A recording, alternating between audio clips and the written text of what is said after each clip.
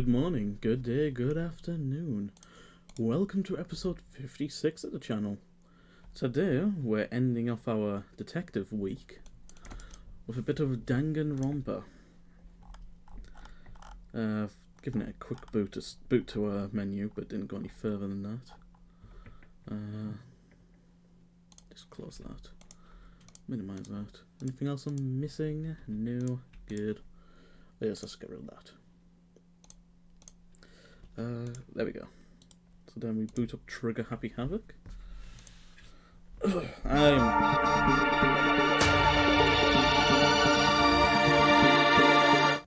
If I tell you that I turned the volume down to about 40%, would you believe me?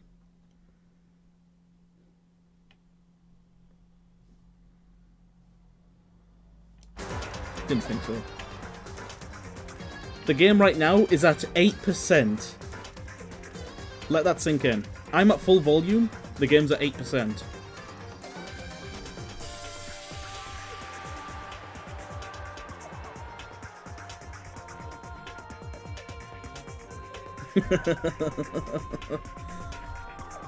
Let's crank it to 50, shall we? That's as loud as me. Like in the on the audio mixer. Like, for my audio mixer, it's already telling me I'm on the borderline of, like, me being too loud. And if that's at 50%...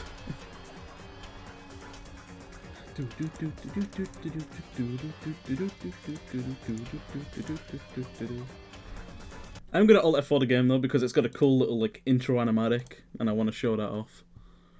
Okay. Now it should hopefully... Come on, come on. Come on. OBS! OBS!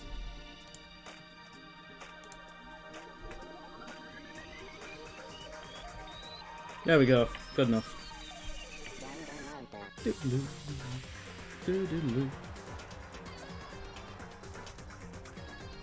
Yeah, I use OBS.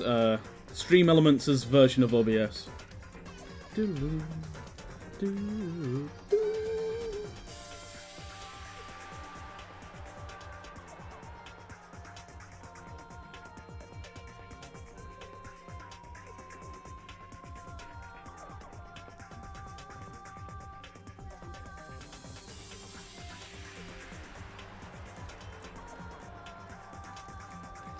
Me and Hifumi are just alike, I swear.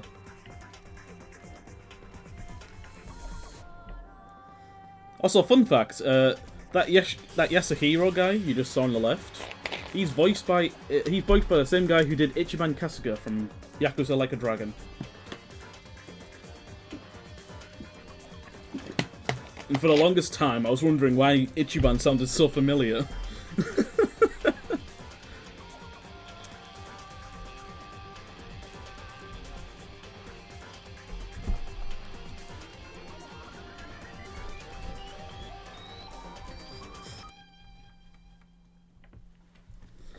Anyway, the plot, we'll be going over the plot over Act 1, so worry not about being confused.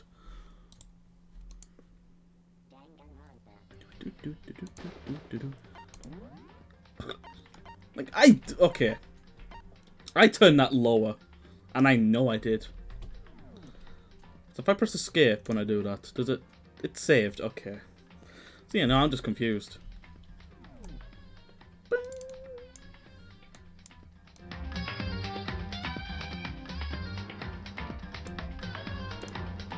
That should be good enough, right?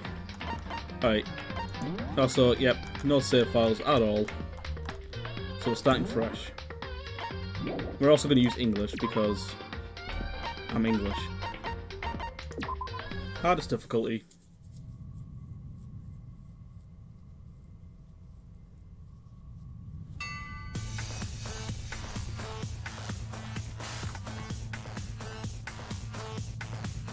I don't think I watched the anime, I only played the games, Danganronpa 1 through 3. I didn't finish 3.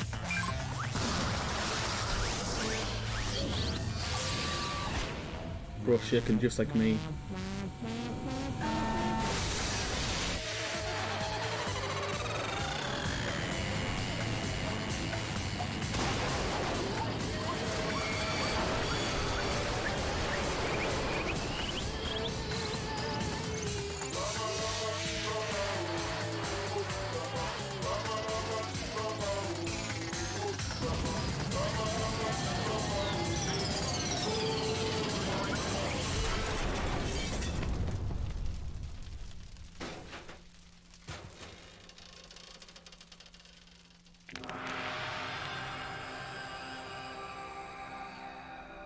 I didn't know skeletons could frown.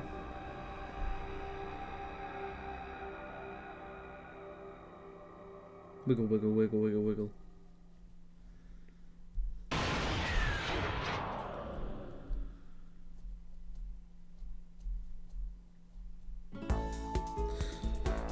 The massive high school towers over all the other buildings in the bustling urban area. It's like the school stands at the centre of the entire world. I'm not going to do an auto just because I'll stumble and it'll go off. Hope's Peak Academy. It brings in top students from every field imaginable. A government-funded school of privilege. They say that if you come here and manage to graduate, you'll be set for life. With hundreds of years of tradition, it sends the cream of the crop to the workforce every year. It was built to raise hope in the nation's future, which makes Hope's Peak a pretty fitting name. There are two things you need to attend this school. 1. Money. 2. Money. 1. You already have to be attending high school. 2. You have to be the very best at what you do. That's why you'll never see a VTuber in this school. All of us are fucking idiots. No ordinary student can enroll here. The only way in is if you're scouted by the school itself. And standing there at the gate of the ultimate school, filled with the ultimate students, was me. Before we go any farther, I guess I should introduce myself. My name's Makoto Naegi. If I press escape, will it skip? No, okay, good. But it's also not going to give me the menus, is it? No, it's not. I'll have to change the voice audio afterwards. As you can see, I'm nothing but a hopelessly average high school student. Oh, the humbleness is just rolling off. Average on the outside, average on the inside, and he's doubled down! He doubled down on the humbleness. I really don't have much going for me when it comes to grades, special abilities, even personality. Oh bro, you fucking shallow husk. I mean, yeah, I have hobbies and stuff I like to do, but it's not like I'm psychic or mutant or whatever. Like, if you asked me what my favourite song was, or my favourite movie or TV show, they'd all be just whatever's most popular at that particular moment. He's literally just describing himself like it's an NPC. Even among the average, I'm completely average. So I can't even say I'm your everyday hero type. That's just who I am. Anyway, I figure it's always good to introduce yourself right off the bat. But you know, if I have any kind of strong point, so to speak, I'd say I'm a little more gung-ho than other people. Is that part of your humbleness? Like, it's a school of ultimate students, he's just the ultimate humble.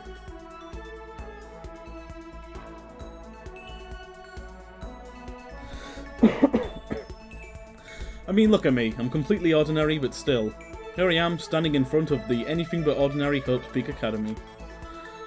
I still can't believe I'm standing here. I wonder if someone like me can survive in a place like this. It's got this overwhelming presence, like it's trying to swallow me whole. But it's no wonder I would feel that way. What you have to understand is...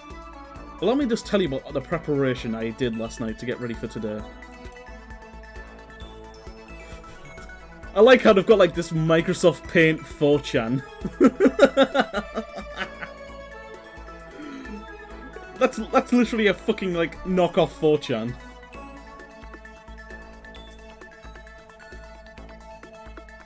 Just without the like racism and sexism.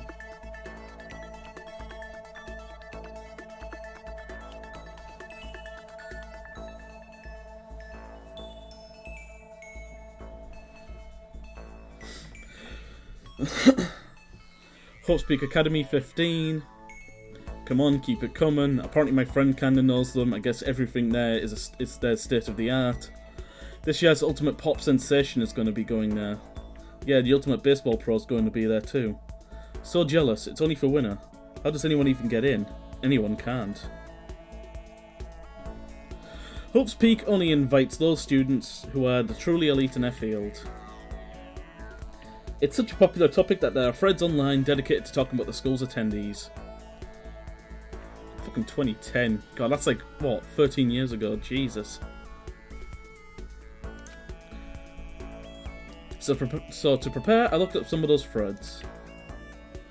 And all I saw was talk about ultimate students, who were way beyond your average high schooler. For example, one incoming student is the ultimate pop sensation. I guess she's a high school girl who's also the lead singer for a pop group famous all over the country. That's usually what gets them going. There's also the ultimate baseball star, bro looking like a fucking smash finisher. He was a clean-up hitter for the national high school champs. Pro teams already have their eyes on him.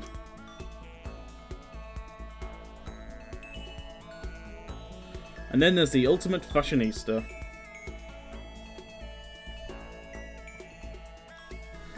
Check out all the latest dresses and fashions, dresses, club, grand line. How to show more than 20 centimeters height. The world's cutest girl with the cutest eye patch. It's not believed. Can't read half the rest of the shit.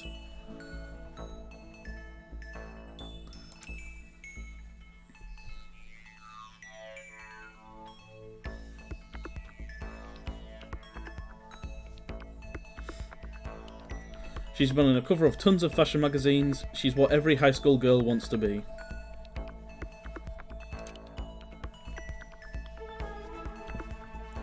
Oh, and they also mentioned the ultimate biker gang leader too. The scary thing is, he's the de facto leader of every biker gang in Japan. Gangs everywhere love the guy. On top of that, there's the ultimate martial artist, the ultimate fanfic creator, the ultimate gambler, the ultimate swimming pro, ultimate programmer, ultimate clairvoyant, and then some. Reading that made me realise how totally powerless I was. It was the country's finest, top to bottom. I felt a little tame. I feel like a little tame. I felt a little. English calls English. I feel like a tame little house cat who wandered into a pride of lions. I wonder how that would go. Like, would they actually kill the cat? But still, there was something I couldn't stop thinking about. You see, there were a few students who I couldn't find any info on, no matter how much I looked. Of all those ultimate students, I'm the only one without any kind of worthwhile talent. But then, what about those other new students who didn't seem to pop up anywhere? Could they just be average students like me without any talent or anything? Oh, we get it, you've got no talent. Shut up. That thought was kind of encouraging. I mean, I know I don't have much in the way of personality, we get it. But beyond that, there's an even bigger issue. How does such an unbelievable average high school student like me get picked for this ultimate school? I mean, I guess there is a reason. You just have to take one glance at the acceptance letter they sent me to see why. Mr. Makoto Naegi, we recently held a lottery to select one ordinary student to attend our school. That's kind of insulting. Like, just that alone is pretty insulting to be told. As a result, you have been selected, and we invite you to join us as the ultimate lucky student. Included is an orientation guide for Hope's Peak Academy. Yeah, it's like Jeff Bezos going down to like the fucking lower class and saying basic.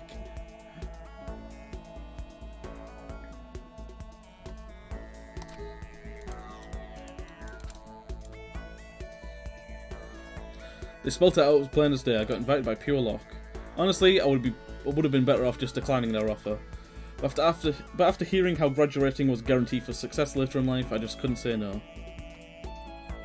But then, actually standing there in front of the school, I started to feel lost, like I didn't belong there. I could feel myself losing my nerve. But still, I can't just stand here in front of the gate forever. Frozen in place, murmuring to myself, I looked down at the acceptance letter clutched in my hand. It said there'd be a meeting for all incoming students in the main hall at 8 AM. The meeting still isn't for a little while, but I should probably just head in. Yeah, let's do this. I gathered up all my determination and tried to act like I've done this a million times before. And I took my first step toward the main hall.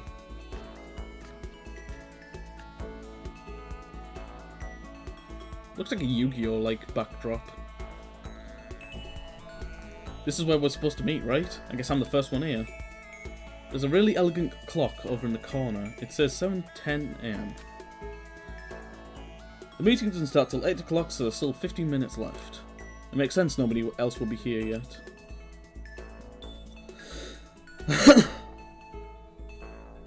Yes, Stepaz. Correct. Please ignore the stream title. I thought it was funny. It has no correlation. I was so wound up, I got here way too early. I have plenty of time before the meeting. Just standing around waiting isn't exactly... I should take a look around the school. Maybe that'll help me calm down a little. I am a student here now, so there shouldn't be any problem with me having a look around, right? Yes, it's called trespassing. You're not allowed in during certain times. The school's naturally open at 9, for the love of fuck. It'll help me kill some time, if nothing else. Trying to play it cool, I took my first step into Hope's Peak Academy. It was also my first step towards starting a new life at a new school. At least, that's what I was hoping for. Oh no, it's a Final Fantasy boss encounter! What the... But the instant I took the first step forward, my view became warped, twisted. It was like some kind of delusion, melting away and mixing together into something else. Spinning, mixing, melting away, then spinning again. And then the next moment, everything went black. That was how it all began. And how life as I knew it came to an end. At this point, I should have realised. The reason I was brought to Hope's Peak Academy wasn't because I had the ultimate good luck. It was so I could experience ultimate despair. Welcome to Despair, the prologue. Would you like to save the data? Yeah, go on then. I choose this one. Yeah? Bro, it's just like me for real. What? Where am I? I woke up with my head resting on top of a hard wooden desk. My body feels heavy. It's pretty normal for me to zonk off in the middle of some boring class or whatever, but... What was I doing asleep here just now? This isn't a classroom I've ever been in before. What the heck is going on?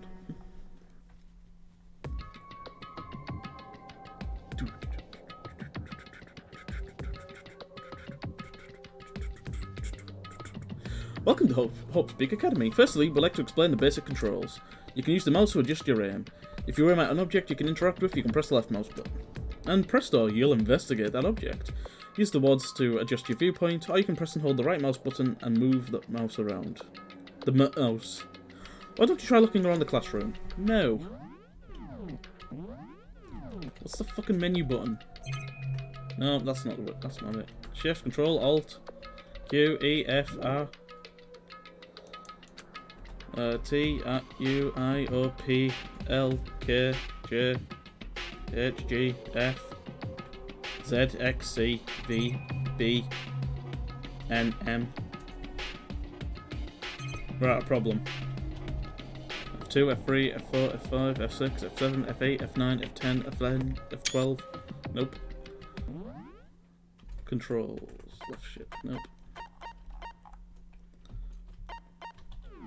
Okay, how to fucking... I don't have to Google this. Danganronpa, trigger, happy, havoc, how to access options.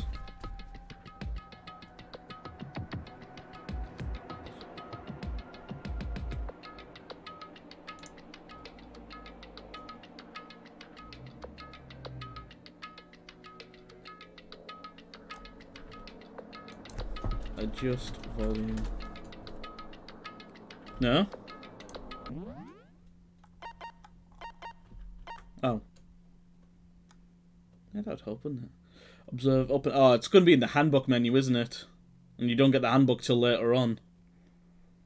Oh, for fuck's sake. Alright. Alright, paper. That's the desk I fell asleep on. I can still see a line of drool I must have left there. I'll have to clean that up later.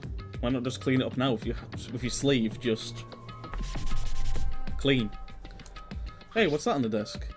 Hey there, new kid. The next semester is about to start. Starting today, this school will be your entire world.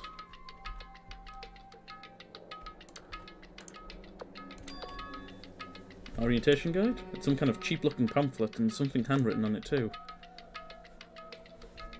Danganronpa. do do do do do. Hello, Mira. Starting today, the school will be in Trial World. What the hell? Is this someone's idea of a joke? And what's the time, Mr. Wolf? Jeez, I can't believe it's already 8 o'clock. It was just after 7 when I got here. Has it really almost been an hour since then? Smile for the camera. Is that a surveillance camera? It's a dangerous world we live in, I guess. They must have to keep these... I guess they have these to keep weirdos from just wandering in. Yeah, you know, nothing like the metal sheets on the wall. What the heck? In any normal classroom, that's where a window should be. But it looks like some kind of metal plate has been bolted over it. And if I were to knock on it...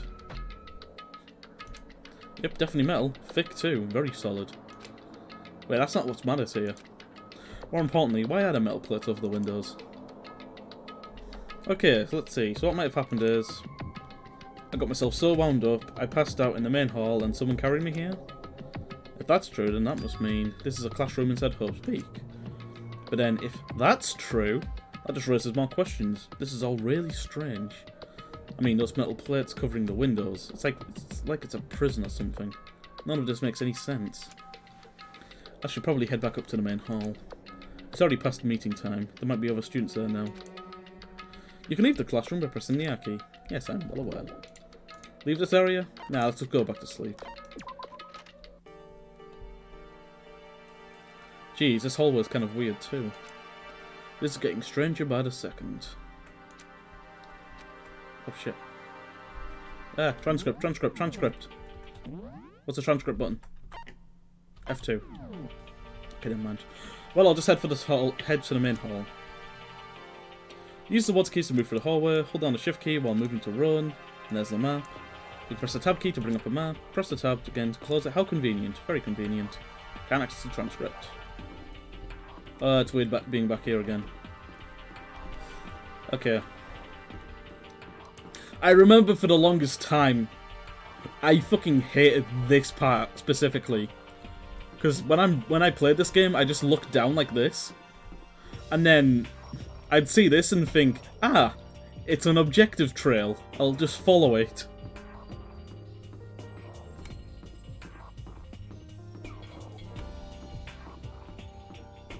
There's a lot of corners where I've not got... This is going the exact same way. And I did that for about 8 times first time playing.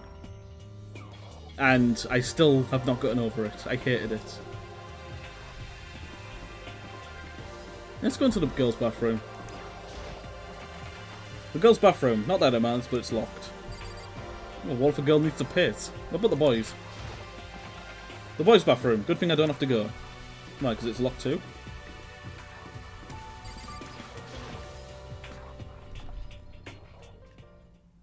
By the time I got back to the main hall, everyone else was already there. Whoa, hey! Another new kid? Huh? Then you guys are all... Yeah, we're all new here. Today's supposed to be our first day of class. So, counting him, that makes 15.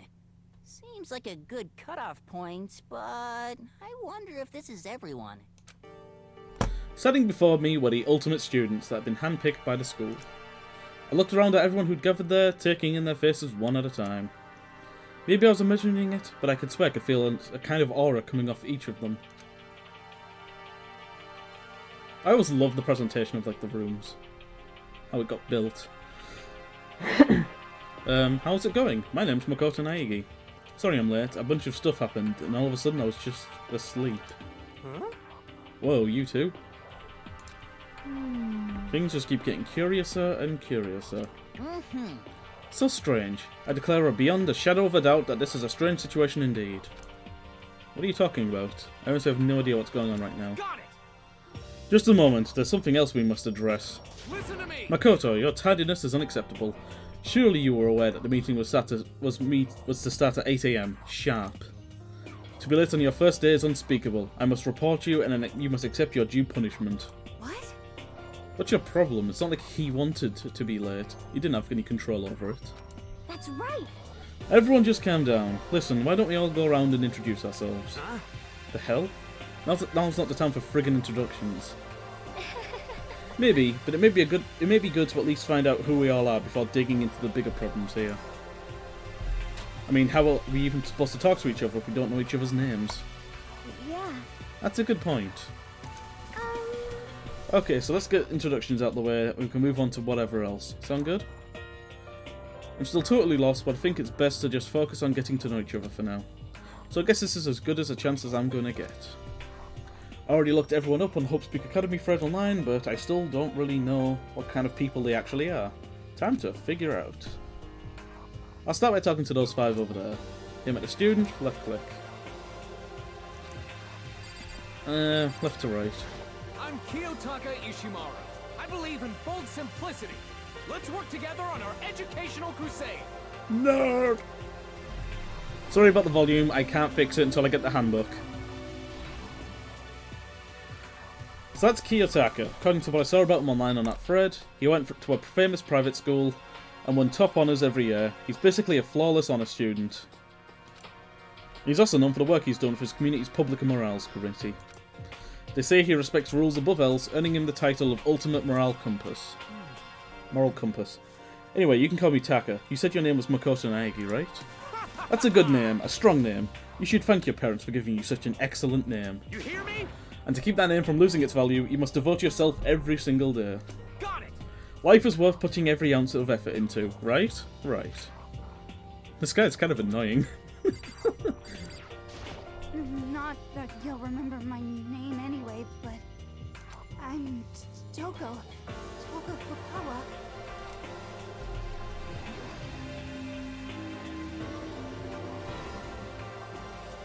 Yeah, she wrote a novel when she was 10. I got everyone talking and launched her literary career. Then 2 days ago, she released So Lingers the Ocean, a love story said to be her masterpiece. The book was such a hit with women that fishermen quickly shot up to the top of every hottest men poll. Despite her age, she's won countless literary prizes and all her books are instant bestsellers, which is why she's become known as the ultimate writing prodigy. What else would you call such a young and talented author? Nerd. But I figured she'd be a lovey-dovey type. What with her masterpiece being a romance and all. What's your problem? What? It's not polite to stare, you know. Stop staring at me like I'm some filthy creature.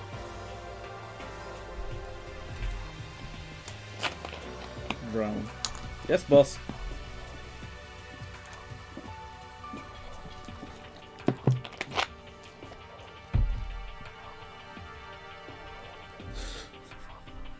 Touché, but here's the thing, I wouldn't be in this Ultimate Academy. I'm a fucking VTuber. We're not good at shit. Filthy creature? No, I just thought... I know what you just thought. You thought you'd never seen such an ugly woman. You thought it was so funny. I mean, mid, honestly. Would fuck if drunk. That kind of rating. How am I the ultimate V... No, I'm not the ultimate fucking VTuber. I don't think any of us would be. We're all idiots.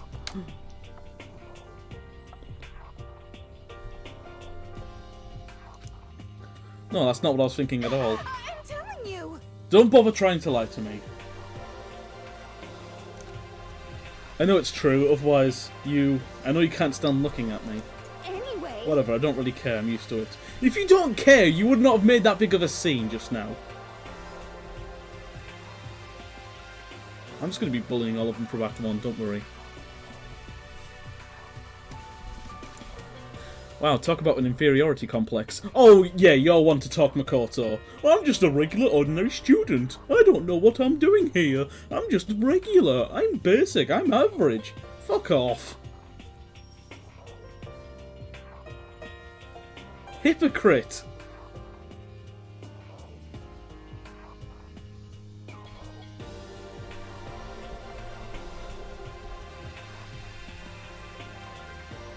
Hopefully he dies in Act 2.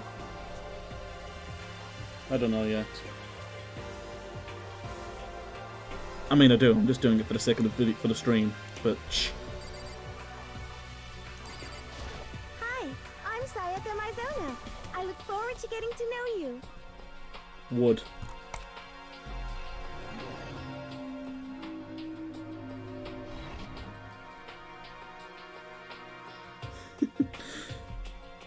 The way she moves is positively mesmerizing, and that pleasant scent I can't quite place. I think we call that perfume.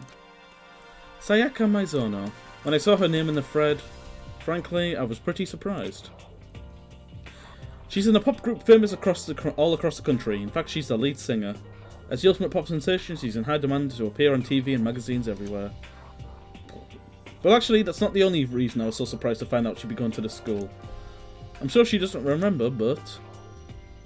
well, never mind. No matter how she slices it, she's really beautiful, almost like a doll or something. I'm not a doll, you know. I'm alive. Huh? Did you hear me? I'm psychic. Huh? Kidding, I just have really good intuition. No, she can just read the subtitles, you fucking idiot. Hey, Huh? Hey, by any chance? Now what? huh? Yeah, it must be, I'm sure of it. Hey, Makoto, did... Just hold on.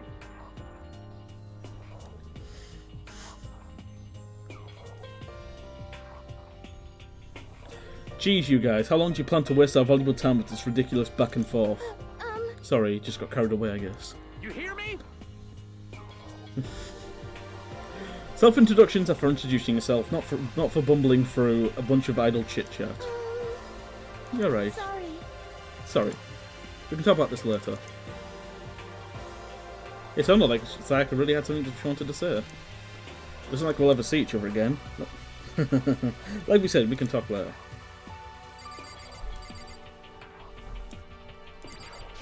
Yo, the name's Leon Kuwata. What's up?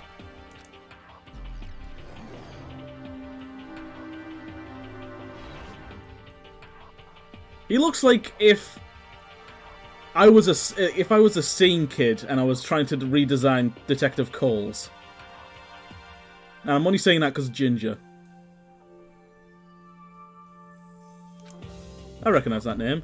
He played for the National High School Champs as their clean-up hitter, the ultimate baseball star. And that superb athletic specimen is... you? Seriously? Huh? What's wrong? Nothing, I'm just surprised. I figured with you being the ultimate baseball star and all. Give me a break. What, were you expecting some kid with a shaved head? Shaved head? No, I was expecting you more of a, you know, sporty-looking traditional baseball player type. I mean, when I found that picture and article of you online, that's how you looked then. What? You found that crappy picture of me playing baseball? Seriously, I hate that picture. This is not cool. This is so not cool. Seriously, I'm like mega embarrassed right now.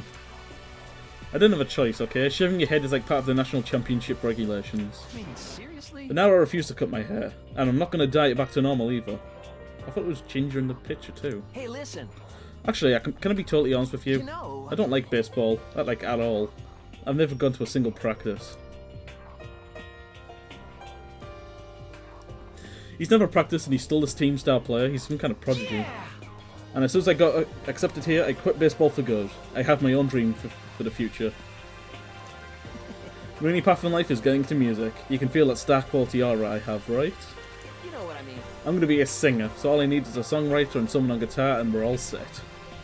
How cool is that? This new version of me that's chasing after my dream is like super cool to the max. I can't believe what I'm hearing. I never imagined hearing something like that from a baseball star. Ah, my throat. I am Hifumi Yamada. But if you want to call me by my nickname, The Alpha and the Omega. I don't mind. He's just like me for real.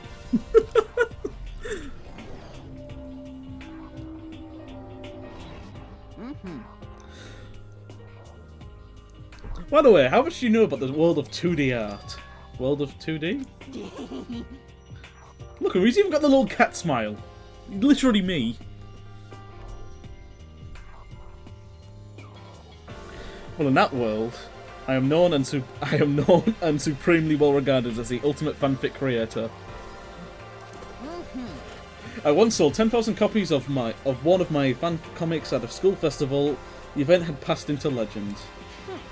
Some of them didn't get it, of course, saying I'd tainted the event. How stupid can you be?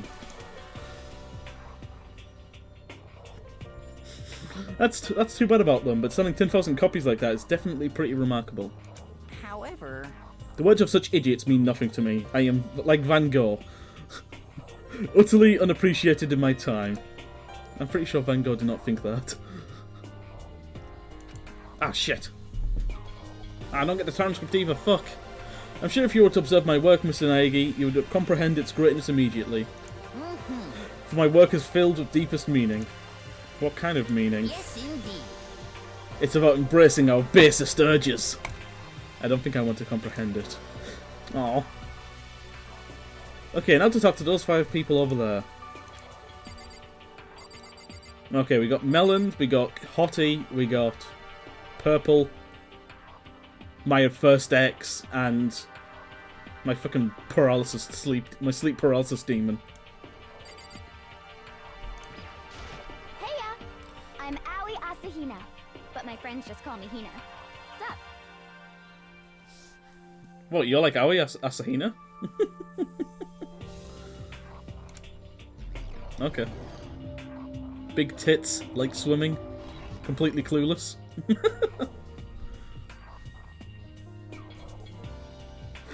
Aoi Asahina. I always struggled reading that name in my head. Like, Aoi? Aoi? Aoi? Like, I know I fucking hear it and I've already forgotten it. I think I just started calling her ass. Just because Asahina. Ass.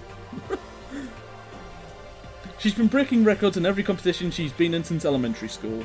She's even been chosen as the upcoming Olympic cadet. She is, without a doubt, the ultimate swimming pro.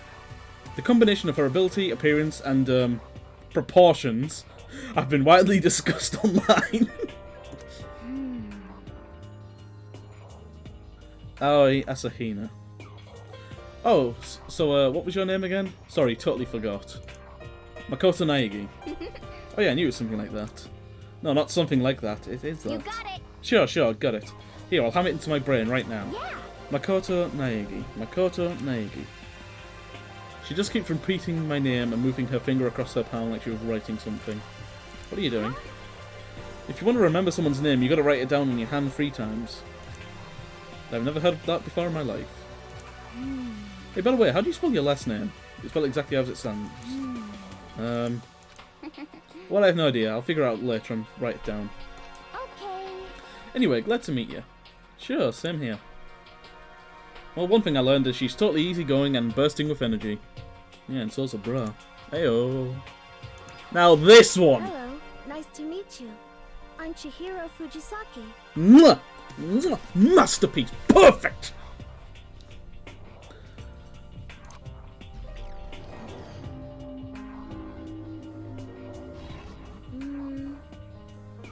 Sorry, I get kind of embarrassed when I introduce myself like this. Yes, this is literally the Bob Ross creation. Perfect!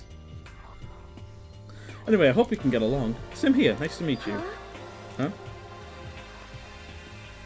Maybe it's just my imagination, but have we met before? I don't think so. We just met for the first time, which is why I said nice to meet you. I'm Oh yeah, sorry. good point. Sorry. You don't have to apologise for that. Yeah. Oh, yeah. Chihiro Fujisaki is known for all the cutting-edge programming she's created. She's the ultimate programmer. She's also got that timid little bunny type thing going, which has endeared her to her legion of fans. Hey, so listen. I'm really sorry. What are you apologising for now? Just because, you seem upset. You must be mad at me, right? No, not at all. I was just lost in thought about something. Huh? Lost in thought?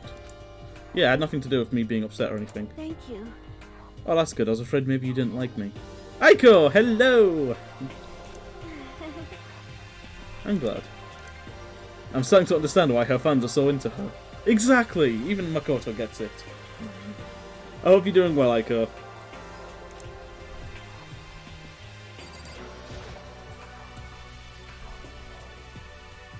I like how it's already given her name off. Like, I've not even talked to her before. Can I ask you your name? My name is Kyoko Kirigiri. Ultimate. She's pretty tight-lipped, huh? Oh, but her name didn't show up anywhere in that Hope's Peak Academy thread. And I did see that there were students like me. Ones who didn't really have any identity or presence. Slap her. It's a bit early for that, Aiko. Could this girl be one of them? So what are you doing at this school? What? What's that supposed to mean? No, I just meant getting invited here means you're some kind of ultimate something, right? So what ultimate something are you? That doesn't matter. Why should I tell you? Huh? I guess you don't have to tell me. No, I don't have to tell you, so I'm not going to. Rude.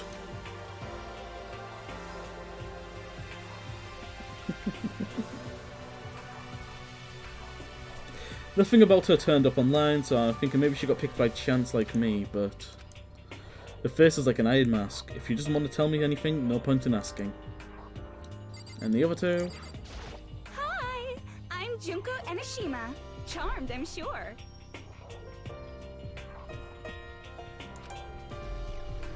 I don't like her. I mean, Junko's okay, but... Kyoko, no. Anyone would recognize this one. Red Ribbon. Nyan. Okay, I fucking hate it. No. No, I hate it. I don't want to play this game anymore. There's a magazine called Nyan. Fuck this. I'm done. I'm done.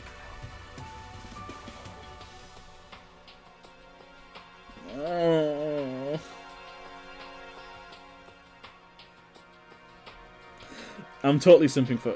Bro, fucking... Do better. You can do better than this, Steps. Please. She's got more charm and presence than any high school girl in the country. She's the ultimate fashionista. I've seen her on tons of magazine covers. Oh, I bet you have, Makoto. I bet you have.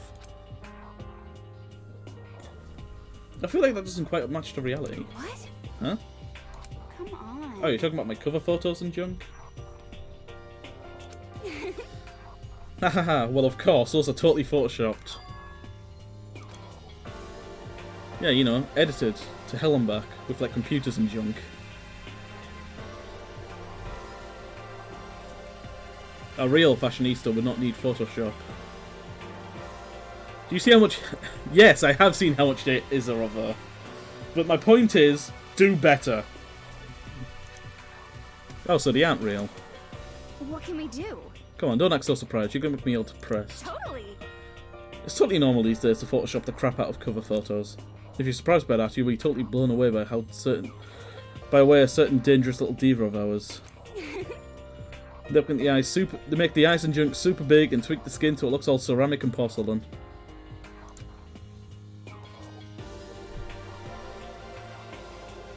I thought they were all 18. It's a high school.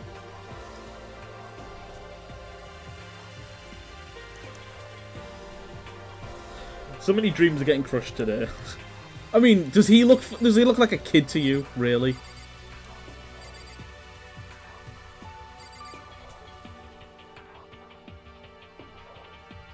Did Leon? Stephas is playing it smart.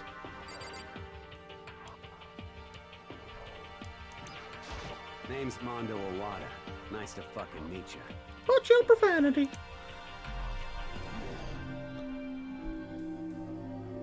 Who's got fucking Yakuza hair? Mondo Owada, huh? Which means...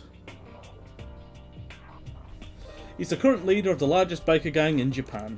He's earned respect, even awe from every gang in the country. He's the ultimate biker gang leader. Nice to meet you too. Yo. Hell yeah.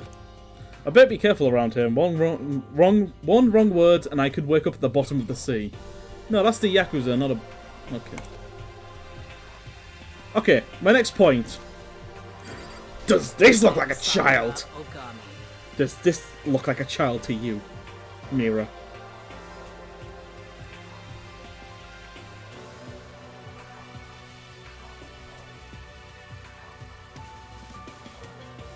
No, you haven't! I refuse! Bullshit! Anyway, Death by Snoo Snoo. 10 out of 10.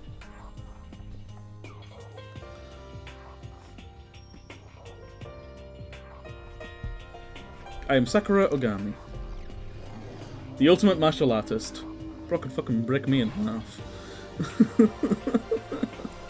Oh jeez, I almost asked if she was a guy.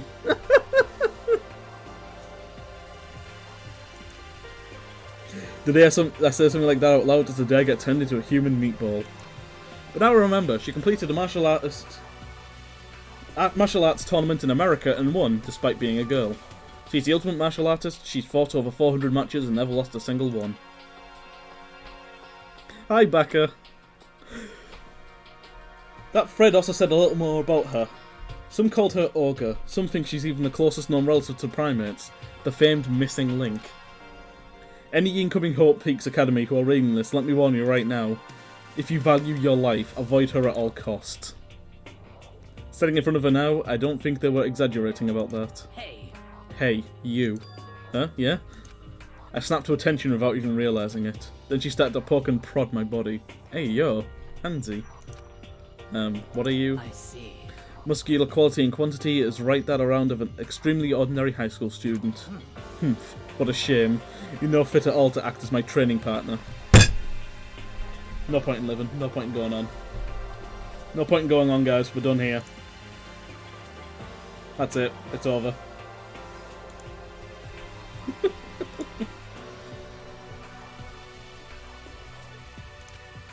I'm not sure that's such a shame for me.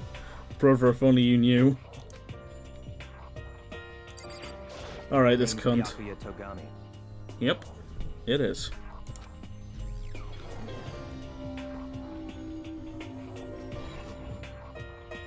Hi, nice to meet you. That's the most half-assed introduction I've ever heard. But there isn't really anything I can do about it. Even among the ultimate students, this one is special. Bayaku. He is the heir apparent of his family's massive financial conglomerate. I've got a headache and my stomach feels ill.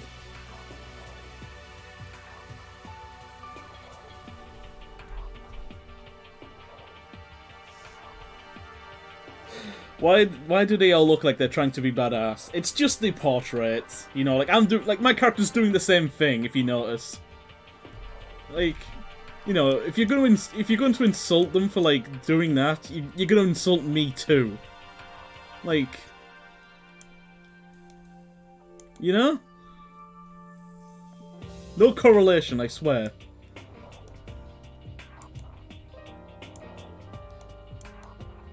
No, you different. Yay, I'm different. I'm special. She said I'm special, chat. He's already started managing business operations and his own personal assets are well vast. You have you have Trench.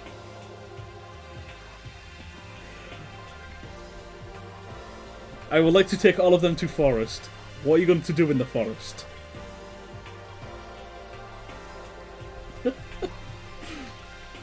His title of Ultimate Affluent Progeny is completely accurate. He's the definition of exceptional. That's everything I learned about him from that Hope Speak Academy online thread. Come on. We're done with introductions, right? How much longer are you going to stand there? Go away, I'm sick of looking at you.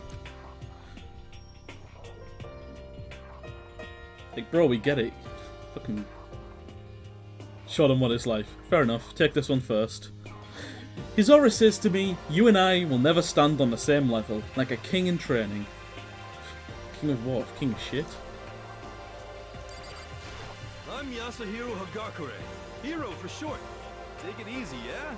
I know I will. You're not Yasuhiro, you're Ichiban Kasuga, and that's not leaving my brain. It's the same voice actor. Once I turn the volume down, like the music down, you'll hear it. It's the same fucking character, it's the same voice actor as Ichiban Kasuga. He's also got the same goofy ass fucking hair. Ichiban Kasuga, known as Supernova in the psychic community, the trend-setting ultimate Yakuza. Honestly, I don't really get all that fortune-telling stuff. It's pretty much beyond me. Still, I can't help wondering if there's any truth to it. Could it be? Okay, I give up. Bro, just like me, for real. Huh? What happened? Serious. I saw it. I looked right at it. Seriously, I totally saw it. So what? A guardian angel with a crazy perm chasing after Bigfoot running off with a skyfish in its mouth. And that guardian angel is your guardian angel. Nah, I'm just kidding. But hey, we should grab some brewski sometime and get really deep into Lemuria and its civilization. What? We're not allowed to drink, we're in high school. You know? Oh, I'm actually 21. I've been held back a few times, see, and it's, well, it's a long story. A few times? Yeah, but that's a long story. At least we know he's legal. That's my boy. We're all just in support.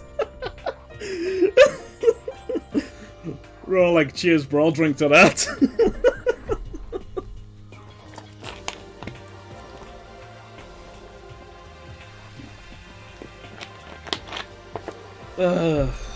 I can't wait to see you all die. I do not think we have been introduced. I am Celestia Ludenberg. The non-fucking Japanese name, Ludenberg. I changed my mind, he's my plan B. Fucking based.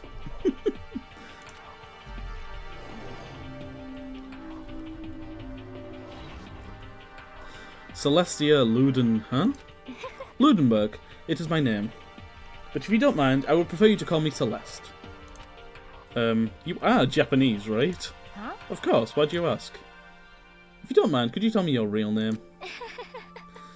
I don't know what you're talking about. Celestia Ludenberg is my real name. But as I mentioned, I would much rather you call me Celeste. She's polite, but pretty forceful at the same time. I don't think she wants to say any more about it. I guess the rumours in that thread were right about her. Like, Makoto's like one source of knowledge. No, but he's got a point. He's got a point. Why has this Japanese girl got a fucking German name? He has got a point. But his source of knowledge on all of this is literally 4chan. And I love that.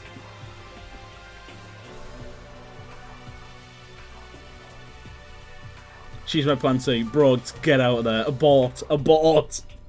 Run.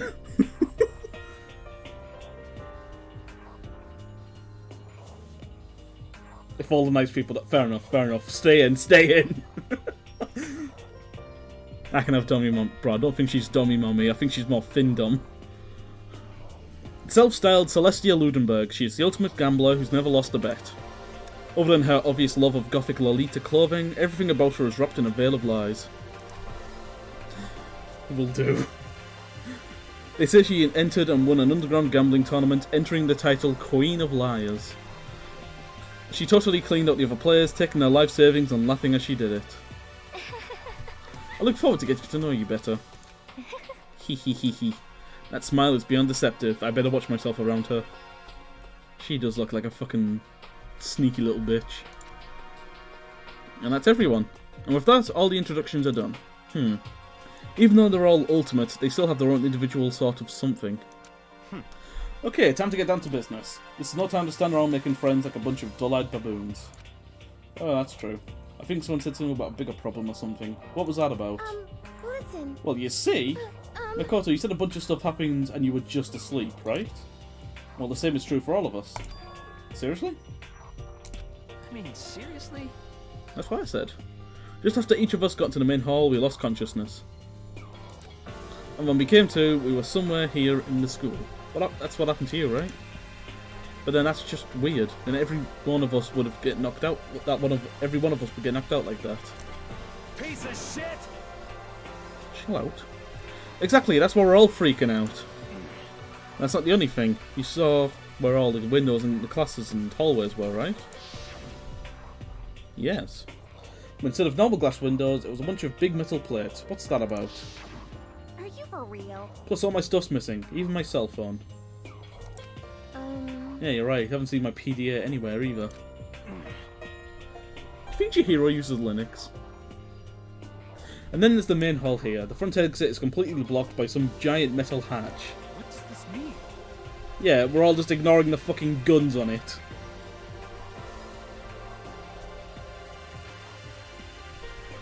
But there wasn't anything like that when I first got here. What the heck? What the heck? What's it doing here?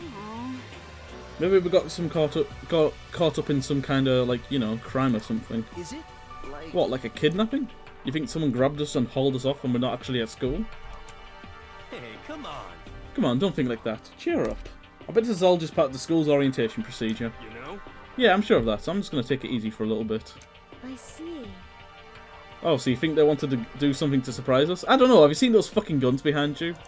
What the hell? If that's all it is, it's nap time for me. You know what I mean. I was up way too late last night, I could use a little shut-eye. I could feel everyone's tension evaporating. But then it began. Bing, bong. He's here!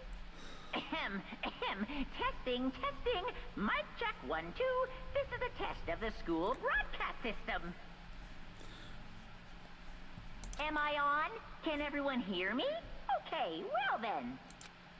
The voice seemed totally out of place. It was so playful, so completely unconcerned. I couldn't help but feeling a deep, unnerving dread at the sound of it. It was like hearing someone laugh at the scene of an accident. Yeah, I've done that. To all incoming students, I would like to begin the entrance ceremony at right now. Please make your way to the gymnasium at your earliest convenience. That's all. I'll be waiting. What the hell was that just now? Goodbye. Well then, if you'll excuse me. Hey! Hey, what, you're just going to take off like that? Could it be? Oh yeah, now I get it. This thing was just to get us all pumped for the entrance ceremony. Man, thank God it was all a joke. I'd be totally freaked if this was real. You know? Alright, guess I'll head out. Wonder what they got planned for us next. Damn, I was totally looking forward to that nap too. Why do you have to go and kill the mood? Huh? Wait for me, I want to go with you. Bro, go with me instead, please. Well, that is it then. I will see you all there. Anyway... Not that anyone cares, but I'm going to go too. Everyone took off for the gym, but I was frozen where I stood. That uneasy feeling I had before, I couldn't get out of my mind. And it looked like I wasn't the only one. This doesn't seem right. This is bad. Yeah, that announcement was totally weird. Maybe, but just staying here doesn't mean we'll be safe. Besides, aren't you guys just a little bit curious to find out what's going on around here? See. If we do not move forward, if we learn nothing, the only choice is to push ahead. I guess she's right, but still, I'm really nervous. We don't have a choice, we have to go. They said to go to the gym, right? Just cuts off immediately like that. Yeah, okay. That surveillance camera has what looks like a gun attached to it, but there's no way that's a real gun, right? No, it's not just a gun, it's 4 guns. 1, 2, 3, 4.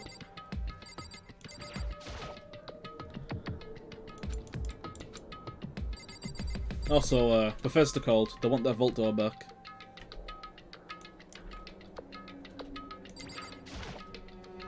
A mailbox. There's nothing inside. That's a shame. Well, I guess we'll just head off to the area. Where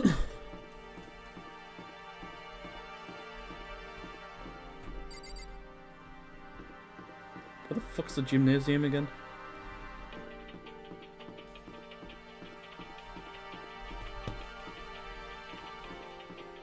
Where the fuck's the gem? I forgot. There we go.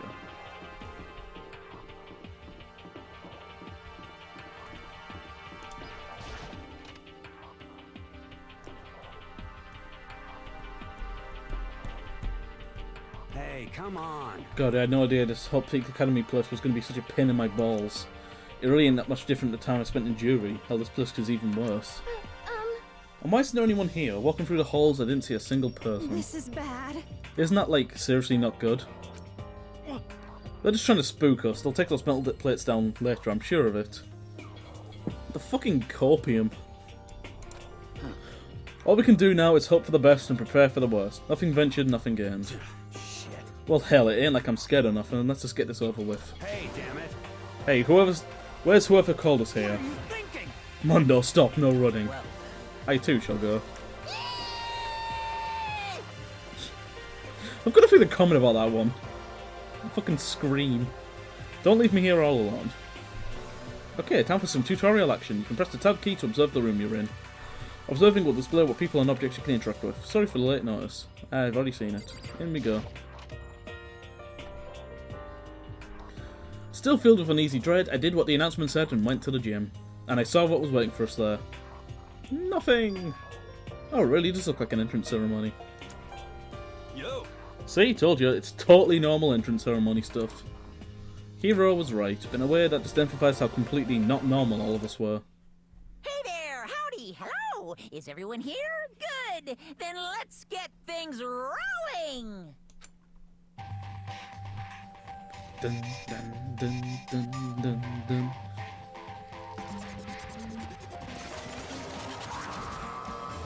There he is.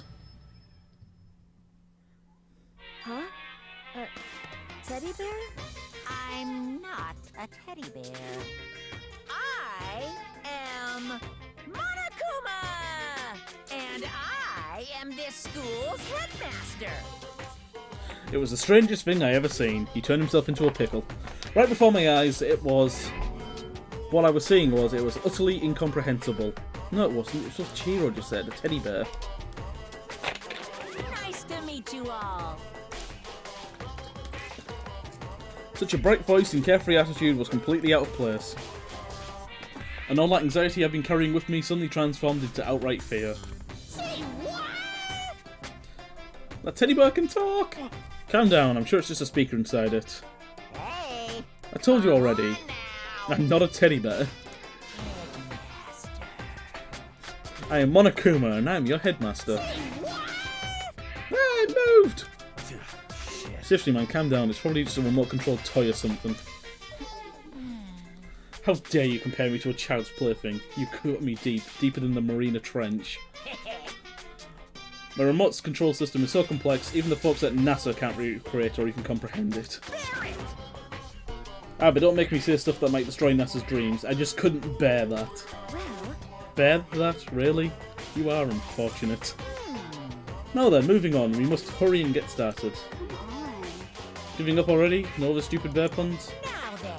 Quiet down now, quiet down. Ah, okay, so. He has abandoned the gag.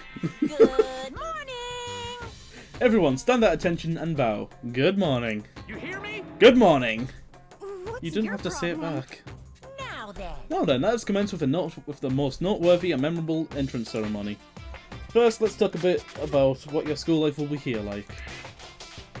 Now make no mistake, you few students, so full of potential, represent the hope of the world. And to protect such splendid hope, you will all live a communal life together solely within the confines of the school. Everyone will live in harmony together and adhere to the rules and regulations of the school. Huh? Ah, now then, regarding the end date of this communal life. There isn't one. In other words, you'll be here until the day you die. Such is the school life you've been assigned. What?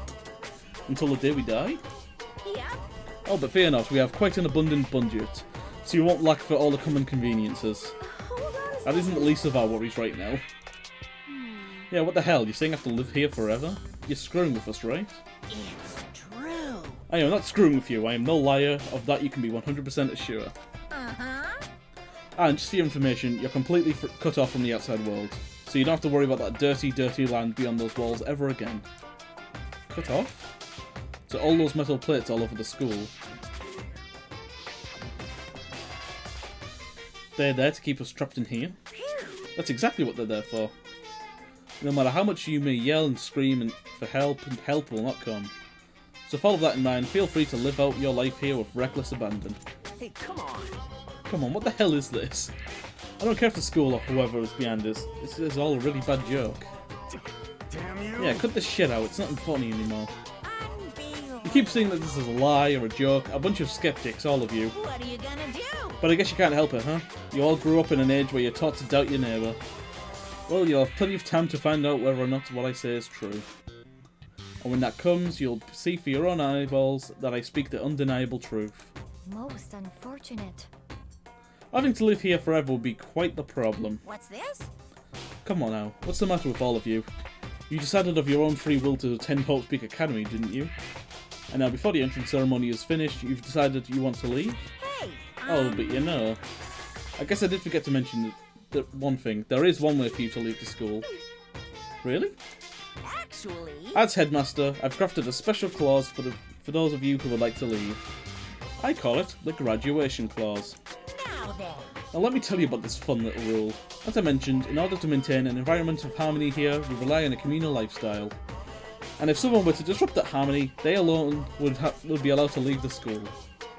That, my students, is the graduation clause. What do you mean by disrupt the harmony? Well, you know, if one person were to murder another... Bum, bum, bum, bum, bum. Yes, indeed. Murder? Stabbing, strangling, bludgeoning, crushing, hacking, drowning, igniting, however you do it doesn't matter. You must kill someone if you want to leave. It's as simple as that. The rest is up to you. Give it your all to achieve the best outcome in the worst way possible. A chill shut down my spine. You must kill someone if you want to leave. As soon as I heard those words, my blood went cold. I bet that got your brain juices flowing. Beats the heck out of a human catching salmon, right? Like I said before, you guys are the hope of the world. But you know, taking that hope and seeing it get murdered creates a darkened shadow of despair. Extreme! And I find that so darn exciting. What the hell? What the hell are you talking about? To kill each other to kill each other is to kill each other. I'm sure there's a dictionary here somewhere if you need it. What are you saying? We know what it means. That's not the problem. Yes. Correct. Did you see how she's not said what this bear's evil? We all know what it means. That's not the problem. Why do we have to kill each other? Yeah, stop blabbering on with this nonsense. Just let us go home already. Blabbering? Blabbering? What do you mean blabbering? Stop blabbering on about blabbering on! You guys just don't get it, do you? Let us go, you keep saying the same thing over and over and over and over and over. Listen, from this moment on, this school is your home, your life, your world. Got it? And you can kill as much as you want to kill, so go ahead, go on a killing spree. Alright, come on, how long are you going to keep this up? Huh? You know? You got us, okay? You scared the hell out of us, so you can go ahead and reveal the trick now. Reveal the trick? I'm right. Yeah, because I mean, you know, this is all some kind of trick and all, right? So dude, shut the hell up and get out of my way. Shoving Hero aside, Mondo placed himself in front of Monokuma, his voice rumbling like thunder. Listen up, asshole! This shit's gone on way too far. What hell kind of joke is this? What's the matter? Joke? What, you mean like your hair? You son of a bitch! Fuck you! Mondo roared out, and then there was a sudden boom. It was the sound of the floorboards as he kicked off and launched himself into the air. He flew at Monokuma, fast and straight as a bullet. He locked onto his target. Gotcha, you little piece of shit! I don't know if you're a toy or a stuffed animal or whatever the hell. Either way, I'm gonna rip you to fucking shreds! What? Violence against the headmaster is in violation of school regulations! Shut the fuck up! Let me out of here, I swear to Christ! Hey, damn it! Piece of shit! Stop that goddamn beeping and say something. Watch out! Watch out, get rid of it. Huh? Hurry up and throw it. I don't know if her ferocity stunned him into silence or what, but without a word he did what he was told. He threw Monokuma. And as soon as he did...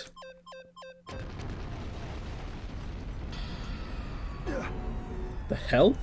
What the? That sure as shit wasn't a joke, it blew the hell up. There was a painful ringing in my ears and I could smell gunpowder. Explosions might happen all the time in movies or whatever, but when it's in real life, I'd never seen anything like it. But you know, this means that the teddy bear's been destroyed, right? Hey! I told you, I'm not a teddy bear. I'm Monokuma. There's another one?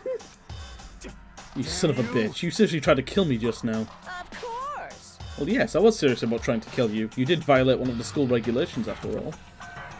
I'll let you off with a warning this time, but you better be careful from now on. Any naughty boy or girl who violates my rules won't get off with just a little swat on the butt. This is bad. So does this mean there's like a bunch more of you around somewhere? Yep. Monokumas have been placed throughout the school, yes. Plus, don't forget the surveillance cameras installed everywhere. And if you're caught breaking any rules, well, you know, you all just saw what happened, right? And I won't be so forgiving with my punishment next time, so don't let it happen again. Huh? That's not even punishment, that's just wrong. Well? Now then, lastly, to commemorate your joyous entry into our schools, I have a little something for you. This is our official student handbook. Pretty cool, huh? As you can see, it's fully digital, so naturally we called it the E-Handbook.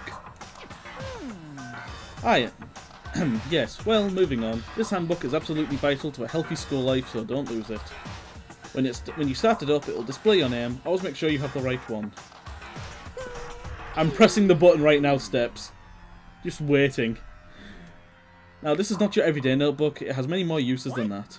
Also, it's completely waterproof. Splash it, wash it, drown it, it'll keep on ticking. And thanks to its space-age design, it can withstand an impact force of up to 10 tons. Very resistant. It contains all of our school regulations, so make sure you review them thoroughly. You guys... You'll hear me say this a lot, but any violation of school regulations will not be tolerated. Okay, Aiko, you have a good night. Rules restrict, yes, but they also protect. Society, for example, would be utter chaos without laws. Yes, indeed. The same thing applies here, which is why it's crucial we have strict punishments in place for violations. I'll try. Good night, Aiko. Okay, well that brings our entrance ceremony to a close. Please enjoy your abundantly dreary school life, and see ya! And with that, he was gone, leaving us all in a state of shock. So guys, how would you define what we just experienced? How? Why? I don't understand any of this.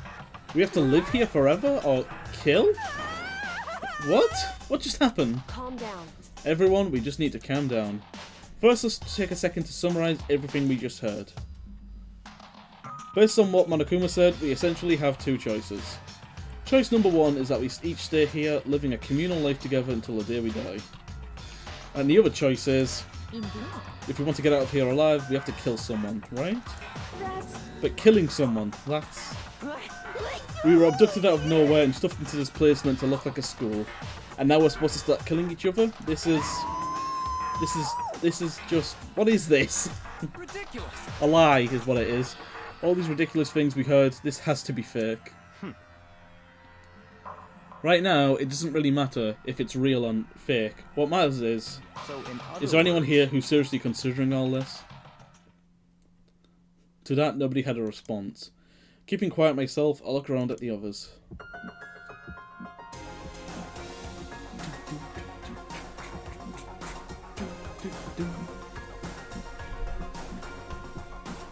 They all stared at one each other, trying to gauge each other's thoughts. I can almost taste the hostility. And that's when it hit me. I realised the true terror hidden within the rules Monokuma had laid out. You must kill someone if you want to leave. Those words had planted vicious thoughts deep within each of us. Each of us became suspicious of everyone else. We were forced to wonder, is somebody going to replace us? Somebody betray us? And that was how my new school life began. This school, which came out of nowhere to raise my hopes so high, it's not a school of hope, it's a school of despair.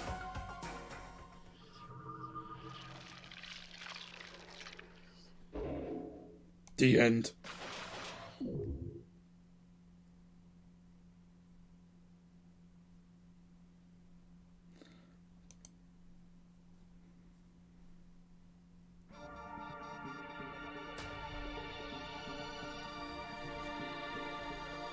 Yeah, that's the game, guys. Tune in next stream for episode 2. No.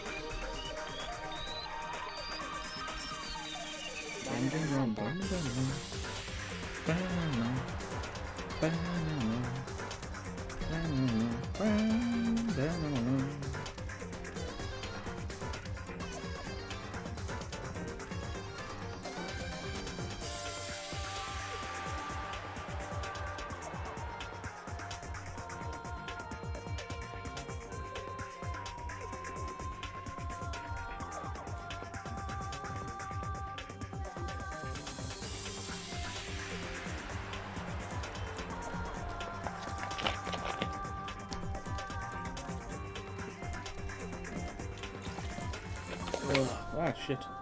Dropped the lid.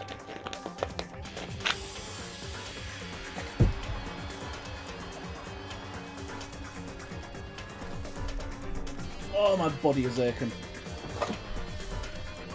Oh, I hate exercise.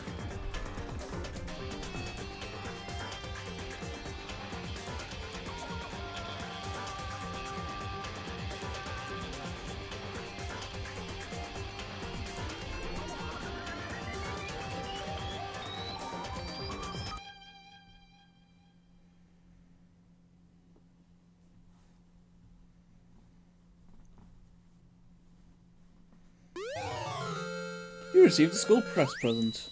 Yay.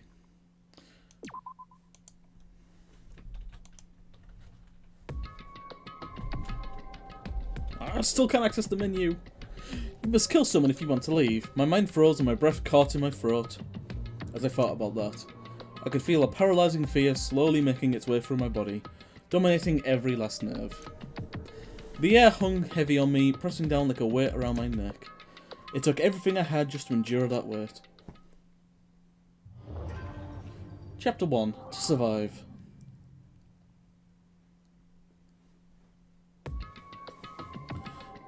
But for as heavy as the air felt, all it took to pierce was her sharp words. And? So, what are you going to do now? Hey. Just stand around glaring at each other? A pointed comment was directed to everyone in the room. It helped pull us all back to reality. Right, she's right. Listen to me. Sometimes, even if you're nervous or afraid, you have to step forward. To forget such a simple fact, I cannot forgive myself. I'm so ashamed. Hear me? Please, someone hit me. I can't forgive myself. Someone hit me. Punish me. Jesus, if you have time to yell about it, you have time to do something about it. However... Perhaps, but what is the mission exactly? Stupid. Idiot, to look for a way out, duh. What the... And we totally need to find whoever was controlling that stupid bear and beat the hell out of him. But before we do all that, maybe we should take a look at the handbook. It's probably best to check out the school regulations Monokuma mentioned before doing anything else. This is fine. True, if we stumbled around with no clue what the rules are, something like that might happen again. Shit. Alright. So Fine, then let's hurry up and check out the stupid rules already.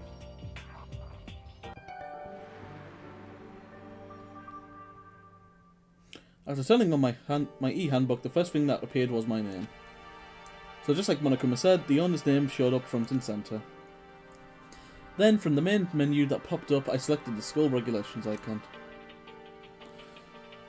An itemised list appeared on screen. It was the school regulations. In other words, the rules imposed on us all. Rule 1. Students may reside only within the school. Leaving campus is an unacceptable use of time. Rule 2.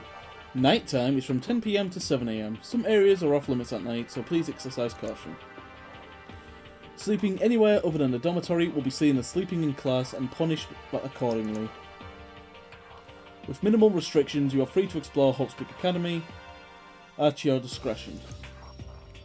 Violence against Headmaster Monokuma is strictly prohibited, as is the destruction of surveillance. Anyone who kills a fellow student will become blackened, will graduate unless they are discovered. Any additional school regulations may be added as necessary.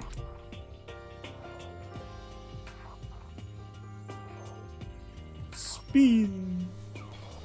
Feeling slightly dizzy, I raised my face up from the screen. As I looked around, I saw the same stormy expression on everyone's faces.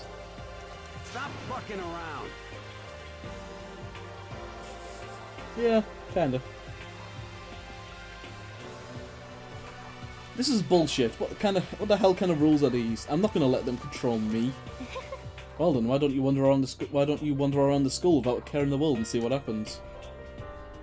Personally, I would love to see what happens when someone breaks one of the rules. However...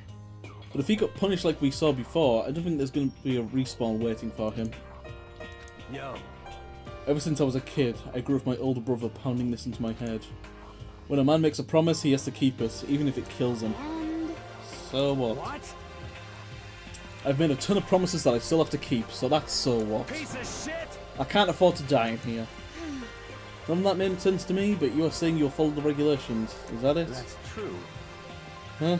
Oh, well. Yeah, I guess you're right. Hey, I have a question. For regulation number 6, what do you think it means exactly? Anyone who kills a fellow student and becomes blackened will graduate unless they are discovered. You're talking about the second half, right? Where it says, unless they are discovered?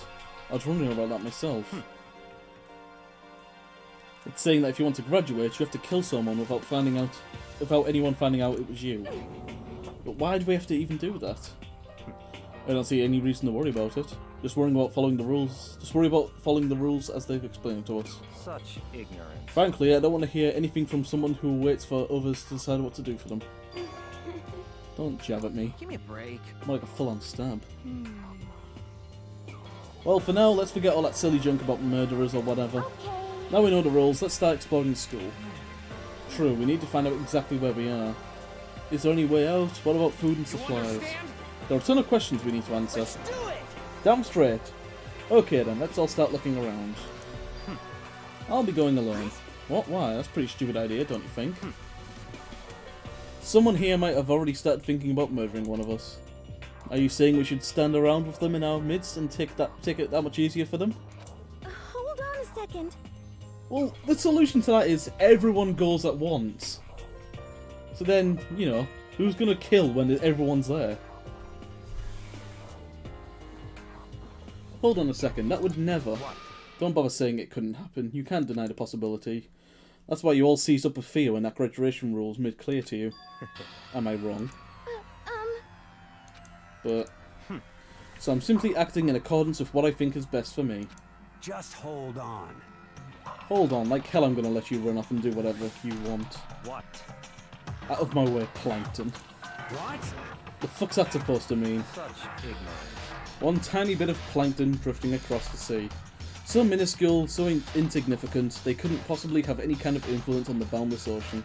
You're fucking dead. I'm gonna kick your ass. We shouldn't fight. What? The fuck do you say, you kind of goody little bitch? You want to throw down? Who do you think you are, talking to me like that? Do you think my fucking... click too early. No, I wasn't. You son of a Fuck bitch. you. Good night. He punched me, and I flew back in a heap. It was like something straight out of a comic book. I didn't even see the punch coming, it was just suddenly right there on my face. 1 second I was standing there, the next I was soaring through the air. Now that I think about it, maybe I'd kind of forgotten. The kind of people I've been trapped in here with. My common sense had just stopped functioning, being around all these ultimates had blown my fuses. So I guess I shouldn't be surprised that led to something like this. But I'd lost track of that sense of reality. That was my last thought as my consciousness started to fade, before it finally cut out completely. And he died. The end. And when I opened my eyes again, what I saw was... Yeah. Huh? Where am I? As if it had become part of my daily routine, I woke up in yet another room I've never seen before. Okay, so... where am I now? You now have access to the handbook menu. Finally!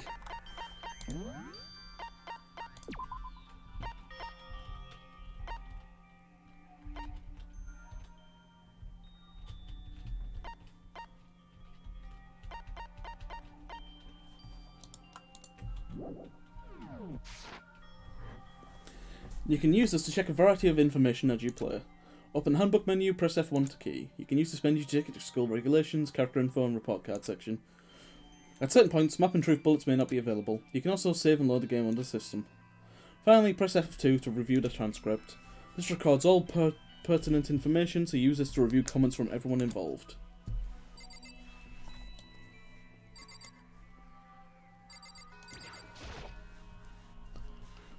This would appear to be the bathroom. Rattle rattle. No, it's not opening. I guess it's locked.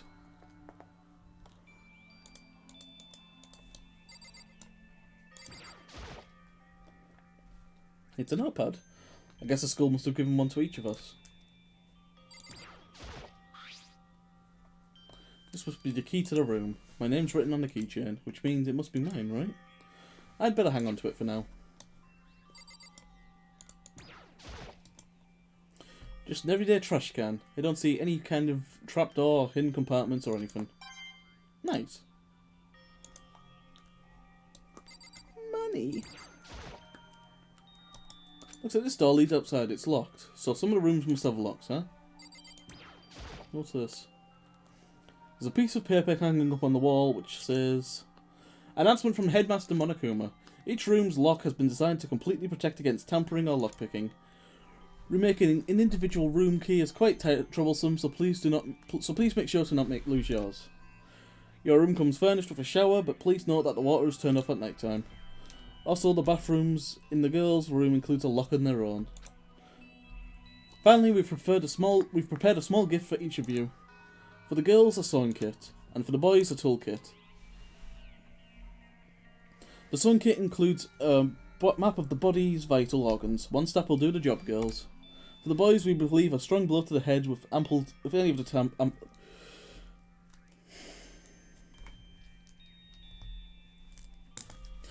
For the boys, we believe a strong blow to the head with any of these tools should be ample. Don't just think, just feel, and let's all enjoy this ourselves. I crumpled up the sheet of paper and threw it in the trash. Is it going to be in the trash can now? Just an everyday trash can. I don't see any trap cans. And all that's in the trash is the paper I waddled up and threw away. Nope. It looks like there's something in the drawer. It's a toolkit. It must be brand new. It's still in the shrink wrap. So they've given us pliers, a wrench, a hammer, a screwdriver. I'll show you throwing paper away. Bro, I wish I was paper. Throw me away. It must be still brand new. It's still in the shrink wrap. I don't really need it right now, so I'll just leave it there. I think I'm starting to understand. This room must be the dormitory. Sleeping anywhere other than dormitory. This is my assigned dorm room. Someone must have carried me here after I fell unconscious. So that answers the question. The next question is, what is everyone else up to right now? There's only one way to find out. That's to get out of here.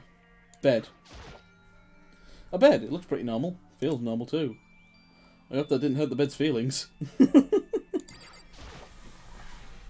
Metal plate here, metal plate over there too. And a camera. A surveillance camera. I hate the idea that someone might be watching me right now. I have to keep that in mind. It's against the school's regulations to mess with any of the cameras. As much as it gets on my nerves, I better leave it alone.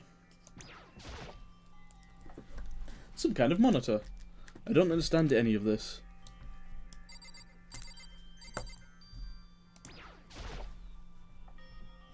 Honestly, a room like this would probably be 12 grand an hour in London.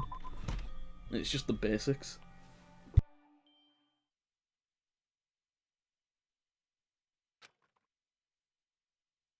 There was someone waiting for me there. I had my mic muted, I forgot. It was like something out of an old TV show. Wham. Dun. Oh, yeah. Sayaka? Sorry. Are you okay? I'm fine. I hope you're okay. Sorry about that. She had an embarrassed smile on her face. I stood up slowly. Are you okay, Sayaka? Are you hurt? You make it sound like you make it sound worse than it is. I'm completely fine. I know how I look, but I've actually built some pretty good muscle jumping up and down on stage. That's good then. But are you okay? You know, from when Mondo hit you? That's true, I got knocked out right there in front of everyone. I guess I revealed my lack of cool from the beginning. Makoto? Oh, I'm fine. Nothing wrong here. That's good. Oh, that's good. I was kind of worried. Thanks. By the way, what are you doing here? Actually, I came to get you. You came to get me? Listen. Well, if you're really feeling it better, I was hoping you could come to the dining hall. Dining hall? You see. After you got knocked out, everyone decided to go and do their own thing. We decided it'd be more effective if we split up to investigate. So we agreed to get together later on and talk about what we'd each find out. So I mean, it's almost time to get back together. If that's what's going on, then of course I'll go with you. Good. Good. I'll go on ahead and meet you at the dining hall then. Yeah, don't show me where it is or anything.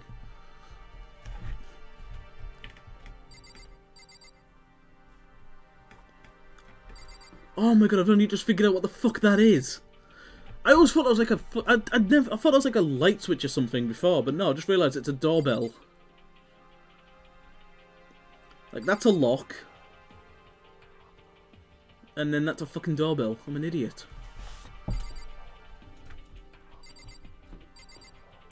Now let's go back to my room. This is where I just came out of. My name and picture are on the head above. There's no reason for me to go back inside. I will, however, be right back. I need the toilet and I need to stretch, so I'll be back real shortly.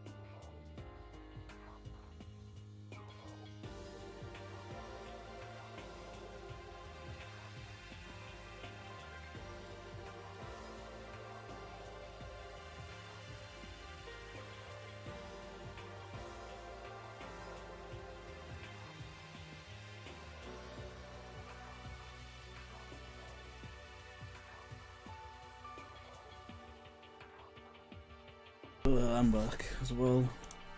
Ugh. Okay. I've been kicked to AFK. There we go. I really need a shaver. Let's do some sleuthing. Yeah, just like boot up. There we go.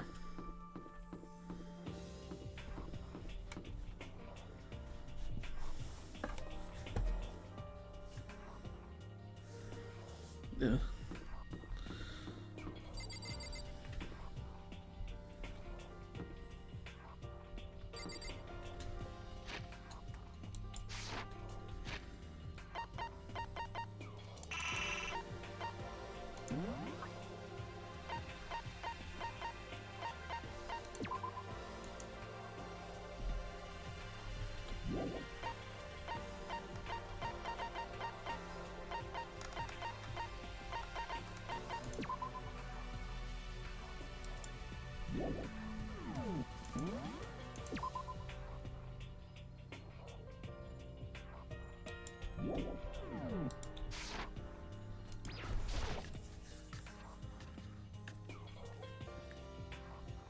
Again, I love how like the rooms build themselves up. This must be the dormitory dining hall. It looks pretty good, clean, so that's good. I guess that's not really important right now, with us being prisoners here and all. Yeah, that's true. Nobody was there waiting for us. We don't really have much choice, we should just wait here for now. Okay, let's just wait here. Huh? You heard that? Like I said, I'm psychic. Come on, I'm just kidding. Seriously, I have a great intuition. Is it really just intuition? It's kind of sudden, I know, but here comes a tutorial. Right now, I'd like to talk about reactions. You're going to be talking to Sayaka, right? I guess, if I don't have a choice. Well, while you're talking to her, some purple words are going to appear like this. Here's how they work.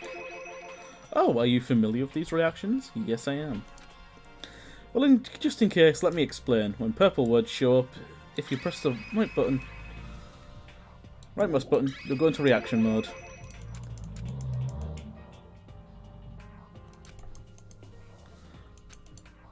Talking to someone about things like this is called a reaction. Okay, do your best to enjoy your ever-important school life.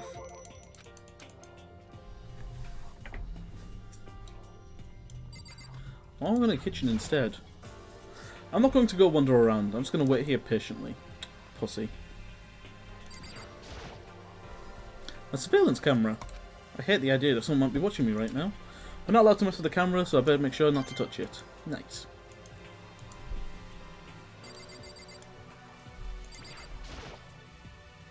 So what time is it right now? 7 o'clock? At night? You were unconscious for a pretty long time. I see. Without being able to look around the window, I've lost all sense of time. If I have to stay in this place for too long, I might just go crazy. Hey, By the way, Makoto, what is it? Well, it's just... I know this is kind of continuing this self-introduction thing. I just wanted to ask you something. What did you want to ask me? Did you happen to go to Blackroot Junior High? Maybe in class 2? Yeah, actually I was. I knew it. I went there too. I was in class 4 though. Do you remember me? Do I remember? Even back in middle school, she was a celebrity with all kinds of ultimates surrounding her. How could I forget? Almost as surprising as the question was, that she remembered me. We never even talked to each other, but somehow she still knew who I was. Hey, Hey, are you okay? Oh yeah, I'm just surprised is all. I wouldn't have thought you'd remember me. We went to the same school for 3 years, of course I remember. Well, that's true, but there were a lot of other students in our grade, right? Plus, I've never been the type of person to ever really stand out. I'm average at everything, and all my hobbies are totally normal. Even normal would call me boring. What are you talking about? You're so strange. Yeah. She started giggling even louder. That somehow mysterious smile of hers made my heart grow calmer. Her smile was the nicest smile I'd ever seen. Bro, just kiss. that's good. Anyway, I'm really glad that I know somebody here. Talking to you has made me feel a lot better about all this. You're amazing, Makoto. No, I'm really not. He's really not. I'm nothing at all compared to all you ultimates. But you're the one who helped me find my courage again, not any of those ultimate students. Thank you for saying that. Okay. And to thank you for helping me out, I'm going to become your ultimate assistant. Huh? My assistant? Yep, I'm your assistant now. I'm going to help you out as much as I can, so let's get out of here together. When she says things like that, it just gets me pumped up. Hey, I can't believe no one's here yet, but I'm sure they'll start showing up soon. Almost like he timed it, Taka threw open the dining hall doors right as Sayaka did that. Ah, shit, I've unplugged my headphones.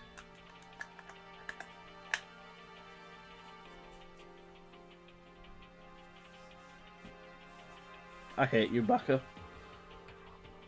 I hate you. I hate you. Fucking...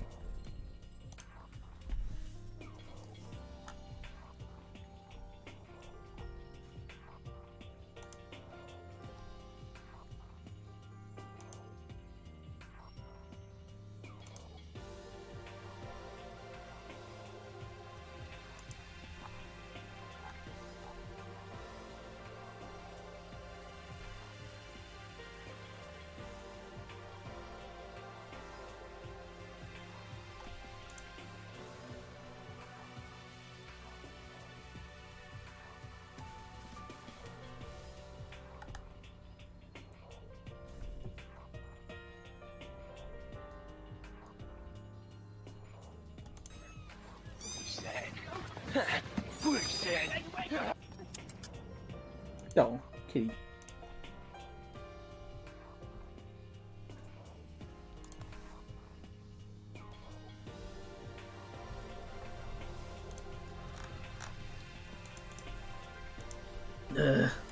Okay. Ah, Makoto, Sayaka, you two got here first, huh? Too bad. I was sure I'd beat everyone here. I guess that means I just don't have enough fighting spirit yet.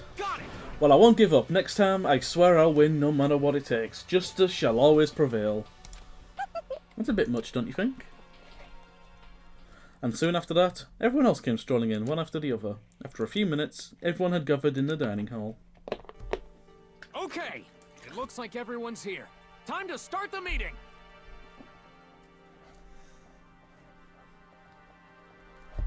Mondo just refuses to sit down normally. Let's all go around and share what we found out during our respective investigations. The sooner we find out what's going on, the sooner we get out of here. Hold on a sec. Wait, hold on a sec. What are you talking about? What's wrong? What about, what's her name? You know, the silver-haired girl.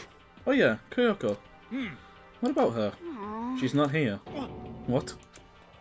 I took another look around the dining hall. Sure enough, she was nowhere to be seen. I wonder where she went. Has anyone seen her? But everyone just shook their heads. Huh? Wait, so nobody's seen her.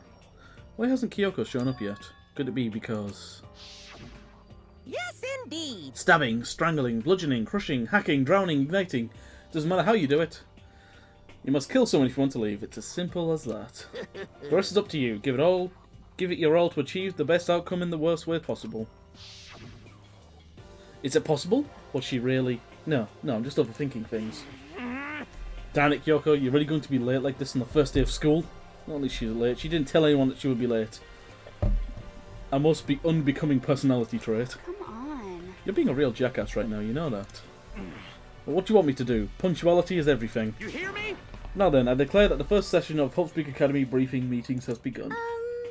Makoto, actually, first of all, I've talked enough.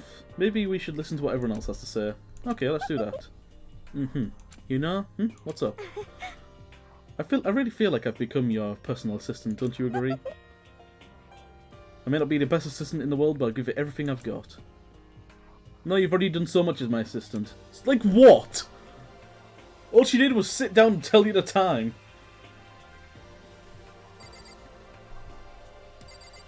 And then said like, I remember you. You see... Byakuya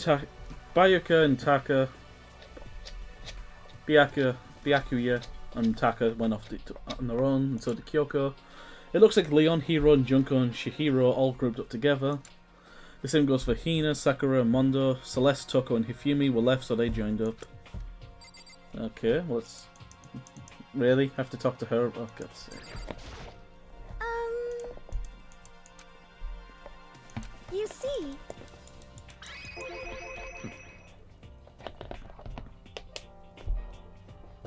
I wanted to try and find some clues as to who's responsible for imprisoning us here. But unfortunately, I made no such discoveries. That's all from me. Really? That's it? If I'd uncovered anything, naturally I would have had more to say, but I didn't, so I don't. Right. You see... I spent some time looking around the dormitory, and Listen to me! there I made the discovery of the century. I found there was exactly one room for each person. Well, yeah, I figured that much out before anything else. Yeah. Every door has a nameplate on it, so I guess all the rooms have been assigned already. And each room has a key attached with a keychain with the owner's name precision etched into it. Which confirms that the room I was in earlier was in fact my room. And plus... And Chihiro and I found out all the rooms are totally soundproof. Your next door neighbour could scream their lungs out and you wouldn't hear a thing. Well, each room also had a private bathroom which could also lock. But it looked like there were only locks on the bathroom in the girl dorms. Huh? But when I checked my bathroom door before, it definitely seemed like it was locked. It's weird. Maybe I should double check that. Hey, come on. So what about... Quiet down and listen!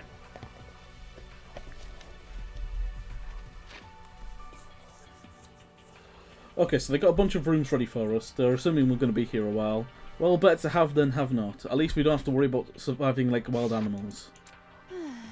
That can't be all you have to report, can it, Mr. Honest Student? Got it! That's all for my report. Let's move on to whoever's next.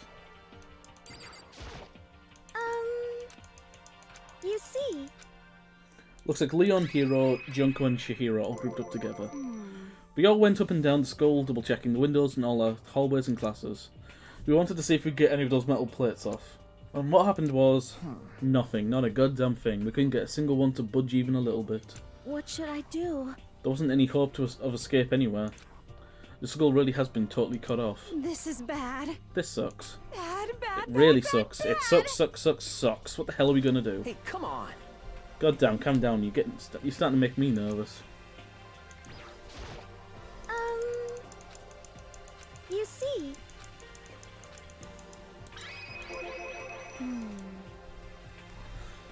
We thought maybe we could find somewhere to communicate with the outside, so we went looking all over. Sorry. But we didn't find a thing. Sorry. Yo, I went back to the main hall, maybe thinking we could do something about that giant hunk of metal. what? But even with Sakura and me What? both, it wouldn't budge. We hit it with desks and chairs and nothing.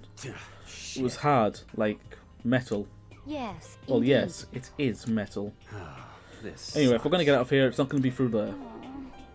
I feel like I could just cry, but no. I have to hold it in. I have to manage my hydration. So then... I shall tell you what happened next. It had nothing to do with communicating with the outside world, but it was still worth worrying about. In both the school and dorm areas, there were a set of stairs leading up to another floor. But there were gates there, and we couldn't find any way to open them, so we couldn't check it out. In other words, at this point, we're only able to search the first floor. However... We can further assume that there is potentially something above the second floor as well. If that's the case, there's at least a chance it may lead to a way out. So, Pinke, you mean Junko?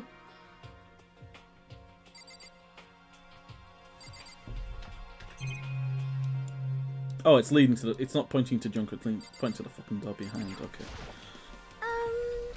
You see... Ah, shit. You see...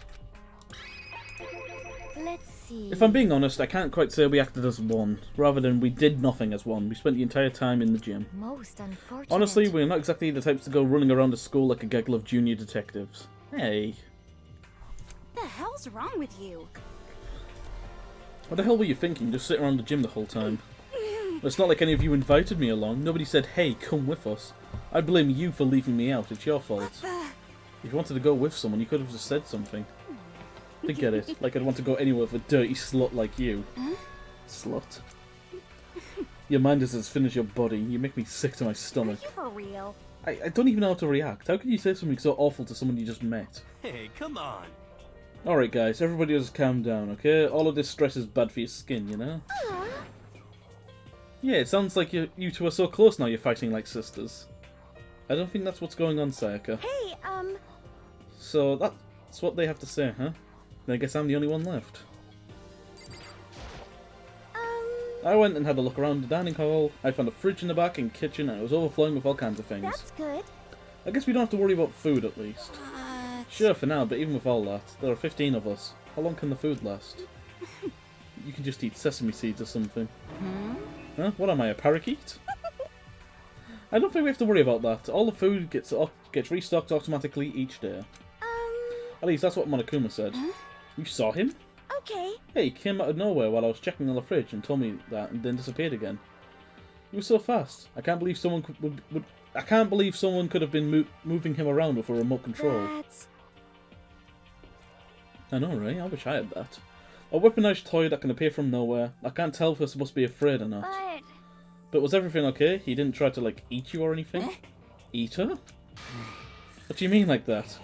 I mean, when you say eat, what kind of eating are we talking about?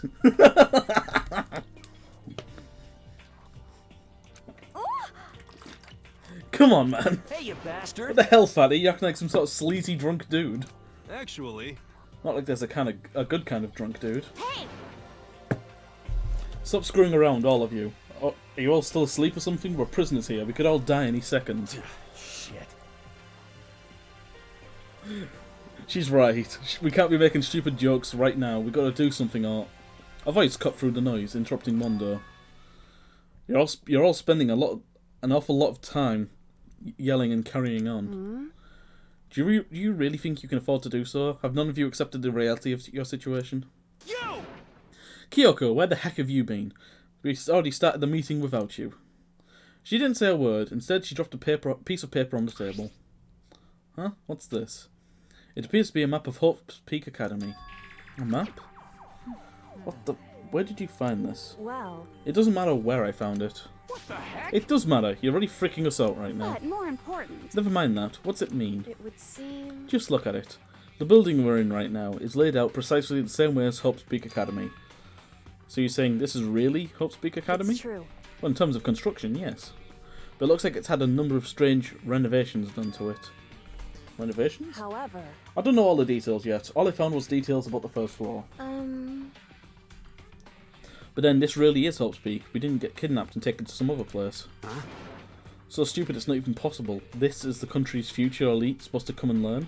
But... But if this really is Hope's Peak, where are all the other students? Hey, come on guys, let's just stop talking about all this, you know, negative stuff. But aren't you worried? Things don't look good. yo, Worried? What's there to be worried about? I mean, this was all planned out, right? The people in charge of Hope's Peak put this all together, right? Man, if I got stressed out every time something like this happened, I'd have ectoplasm shooting out my mouth. you know? Good things come to those who wait, right? So we just gotta chill and everything will work itself out. What's your problem? Why are you laughing? What's so funny? I'm just happy, that is all. It seems splitting up to investigate was a good idea after all. Haven't you been listening? Looking around was a total waste of time. We didn't find a way out, didn't find who's behind us, we've still no idea what's going on. Oh, Huh? Is it not crystal clear to you what's going on? are you okay with this? It's perfectly obvious that we have been imprisoned in some secret location with no way out. None of us had any response to that. We didn't want to accept that reality, but it was staring us right in the face. You didn't have to go and say that, I was trying to not think about it. No way out. We're trapped in here. What are we supposed to do? It's very simple. If you want to leave, you just have to kill. Stop it! Don't even joke about that. Everyone just calm down, please. We need to stop and think about what to do from here. Seems like... There's got to be something we can do. All we can do is adapt. Adapt to our living our lives here from now on. That's... Live here? Are you saying we should just accept Do you understand? a lack of adaptability is a lack of survivability. Survival is not based on who is the strongest or the smartest, it comes down to who can adapt. Actually... As someone who's come out on top more than once, I may have a suggestion. What? Huh? What do you mean? We all understand we are trapped here, which means we will be spending the night. However, you all remember the rule regarding nighttime, right? Nighttime is from 10 PM to 7 AM. Some areas are off limits at night, so please exercise caution. Sleeping anywhere other than dormitory will be seen as sleeping in class and punished accordingly. Let's see. So regarding this nighttime, I think we need to add a rule of our own. What do you mean? Going out at nighttime should be prohibited altogether. The school regulations do not actually tell us to go out at night. I would like to make it official. But why? Are you okay with this? The way things are now, every time night comes, we'll start to get worried and anxious. We'll all be afraid someone might try and come and kill us. If we have to worry about that night after night for who knows how long, it'll wear us down in no time. I see. So we all suggest we limit our activity at night as a kind of preventative measure. Indeed. However, unlike other rules, nobody can be forced to comply. We all have to agree to follow it. What can we do? I see what you mean, but I think I can agree to that. It's like the little goth Lolita said. Without something like that, we're all just going to self-destruct. Listen to me! On behalf of all the men here, I agree to comply. Hey, you can't just decide to speak for us. This is fine. So everyone's in agreement? Good. Then if you'll excuse me. Huh? Huh? Wait, where are you going? Let's see. It's almost night time. I want to take a shower before it arrives. I hope you are well. So, goodbye. Moving with pure elegance, Celeste left the dining hall. Her behaviour seemed so natural, I couldn't imagine anyone even trying to stop her. So I guess it's pretty obvious where we go from here. We'll be spending the night, it looks like. Huh. Adaptability. So, Mr. Chairman, what next? One person already left. Well then, what say we call an end to today's meeting? You understand? Like she said, it's almost night time anyway. We can reconvene first thing tomorrow morning. Huh? Do we really have to stay the night here? What can we do? We don't have a choice. We can't go for long without getting some sleep. This So we just have to sucks. give up. That's all fine and good for today, but what do we do tomorrow? So in the end... Our only option is to split up and look around again and let everyone know if we find anything. Yeah, okay. Let's do that. Aww. Then we're done for today? Good, I'm exhausted. With heavy movements, everyone headed off to their own private rooms. Makoto, are you ready to call it a day? Yeah, let's go. Dun, dun, dun, dun.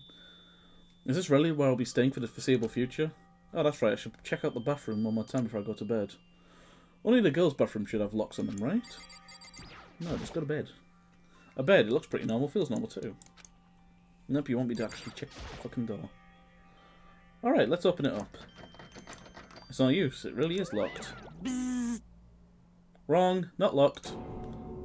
Holy crap. Jeez, talk about an overreaction. Sounds like you just saw a ghost or something. What? Like some kind of robot bear ghost. What are you doing here? Makoto Naegi, this is super duper majorly bad. So bad it's almost magical. Ultra magical awful awful attack. In point of fact, I acknowledge that the bathroom in your room has a problem with the door frame. So the reason it won't open isn't because it's locked, the door just doesn't fit. Hey, Didn't you see the notice? What, you can't read? The bathrooms in the boys' rooms don't have locks. I mean, a lock in a boys' bathroom is kind of pointless, don't you think? Well, it's not that it's pointless, I guess, but I'm not expecting the birds and bees and all. listen up! Anyway, there's a little trick to opening this particular ill-fitting door. That's what I'm here to teach you. Okay, ready? So all you got to do to turn the knob, just got to turn the doorknob and then lift up while you pull. Yes, indeed! Go ahead and give it a try. Turn the knob, lift the door while I pull. When I did that, the door opened without problem. See? It opened right up. Isn't that crazy though? Your door's the only one that doesn't fit quite right. You're supposed to be the ultimate lucky student, right? But looks like you're not lucky at all. Bye-bye! Anyway, I suddenly don't feel like being here anymore. Bye. Hey, wait. Damn it. Bing, bing, bong. This is a school announcement. It is now 10 p.m. As such, it is officially nighttime. Soon the doors to the dining hall will be locked, and entry at that point is strictly prohibited. Okay then. Sweet dreams, everyone. Good night. Sleep tight. Don't let the bed bugs bite. Looks like it's night time. We all promised we wouldn't leave our rooms now. All I can do now is try and get some sleep. While still mumbling to myself, I collapsed into bed. My eyes closed almost immediately. It's not that I was ready for bed exactly, I was just utterly exhausted. As if I'd spent an entire day staring at TV watching movies. Or some kind of illusion where I'd been tossed into a made-up fantastical world. Yeah, that feels about right. There's no easy way to just accept the situation we've been suddenly dropped into. So this is how the curtain closed on my first day at Hope's Peak Academy. Soon enough, I was asleep. Would it be too much to hope that when I woke up, I would realise this was all a dream? It's kind of lame as far as endings go, but I'd be fine with that. Actually, that'd be the best.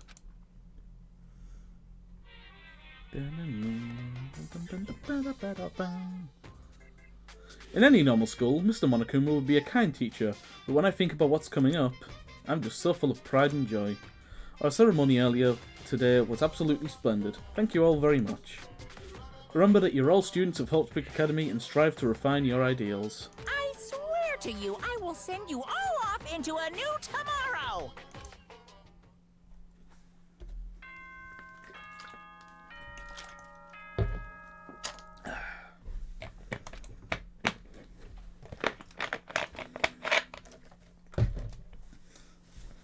Good morning, everyone!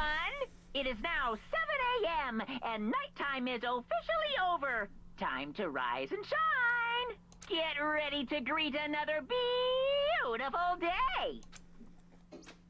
I want that as an alarm clock, actually. Apparently it's morning, but thanks to the total lack of windows, there's no way to know for sure. Anyway, what should I do now? Maybe I should go and find Sayaka, and we can figure out where to go from here together. She did say she's my assistant now. Okay, it's decided. I'm going to head to her room. With a newfound determination, I left my room. Might as well say good morning.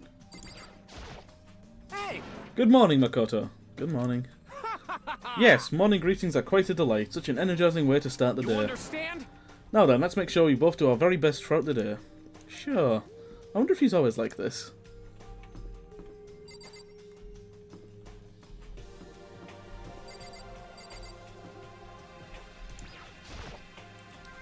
I guess this is Chihiro's room, but I don't really have anything to talk to her about right now. I don't care. See, best girl. There's a doorbell next to the door. I guess I should use that. Ding dong. Hello? Good morning, Sayaka. Hi, Makoto. Oh, Makoto. Perfect timing. Huh? Listen. I have a favour to ask. A favour? I'm just getting ready to head out, but if it's okay, would you like to come with me? Maybe we could talk. Yeah, sure. Where are you headed? I've been thinking that there might be something here I could use for self-defense. Self-defense? I mean, whoever's keeping us here could show up and attack us at any time. You never know.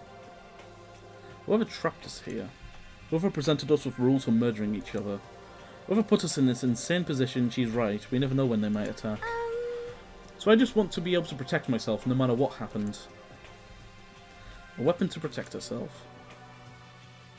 Well, now that I think about it, that display case in the gym entryway had a bunch of stuff, maybe. Oh, the gym? Okay, let's go. Like I said, I'm psychic. Seriously, I just have amazing intuition. Am I really so easy to predict? Anyway, we should head to the gym. For anyone who just hates walking around the school, we've got some good news. You can now teleport using the map section of the handbook menu.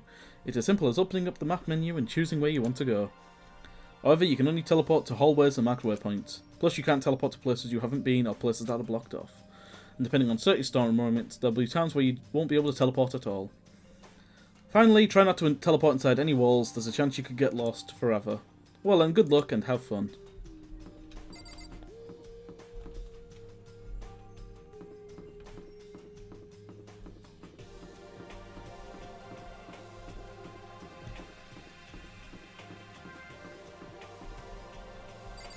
Why am I why is the camera so low for this?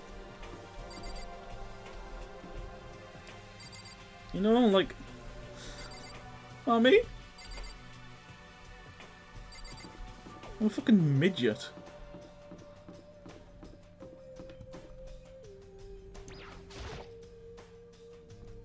It looks like I can't get in. Well, you can. It's only fucking police tape. Lawn dry. Hey, We're going to the gym, right? Yeah, that's right. Good, then let's get moving. Fucking hell. Can't go my own way.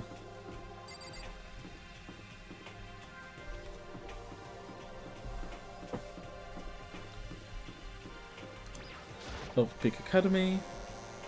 3. 1B. Spare Hotel.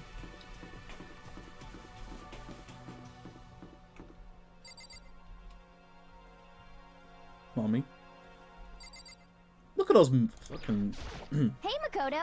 Oh, look who it is. Sup, guys? What are you up to? Yeah.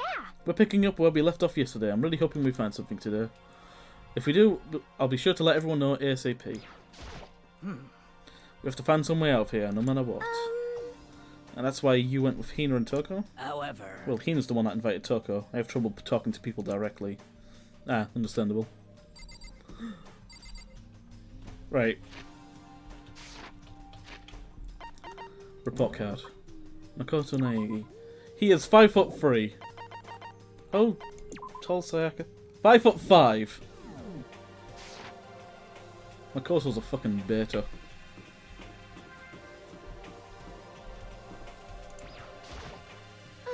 Makoto?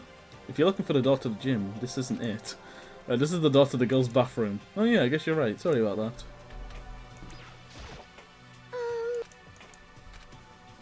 Fuck's sake.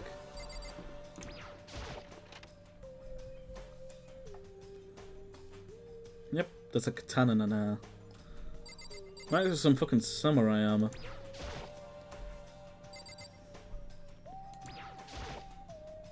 It's a helmet of some sort. Why is something like that on display? Nice. Probably the same reason there's a fucking katana there. A plaque. I guess it's to commemorate some kind of championship. Well, if you tried reading it. It's a gold statue of Buddha. Why is something like that on display? There's all kinds of stuff on the shelves up above. And you won't read a single one of them. Fine. Katana. Is this a sword? Oh no, I think it's just a replica. Still, it's pretty impressive. It's completely covered in a gold coating, but... Jeez, I barely touched it. I got all that gold stuff off my hands. Wow, you're right. Your hands are totally gold. Even just for self-defense, I think that's a little... Well, it's still better than nothing, I guess. Hey, You should take it with you. It might liven up your room a little. You think so? But I guess you'd be a bit careful taking it back. You could wrap it in a newspaper or something. And just like that, it's been decided. I don't see anything I could really use for self-defense. You have a sewing kit! Don't worry about it. It's not like you need it right away, right? Plus, if anything were to happen, when the time comes, I'll protect you. Huh? You'll protect me? Thank you for saying that. If I've got you on my side, I guess I don't need a weapon after all. Sayaka giggled as she said that mysterious smile. I can tell it comes from the heart. It makes me feel at ease. When I look at her, I honestly feel like I can do anything. Okay, we can stop looking for a weapon. But as long as we're here, let's hang out a bit more. Do I have to?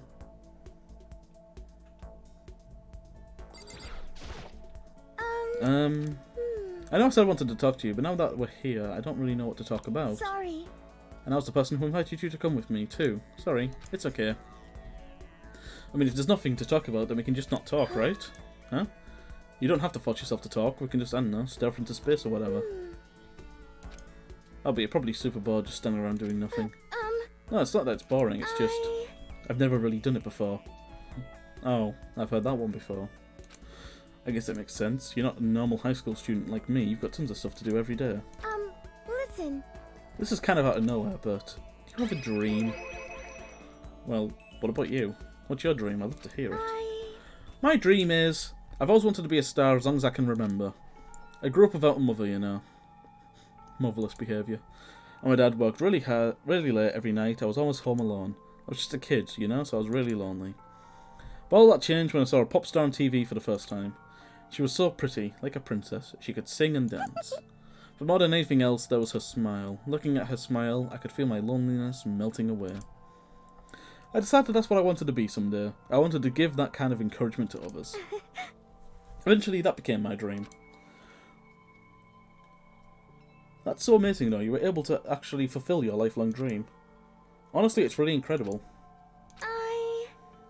I did whatever I took to reach that dream. I mean it. Even some things that weren't so pleasant. You see? The fuck's that supposed to mean? I honestly believe that as long as you kept chasing your dreams, someday they had to come true. But to do that, you can't take your eyes off your dream, not even for a second. Even if sometimes it's a bad dream, whether you're awake, whether you're asleep. To make your dream a reality, you have to keep your gaze fixed on it no matter what. In that world, if you lose focus even for a split second, you get left behind. You have to keep swimming against the current without taking time to breathe. That's the kind of world my dream lives in. Is it really that tough? Is it not fun at all? Oh no! Oh no, don't get the wrong idea, it's super fun, but that's exactly what scares me. Don't let your dreams be dreams. Just do it! Huh? I enjoy every single day I wake up and get to do what I do. Everyone in our group is amazing, we're rivals in a way, but they all mean so much to me. We've been performing together since we were young, so they're all like family to me. Without them, I would have given up on my dream a long time ago. To work together and fulfill our dream together has brought me so much happiness. But that's why... But that's the thing that scares me the most. If the world gets tired of us, then what happens? What happens to us? Then the dream dies, all those wonderful days come to an end, and everyone goes their separate ways. She's trembling. She must be terrified. She worked so hard, sacrificed so much to get where she is, she must be terrified of losing it. You see? You're 18, don't worry, you're good until you're at least 30. So that's the reason I decided to come to Hope's Peak. What do you mean? They say if you graduate from here, success is basically guaranteed, which means I could keep on performing with my best friends forever and ever. No, it doesn't. At least that's what I thought. You thought wrong. I really did believe that, but now we're trapped in here with no way out. They're probably waiting for me. While I'm in here, the world out there is forgetting about me.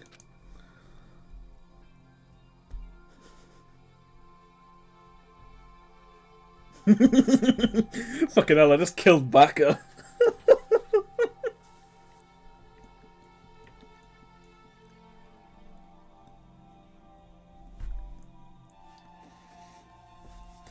I mean, I didn't finish the gag. I said, like, I was, alright, I'll finish the gag for Baka before they start having a mental breakdown. You've got until you're at least 30, and then you can start becoming, like, a pop singer, like, I don't know, country music or something. Instead of like pop idol, you go into like country blues.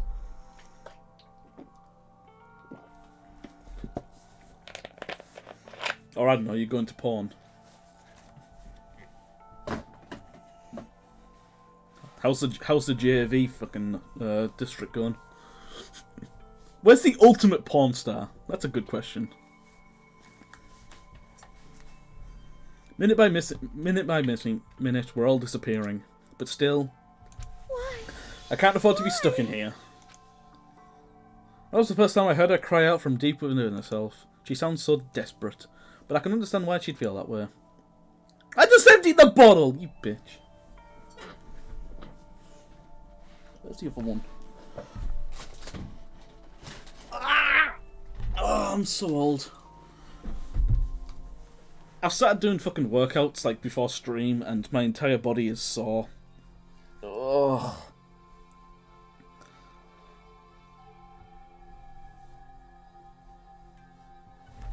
Ugh.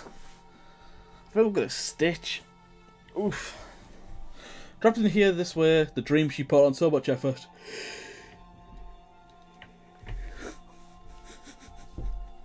Yes, you're all old. Fuck you. I'm old, you're all older.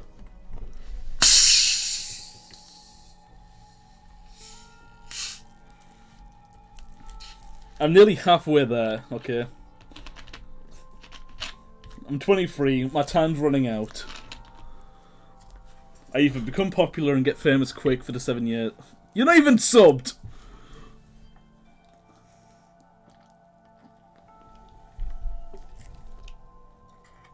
Mm-hmm.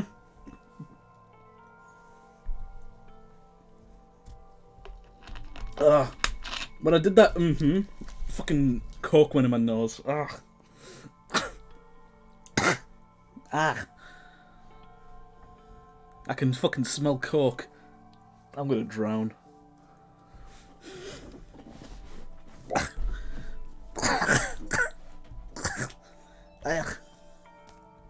Nasty.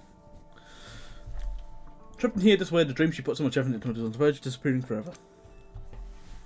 And that isn't something that can be fixed with a few kind words. No, but it can be fixed with bloodshed. The weight she's carrying, I can't even imagine it. Sorry. I'm sorry, I didn't mean to complain. I kind of killed the mood, huh? No, not at all. Sorry. I'm really sorry. Sayaka, actually, are you hungry? Before we head back, why don't we go to the dining hall and get some food? So... Okay. So you want me to make us something to eat? I might not look it, but I'm actually a pretty good cook. Oh really? What's your speciality? Chili oil. You mean the condiment? Just kidding. She burst out happy. Her earlier mood disappeared, replaced by the bright smile I'd quickly grown used to. I'm not choking, I'm dying. There's a difference. But how'd it happen so fast? It was almost like a mask, some kind of neutral expression. What, the sadness or the smile? Anyway, we headed to the dining hall to get something to eat, but before returning to our rooms...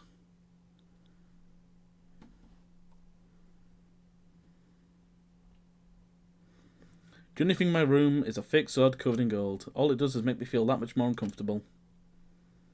Anyway, there's still plenty of time left in the day. I don't really feel like sitting here. Maybe I'll just take a look around. You're about to have your first experience of free time. Would you like to hear about it? Not at all. What the fuck? Right. There's one thing I fucking remember. God, where is he?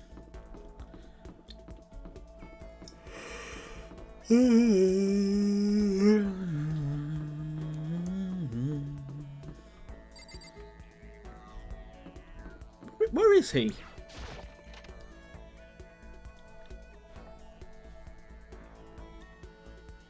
No.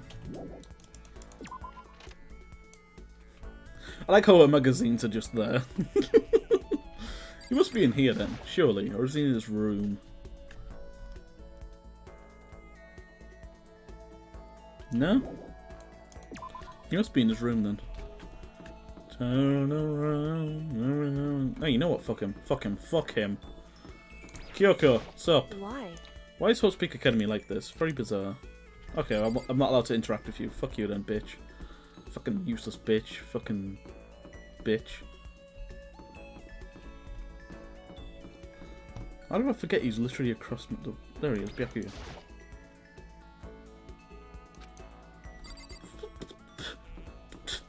Why am I not allowed to fucking talk with him? It's free time! You must be in the fucking school then. No, no, no. We're hanging out with the prick. Is he in the school? Is he in the classroom? Nope, that's Mondo. Where is this Byakuya cunt?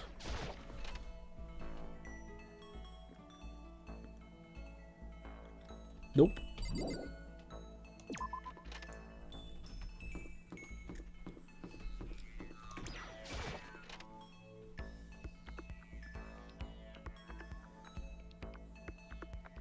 Nope.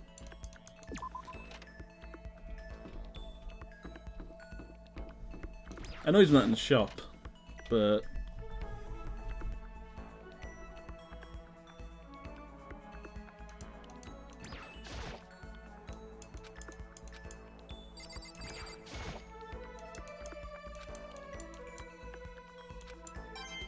Nice.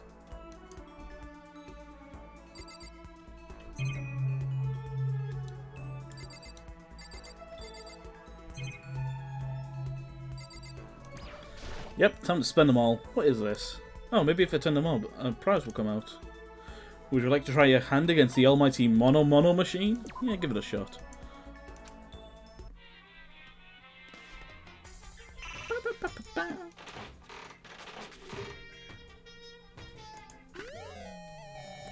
fuck is that? Is that a whip?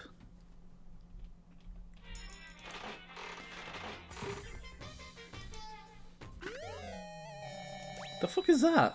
That's like a burnt croissant. Croissant?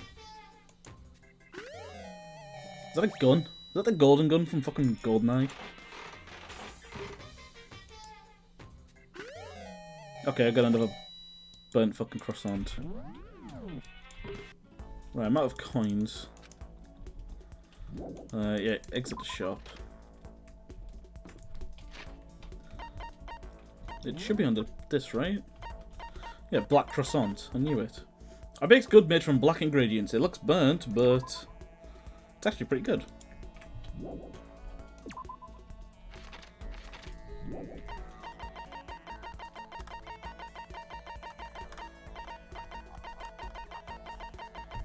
Rose whip. A whip made from real roses. Even the most beautiful rose has thorns. Uh-huh. I think I know who would like that. Golden gun. Yes. A replica of a gun preferred by a famous assassin. It's not good, it's not really much good by itself. You can't even cock it. But does it work?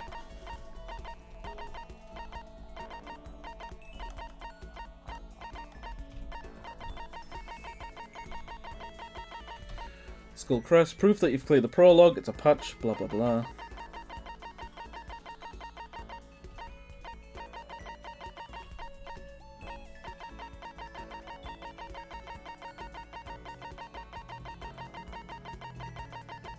Okay, yeah, that's everything. Okay. Is he in the boys' room?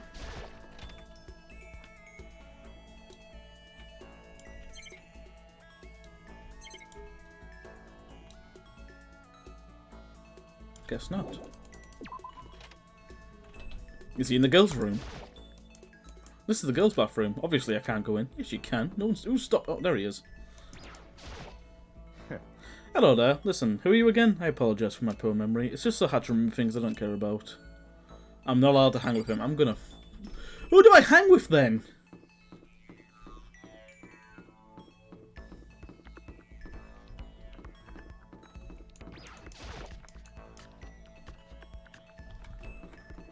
Ugh.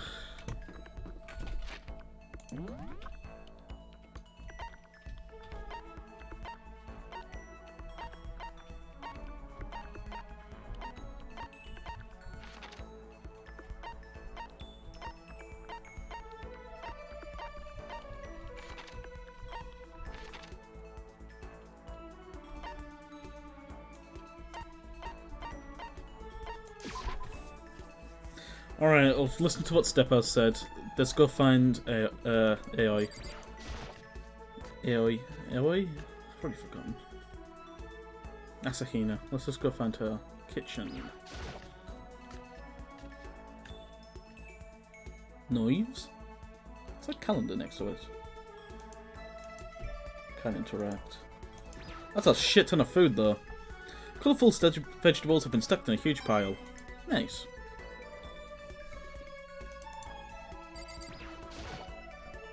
There are some kitchen knives hanging on the wall, a whole bunch of different kinds. I had no idea you needed so many to cook. Kinda. It's a deli-style display case. There's all kinds of foods and stuff lined up inside. Nice. Anything else I'm missing? No. Besides the TV and the camera. I'm starving for information from the outside world. If only there was a TV that worked. How long am I going to be stuck here, being watched by all these cameras? Well, as long as you clean it, you should be fine. Hey, did you find a way out of here? I didn't find a thing. Nothing. Zippo, zilch, lost all my motivation. We can't hang out with her. I think we have to hang out with Sayaka.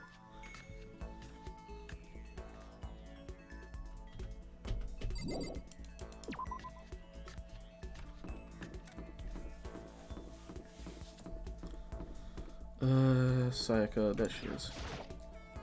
I guess I should press the doorbell. Ding dong. You know, Makoto, I'm so anxious. I am really afraid. Should I talk with Sayaka for a while? Well, I don't... Go see who else is around. I've tried. Are you going to try and cheer me up? Sorry. Sorry for making you take time out of your day like this. Oh, don't worry. Out of all the choices, I would have chosen you anyway, Sayaka. I did my best to comfort Sayaka. Sayaka and I grew a little closer today. Would you like to give Sayaka a present? Not really, no. Makoto? you really think you could make time for the two of us to talk? What's wrong? Why are you being so formal? Well, I guess that was kind of formal, but it's because I know I can count on you. Huh? Ah yes, dang it, Grandpa. Hello, Haven. Let me just do something magical here. There we go. Please give Haven a follow. They're a great person. Thanks for tuning in. I think you by my side makes me feel a lot better. Oh, how sweet. No, you. If you weren't here with me, I just don't know what I'd do. I'd be lost. I need to fucking finish the old VOD, like the last VOD. I haven't gone through it all yet. I hate that we had to meet again under such awful conditions, but I'm relieved you're with me. Sayaka, standing here face to face and hearing her say that, it's nice but kind of embarrassing at the same time. I know how you feel. You being here is what saved me. Really? Thank you for the flattery. That smile, that mysterious smile that softens my heart. I got like 20 minutes in. That's like how far behind I am. I wasn't really flattering her, that smile saved me. But it is kind of strange, you know? I never thought I'd get a chance to really talk to you like this. All through middle school, you never really talked to me, never looked at me. It's because you were like a celebrity. I couldn't just go around staring at you. How do you know I never looked at you? Hey, Because I looked at you all the time. Huh? I was always looking for an opportunity to talk to you. You wanted to talk to me? But since I always had so many people around me, we ended up graduating without saying a word. That was one of my biggest regrets. Why me? Do you remember during our first year of junior high, that huge bird wandered into the school pond? Actually, now that I think about it, I do remember something like that. It was like out of a fairy tale. The turtle once every million years, that bird once every 1,000. A huge bird wandered into our school pond during the first year of junior high. I think it might have been a crane? It was a crane, it just walked it right into the pond. Okay. That's right, that's what it was. It was so big, the teacher had no idea what to do. But you just led it into the forest behind the school, you hoped it found its way out. Only because I was already in charge of taking care of the animals at school, they made me do it. You see. I should have said thank you to you then, but is it okay if I do it now? Thank me?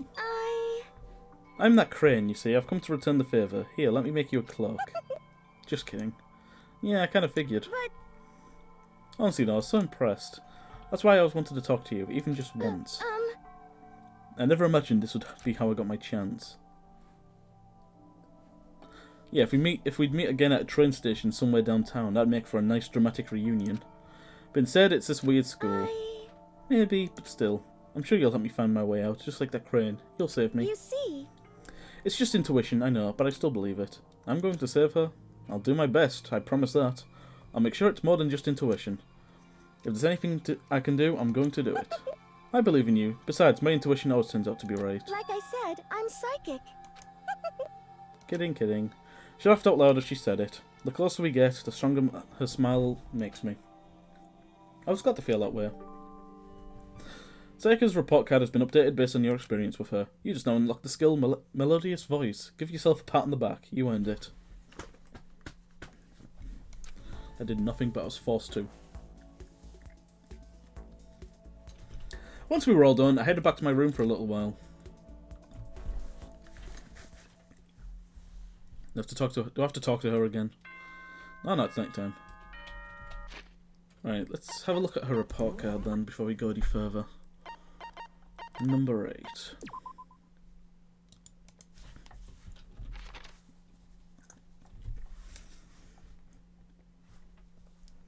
The thing I remember about Makoto most from junior high was that crane that got stuck in our school pond and he helped me get it free. I always wanted a chance to talk to him after that. Nerd. Ding dong bing bong.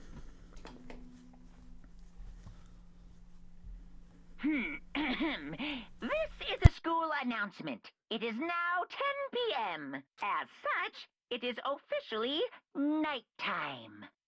Soon the doors to the dining hall will be locked, and entry at that point is strictly prohibited. Okay then. Sweet dreams, everyone. Good night. Sleep tight. Don't let the bedbugs bite. Today has already come to an end. I know, where does the time go? But I swear, tomorrow I'm going to find some kind of clue. I swear. As my eyelids begin to slide closed, the conversation I had with Saika that morning began to replay. In a way, it's almost frustrating. Even if I understand where her desperation is coming from, I can't share in it. The pressure she's under is way different from anything a normal high schooler like me goes through. Oh, shut the fuck up. She didn't just stumble into school the way I did. Yes, we get it, you're unoriginal. So I can't say the feel things she does. Compared to her, no, compared to everyone else here, there's no doubt I just don't match up. We get it. Guess I might explain my own frustration. The more he does that, the more I just want to go hold skip. So I'm sure that you've noticed the killing game has begun, but there's still room for a little laughter. It seems our newer students, already filled with despair, still have some hope of escape. So when will that begin? It will begin when will their hope begin to die? Is it time yet? Is it time? Heart-pounding excitement!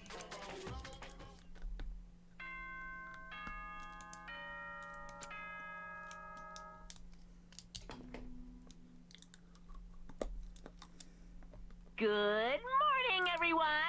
It is now 7 a.m. and nighttime is officially over. Time to rise and shine!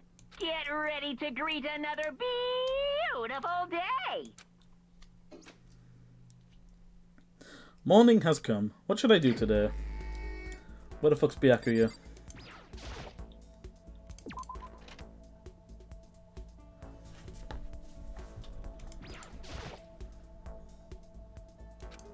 I'm gonna commit war crimes.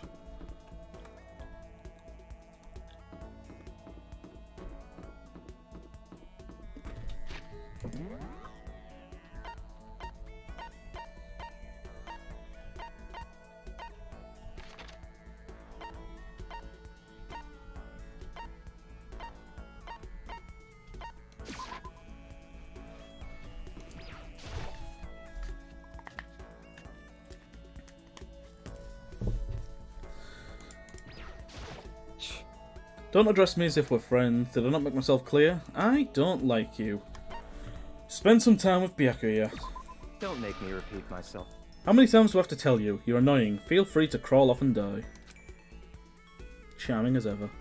I refuse to get discouraged and spend some time with Byakuya. Byakuya and I grew a little closer today. Would you like to give Byakuya a present? Yeah, sure. Give him a fucking burnt croissant.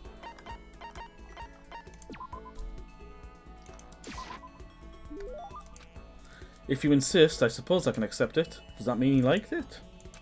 I have a question for you. Huh? You do? That's right. Something's been bothering me for a while, and I can't take it anymore. So to answer my question, I need you to explain to me what exactly your Ultimate Lucky Student title means. Oh, well. I don't totally get it myself, but what I do know is I was picked at random from a pool of normal students. So in other words... So you got into Hope's Peak Academy by pure luck, by blind luck. I see, well that answers my question. What was the question? How a commoner like you with absolutely no unique talents or abilities could get into the school? Oh, I forgot to mention boring. How a boring, untalented, utterly generic commoner got in. Did you really have to list all that off? Naturally. But it's the truth. Maybe compared to you, the ultimate affluent progeny and all. But even I... You seem to think it's merely an issue of title. But make no mistake. My lineage, intelligence, figure, athletic, ability, they're all ultimate. My guy, you're built like a fucking twink. You're built like a femboy. What do you mean, figure? You look like if you tried doing a fucking marathon, you'd be grabbing for your inhaler.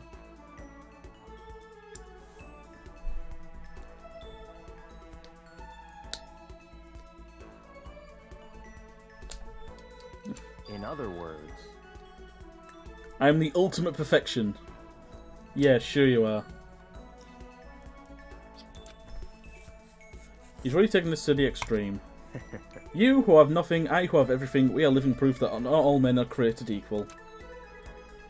You have my pity, Makoto. Life can be very cruel indeed. And because I pity you so much, perhaps someday I'll allow you to hear my tale of glory. Consider it a blessing, a gift from me to you, to allow you to bask in my glory. Having finished his mean-spirited lecture, Byakuya left me standing there in silence. I learned one thing about Byakuya today. Anytime I talk to him, I need to prepare for extreme psychological trauma. Byakuya's report card has been updated based on your experience with him. He was unlocked at school, cool and compromised. Let's have a look at this fucking... What is he, he's number 3. My lineage, my intelligence... Okay.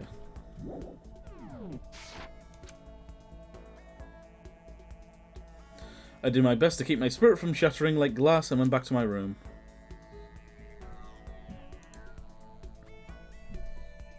There's still a lot of time left in the day. I don't really feel like sitting here. Maybe I'll just take a look around.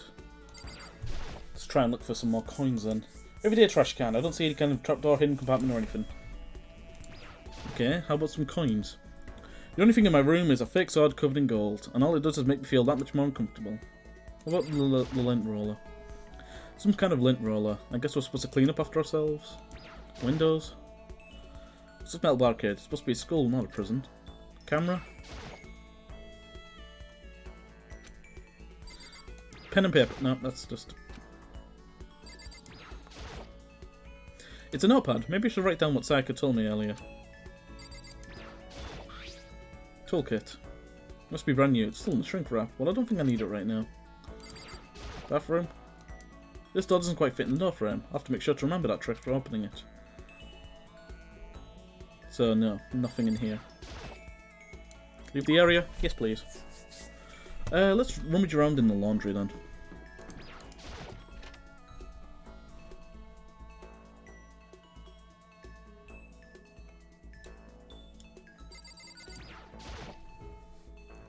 A washing machine. Not surprising. This is the laundry room after all. All of them are intractable. Are you fucking kidding me?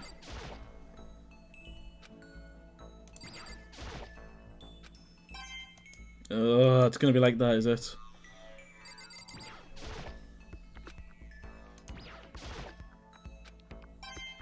Really?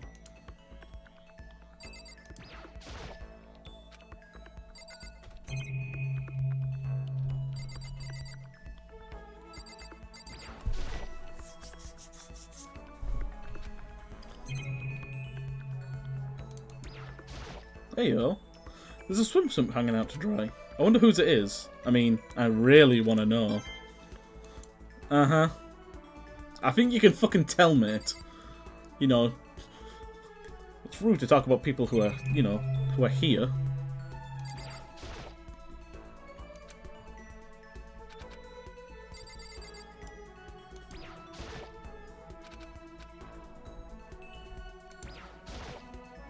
A vending machine. It's always nice to have a drink when your laundry gets done. Is it? There are some magazines laying around, probably to kill time while you're waiting for your laundry. Well, nothing else here. Can't go in the bathroom yet.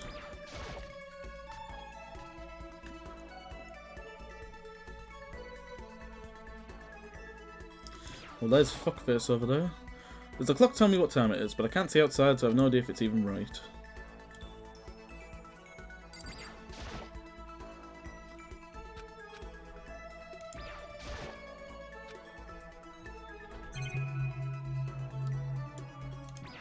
Check the kitchen again.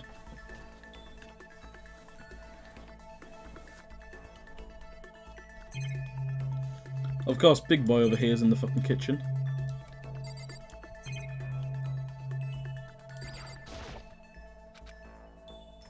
Right, no, nothing.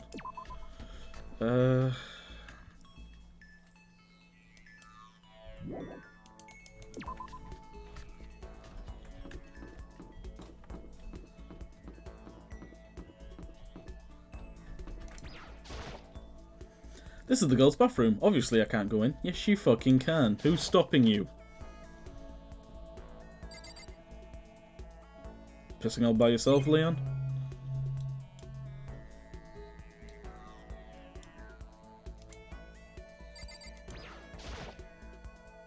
It's a fish tank. There's a bunch of little fish swimming around inside. Nice. Can't even interact with the stalls.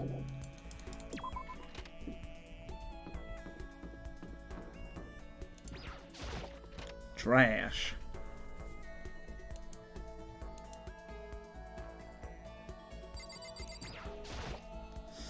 There's a hatch on the floor. Rattle, rattle. The door won't budge. It must be locked. Nice.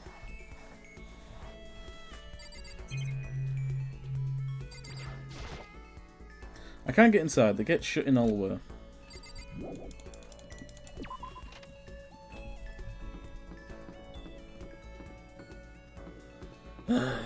Right.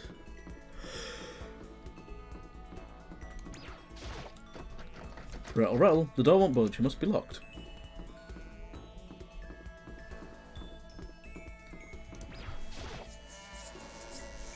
Trying to get some money. Let's interact with the classrooms as well. There should be some coins in there. This blackboard now belongs to us. Secret beauty. Whatever you say, Chief.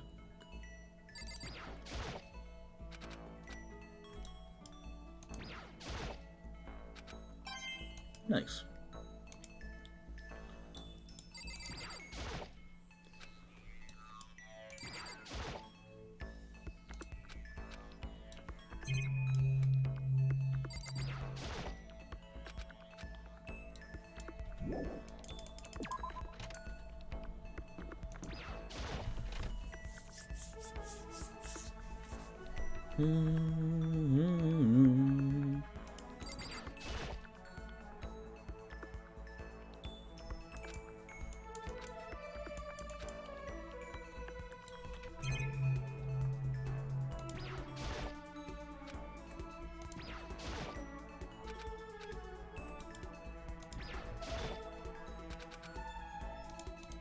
Come on, give me the money. Thank you.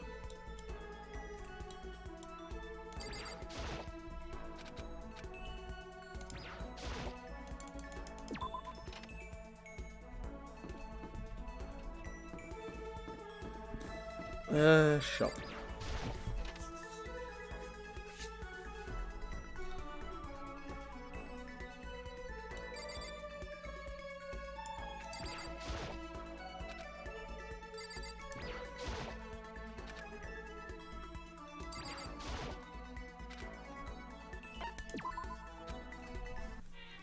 Right, 9 coins.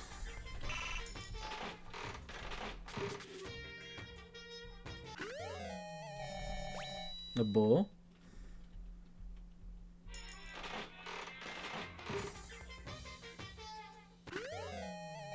A creepy looking fucking doll, okay.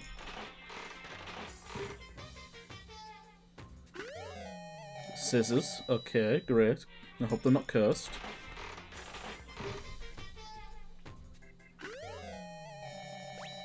Is that dandelion?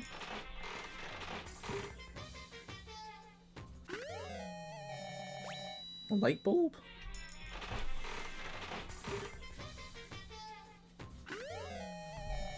Tea?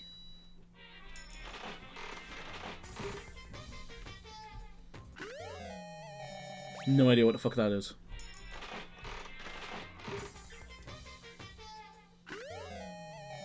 A suitcase?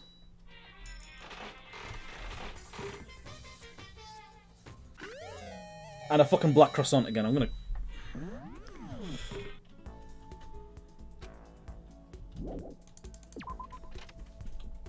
Right, so what do we get? Rose hip tea. A herbal tea said to promote beauty and wellness. You can somehow sense its essential elegance. I presume that's for Celeste then.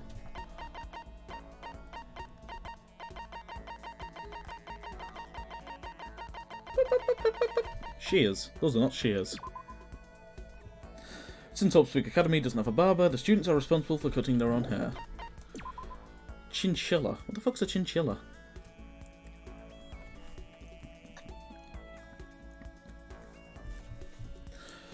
A dark red seat cover, its refined design is intended for only the most elite clientele. Well, we know what we're giving him then.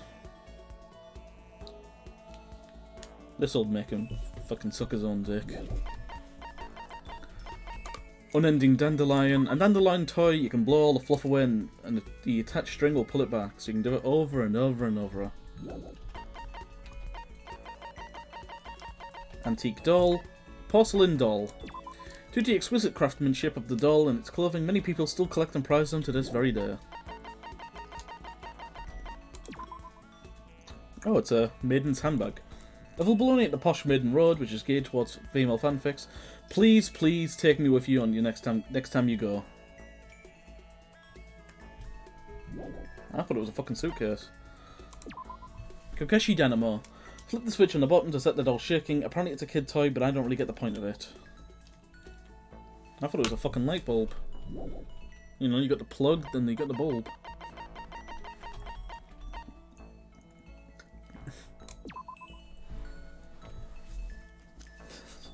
This originally belonged to a detective who has the body of a child, the mind of a genius. Bro, he's just like me, for real. The bow tie lets its user speak in a variety of voices. Voice-changing bow tie. Ah, shit.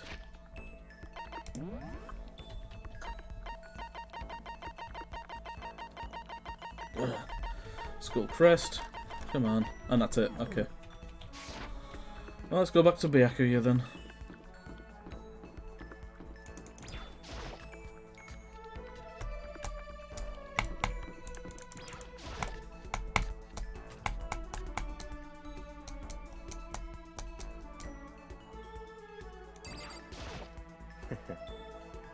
So the only way to get out of here is to kill someone. Interesting. Should I hang out with Byakuya for a while?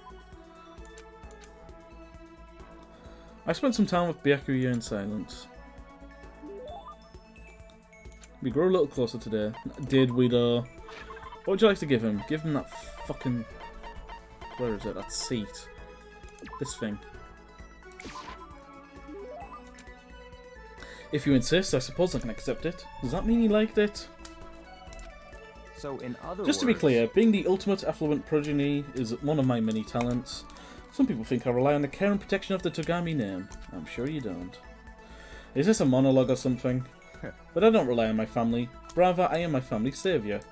The Togami Corporation reaches across the world, true, but I will take us to even greater heights. It is expected of me, naturally. After all, even my own family has recognised my ultimate superiority. In other words, even among the Togami family, I am the chosen among the family. So much confidence. Naturally. And that confidence is justified, I assure you. It comes from the battles I've fought and won. Battles? Well, like fucking Twitter, like saying ratio. I am personally worth over $4 billion, separate from my Togami family assets. I don't like him either. How the hell did you make that much money? In other words... The stock market. I buy and sell shares and assets based on the market trends evolve in a single day. Yes. Surely even someone with a simple mind as you has heard of this technique. Yeah, it's day trading. You're talking about day trading. Are you able to make $4 billion doing that? That's right. Well, I first started doing it to keep myself occupied, and before I knew it, there it was. It's not really big of a deal. I'd say it's a super big deal. Wait, but are high schoolers even allowed to buy stocks and stuff? Don't make me repeat myself. I'm Byakuya Togami. Is that supposed to be an explanation? $4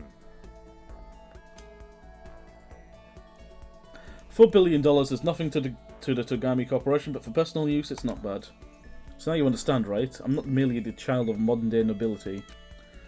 But you know, Byakuya, maybe we should start calling you the ultimate day trader. Oh, I don't do that anymore. It was too simple, so I got bored of it pretty quickly. Do you realise how insulting that is to the rest of us? Of course, that's how I feel about anything I do. Frankly, life is too easy. It's only natural for me to do whatever I want in this world. He really is confident. We're like worlds apart, galaxies apart. Byakuya's report card has been based on his experience. Your maximum number of skill points has increased. Hey, look at you go. What now? What's on his fucking shitty now?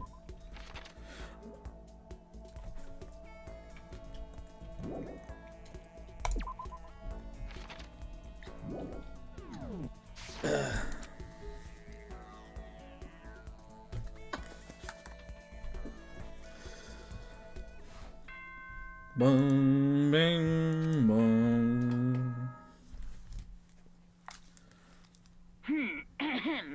This is a school announcement. It is now 10 p.m. As such, it is officially nighttime.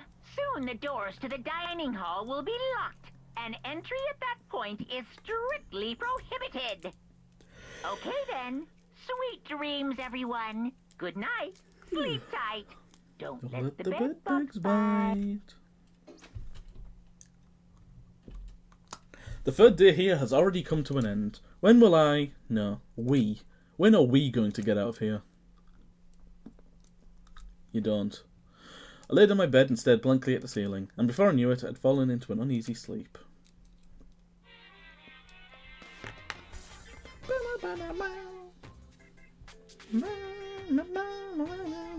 I need an immediate, fast-acting pick-me-up. If it doesn't act now, it's the same as giving in to regret. What do you think guides the world? Speed, of course. That's why Formula 1 drivers are so popular. Any idiot can accomplish something if they take it slow.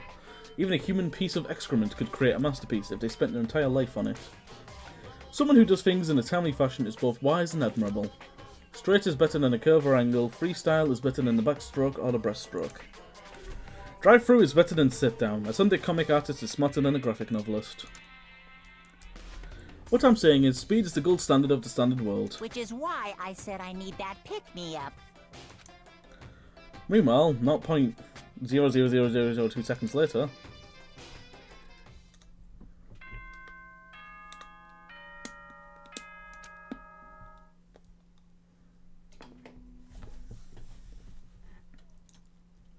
Good morning, everyone!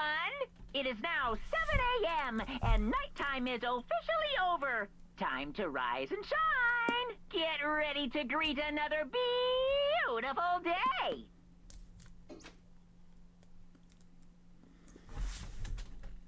I woke up to the irritating sound of Monokuma's voice, and I pulled myself out of bed.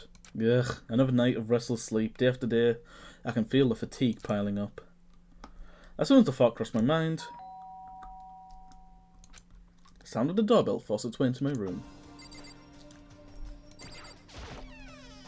Hey! A fantastic morning, isn't it? Taka? Now then, if you'll pardon the interruption.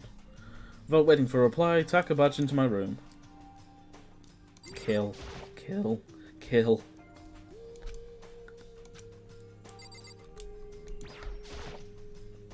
What's up, Taka?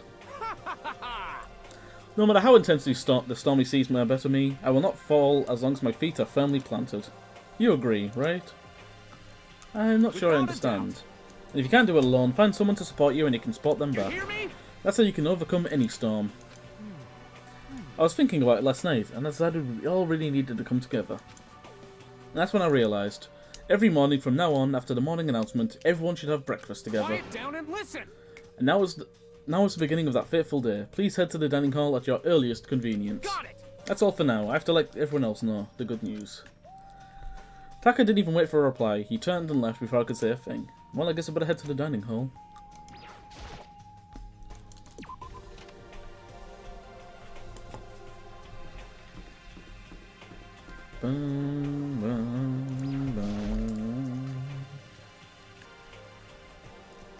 Baka, Taka, same thing.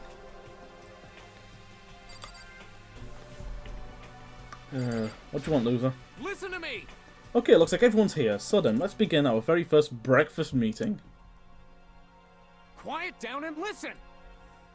Okay, but where's Kyoko on this image?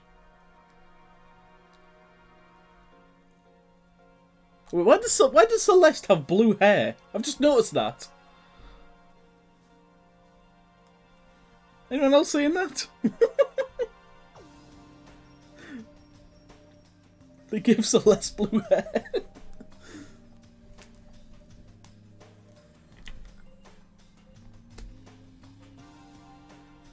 They gave fucking Taka bloody black hair. Why didn't they give Celeste black hair? Give me a break. I didn't make time for this shit. You dragged me here. I know I already mentioned this earlier, but in order to get out of here, it is essential that we all cooperate with each other. And the first step is this breakfast meeting, to allow us to become friends and build trust. So from now on, let's all meet here in the dining hall every morning after the morning announcement.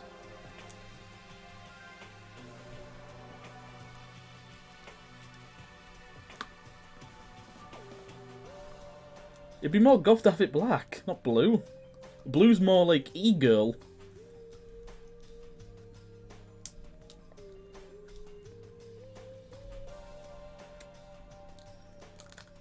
Let's all meet in the dining hall here every morning after the morning announcement. Now then, let's eat.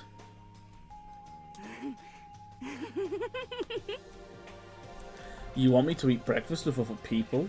I've never done that before. I'm not sure. I mean, seriously? Yeah, it's been a while for me too. But more important. Well, anyway, did anyone happen to come up with any clues? Silence echoed throughout the dining hall. Seriously? Seriously? Nothing at all? Hey! Anything that it can be about how to get out or who's doing this? Nobody has anything? Are you okay with this? You are going to die. Huh? Huh? Do you understand? If you can't stop yourself from showing weakness in front of others, you will die. Stop it! What the hell? Don't even freaking joke about that. I'm not joking. Adaptability is survivability. Did I not say so? So you'd better hurry up and adapt to your new life here. What the hell is this? Have you gone completely insane? Adapt to my new life here? Do you have any idea what you're saying? What? What? Yeah, sounds like the girl wants to live here, and hell, more power to her. But shit. Piece of shit! No way in hell am I living here. I'm freaking getting out of here. I don't give a shit. Sure, feel free. Okay, so nobody has any clues. What the heck? One thing I can tell you is whoever's behind all this, someone who's behind all this? Someone who's totally weird and messed up. Why else would we be here trapped in the first place? Well, sure, it could be something like that, but for right now, actual clues are. What's up? If you think in terms of people who are really abnormal or bizarre, do you think maybe the person responsible for all this could be a certain murderous fiend? Do you have some idea who might be behind all this? Maybe. I mean, I can't really be certain, but... Got it! Certainty is not a concern right now. I'll allow whatever remarks you may have. You know? Okay, well... Have you guys heard of Genocide Jack? You mean that serial killer who's been in the news and all over the internet? The monstrous villain who's murdered scores of victims in brutally bizarre fashions. The word bloodlust was left at each murder scene, written in the victim's own blood. Wherever it is, he's like a ghost. He strikes without warning and disappears without a trace. And on the internet, they started calling him Genocide Jack. That about covers it, I think. They say he's claimed over 1,000 victims. That's just an urban legend though, right? I mean, even like 10 people would be totally insane. Anyway, whoever Genocide Jack really is, he's obviously some super crazy killer. Huh? And if he really is this ultimate psycho, I wouldn't be surprised if he put something together something like this. But like I said, I can't be certain. I don't have any evidence or anything. It's just a thought. Hey, hold on. But if they're the killer, isn't that like a killer of a problem? Isn't that like a killer of a problem for us? Yeah.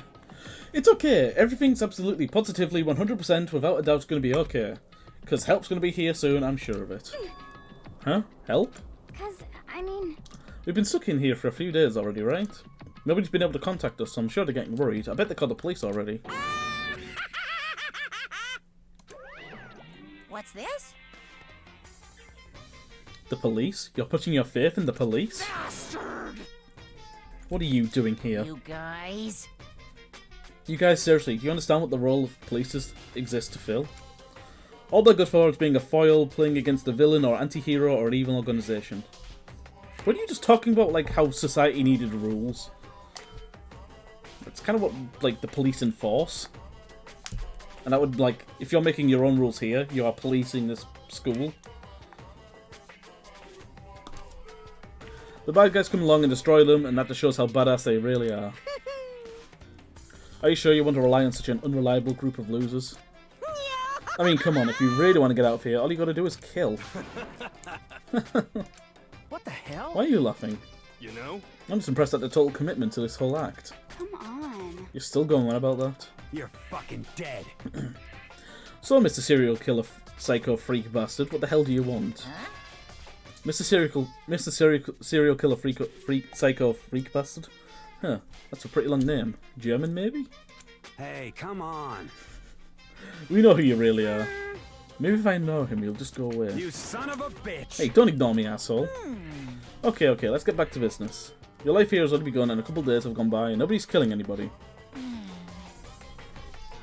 I thought all you kids were lazy and selfish and here you are working together, but I'm totally bored.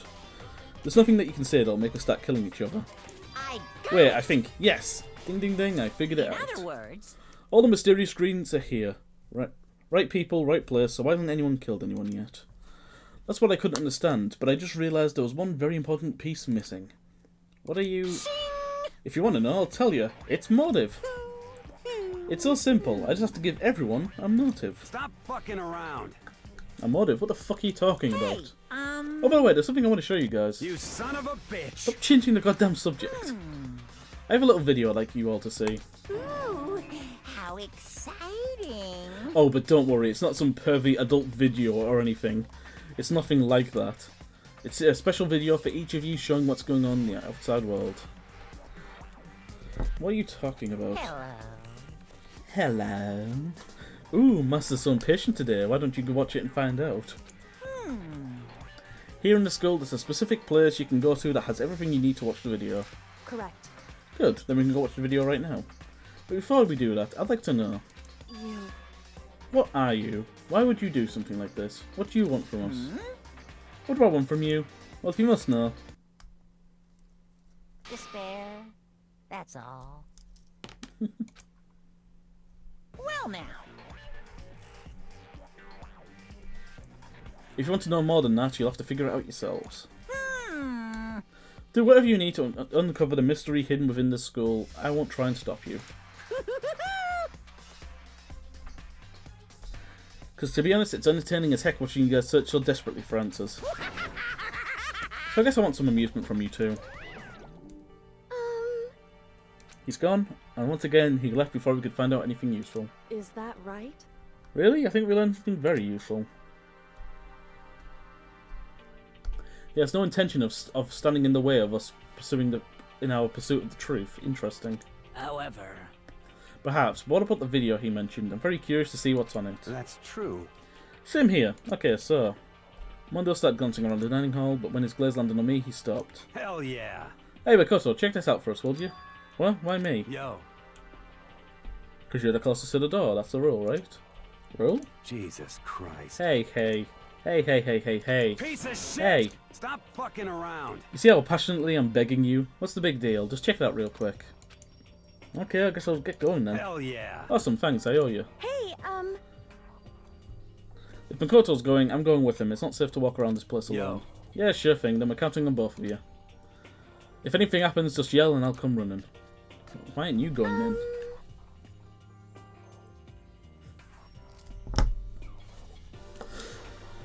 I can't decide if Mondo is totally dependable or completely terrible. Yeah, I'd have to say he's kind of both. He's not exactly a bad person, but I definitely can't say he's a good person either. So then, where's the specific place Monokuma mentioned? It must be somewhere where you can watch DVDs, but... If it's a place to set up to watch DVDs, then it'll be the audio-video room. The AV room. Yeah, it was out here. And was it around this corner? Yes. Yeah.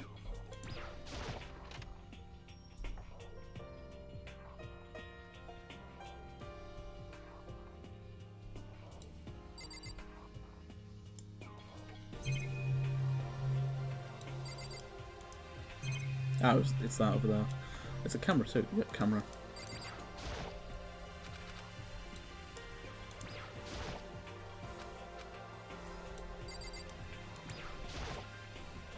Next to the monitor is a high-end DVD player. It should be able to play DVDs, but I don't see any actual discs nearby. A DVD player is useless by itself. If we had something to watch, that'd at least pass the time. Nice. It should be this box then. And there's something inside this cardboard box. It's a bunch of DVDs. And each one has a label on it with someone's name. This must be the video for each of us he mentioned. hold on a second. I'd better go tell everyone. She just ran off. I didn't follow after her, I just stood right where I was. The DVDs in front of me had robbed me of all awareness. I was rooted in place. I think I see something.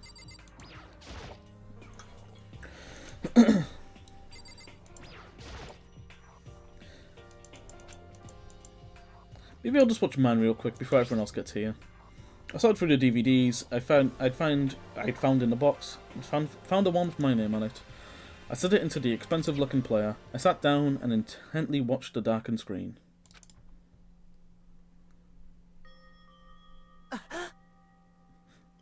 Porn noises. God, that is a MILF. I yelled out without realising it, and my heart started racing. Because what I saw on that monitor, it was my family. You getting picked to attend Hope's Peak Academy is like a dream come true. Make sure you do your best. I'm so proud of you, son. But remember, don't push yourself too hard. Where do you see the feet? I'm after the MILF. Are you really watching this, Makoto? Good luck, okay? If it had ended there, that would have been fine. A message of love and support. After leaving my family behind to attend Hope's Peak, it would have given me hope, given me strength. Oh. Shut up, Baka. After leaving my family behind to attend Hope's Peak,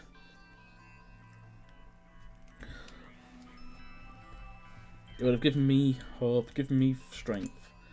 If this was a normal school, I would have been happy, if a little embarrassed. With my family support to rely on, I would have been motivated to do even better. But here now, it was totally different. I wasn't living an ordinary school life, so I had a pretty strong feeling that the video wasn't going to end there. I hated having that feeling, but it turned out I was absolutely right.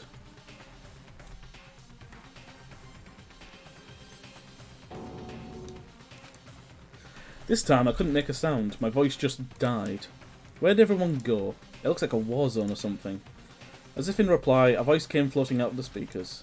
I recognised the voice, of course. It was him. Makoto Naegi, accepted into Hope's Peak Academy, and his family, who supported such a lucky boy. But it seems like something's happened to this family's well-being.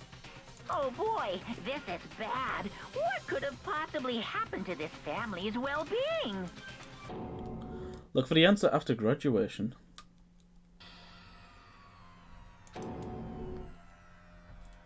What is this? What happened to everyone? I started trembling. I could feel the fear and anger building up inside me like hot magma. I'm not shouting. I slammed my fist against the desk over and over again. A single thought was rushing through my mind. What else? How could I think about anything else? I have to get out of here. I have to get out of here right now. I need to make sure everyone's safe. Makoto? What happened? Make sure who's safe? I noticed everyone standing around the entrance to the AV room. They stared at me, faces full of confusion. What's going on? Without a word, I pointed to the cardboard box. Is it, like... Is that what Monokuma was talking about? What does this mean? What's on them? They all gathered around the box and all grabbed the DVD with the name on. One by one, they rushed to a monitor. It didn't take long for them to react. What the? What the fuck? This can't be real, right? This has to be fake, right? Hey, hold on. Yeah, no way it's real. No way. I can't take it anymore. I can't take this anymore. Let me out of here. As soon as I saw their reactions, I knew they'd all seen something like what I'd seen. No one even bothered trying to hide their fear and confusion, except for her. Even now she was totally calm. I see, so this is what he meant by motive.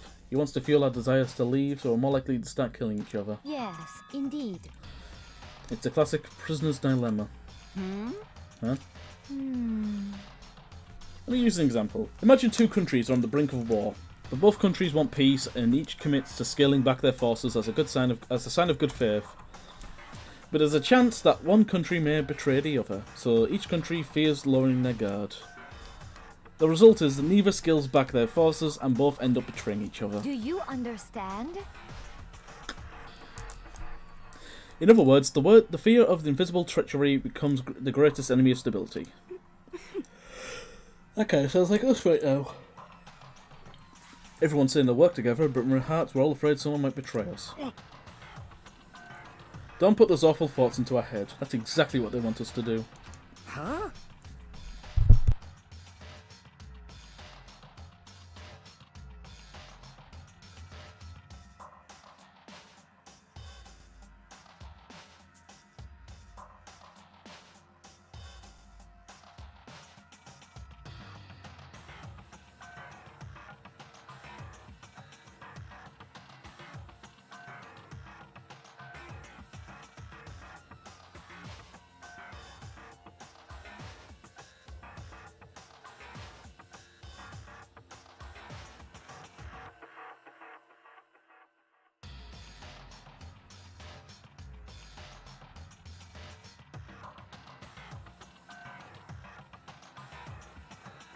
I'm a fraud.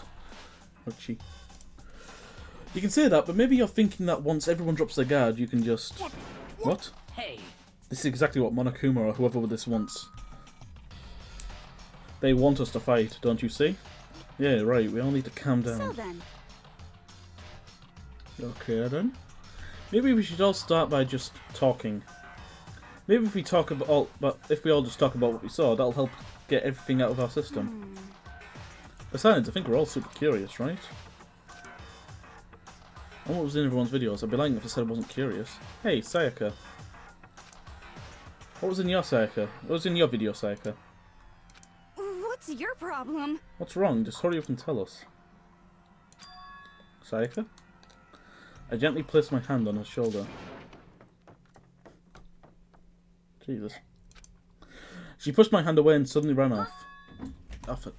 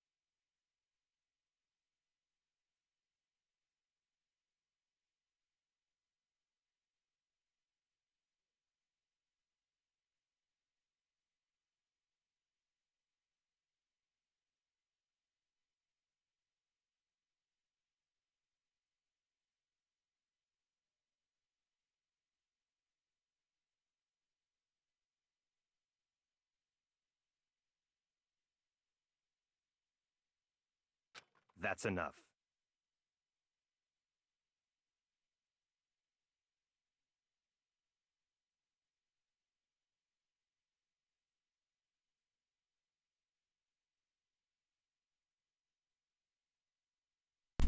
I'm back. Alright. Let her go. I can't do that. I have to go make sure she's okay. I hate romantic comedies like this. I don't care what happens to her personally. What? That's because you're totally thoughtless. I'm really worried. Why don't you go do whatever you think you have to? We don't all have to stick around here together, right? I hope you are well. Speaking of which, I have my own things to take care of. Goodbye. Everyone went their separate ways. But I don't have time to worry about them right now. I have to go and find Sayaka. What should I do? Everyone's really upset. I mean, how could anyone be calm right now? How can something like that even exist? I don't understand. I don't... They want to do something like that. Is it because they really are the murderous fiends?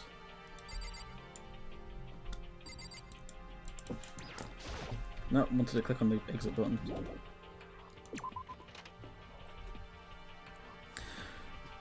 You got to dink donk, but you're back. Where could she have gone? She can't have gone far. I should check around the school. Yeah, I think she's like here.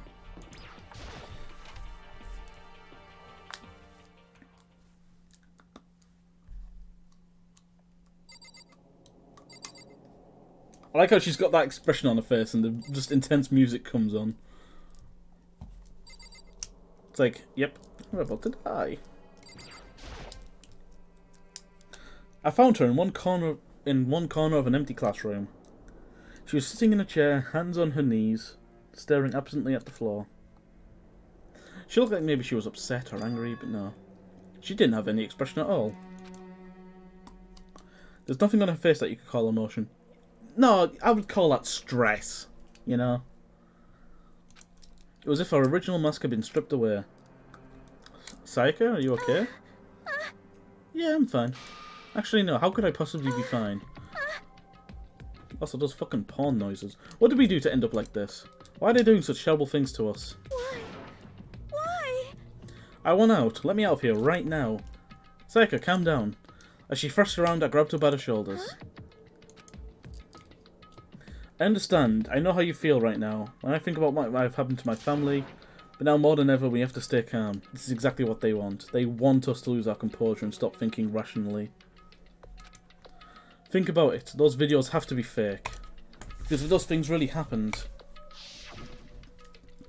People out there would be in an uproar. Our families, the police, everyone, right?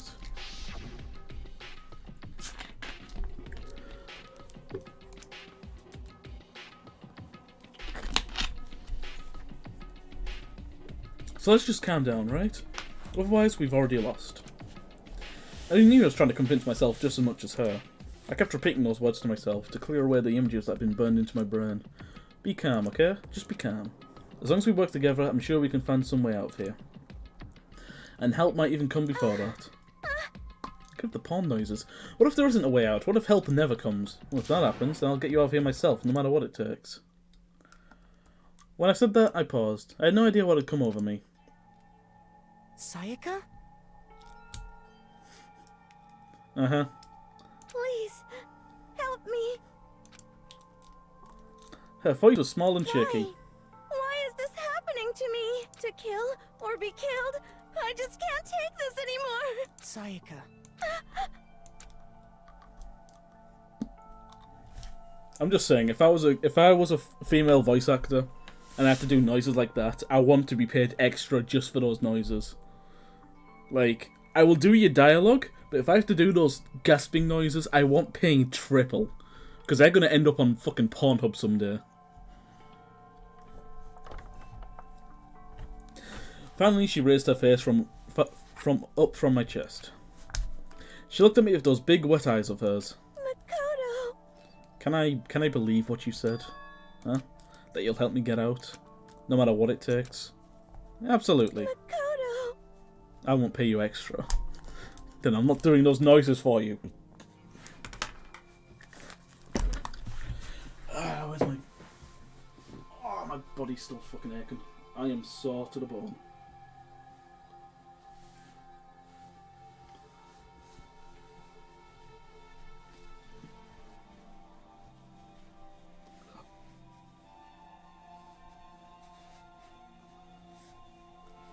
Dressing gown back on. There we go. Don't get at me. Makoto, you're the only one I can trust, so please, no matter what happens... Please always be there for me. I need you on my side. Wow. Huh? Of course I'll be there for you. No matter what, I'm always on your side. I mean, you are my assistant after all. I won for free, no. Makoto. Thank you, Makoto. Hearing you say that, I feel I can keep going. I can get through this, as long as you're here with me. Because I'm your assistant. Like you said. The smile I'd come to know so well returned to her face. I felt a little forced, but still, it was a huge improvement over how she was before. Hey! Hey! It's standing up! Yeah. Makoto, it's standing up! What's standing up? Come on! Do you even have to ask? Your flagpole. Get the hell out of here. Just a minute. No, I want to join in. Damn it, well if you won't leave, then tell us what the hell's up with those videos. Ah, it's about to come out. It's gonna come out. My pristine, pure white stuffing. My honest, innocent stuffing is about to come gushing out. I balled up my fist, took aim, and swung as hard as I could. I never put so much energy into a single motion before in my life. I leaned back, channeling with all my power, and let go of everything I had. Ah! Coles, I want for free. That's all I ask. We both believe in MILF. We like feet.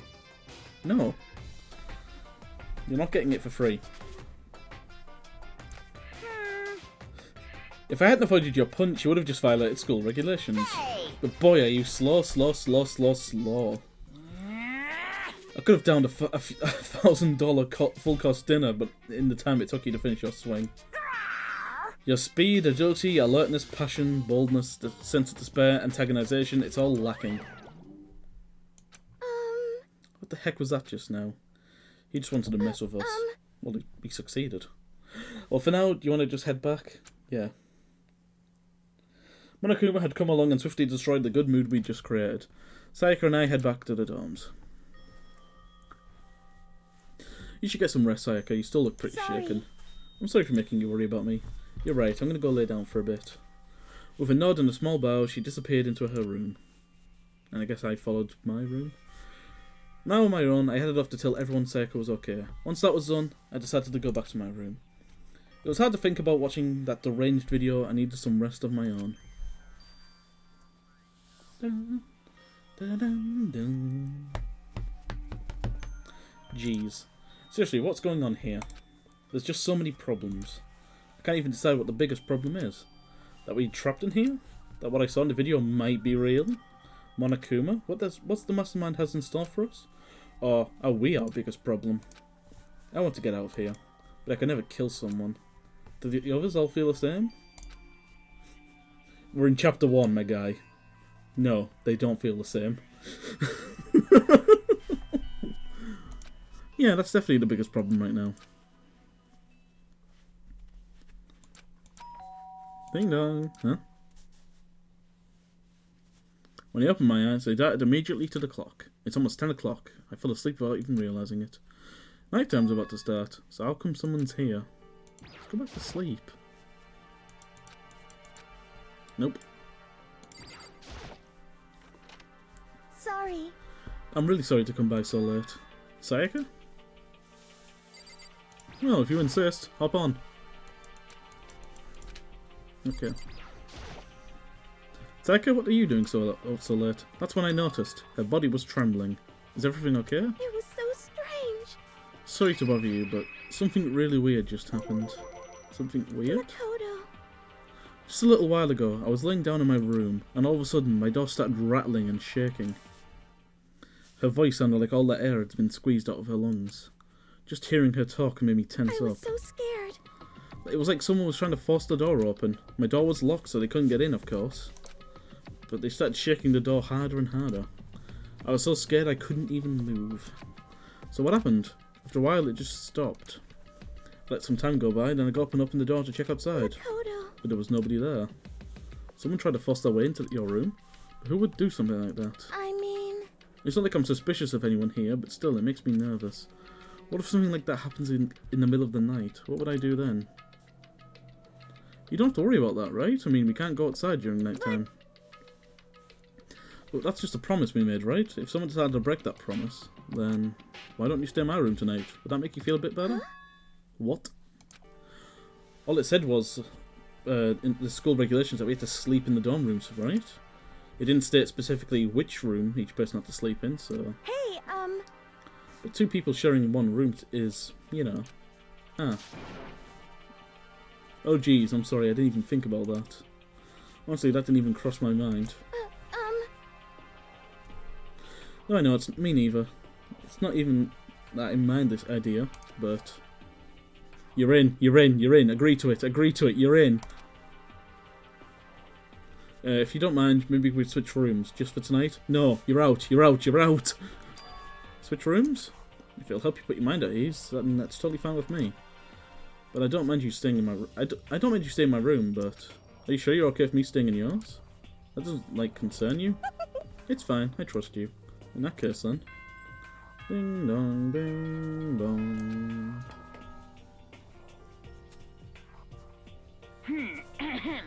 This is a school announcement. It is now 10 p.m.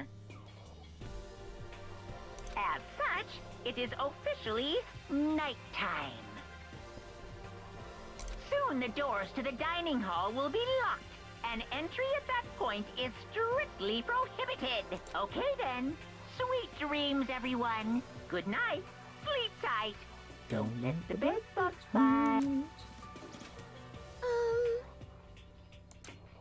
Okay, so it's settled. I'll head to your room right now. Oh, but if we're going to trade rooms, we better trade keys too. Ah, that's right, we'll have to trade our keys. Like I said,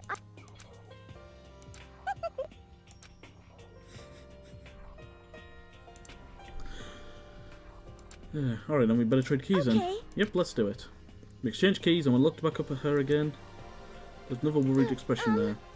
Makoto, please be careful. If someone comes to the door, don't open it no matter what. I won't. Same goes for you, Sayaka. So no matter what, don't open your door for anyone. Even if I'm sure it's you, I absolutely won't open it. Otherwise, what's the point of even switching? Oh, by the way, just so you know, my bathroom door tends to get stuck. There's a little trick to opening it. You just have to turn the knob, then lift on the door when you pull it out. Just do that, and the door should open no problem.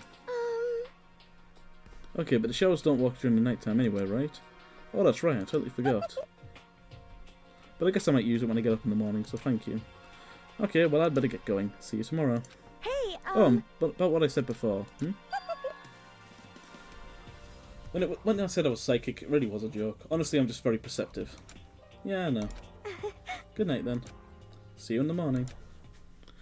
Sayaka gave me one last parting smile and I head off to my room. I looked around as soon as I got out the hall. Everyone else's doors were closed, so there was no sign of life. Good, there's nobody here. Making sure nobody was around to spot me, I rushed into Sayaka's room. Aww, I wanted to look around. So this is Sayaka's room. It doesn't look any different from mine. It smells nice though. It's kind of weird to dig through other people's trash, but I couldn't help but taking a quick peek. There wasn't any doubt about it. That was the DVD with her name on we found in the AV room. That reminds me, I never did get a chance to find out what was on her video. But it's probably best if I wait until she brings it up again. What about the little notice there? Where's that gone?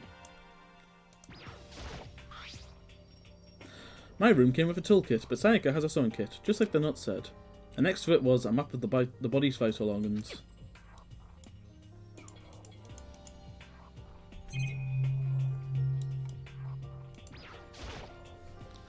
If I remember right, all the girls' private bathrooms have locks on them. I'm a little reluctant to go in. I don't think Sayaka would like me snooping around too much. I should probably go to bed soon.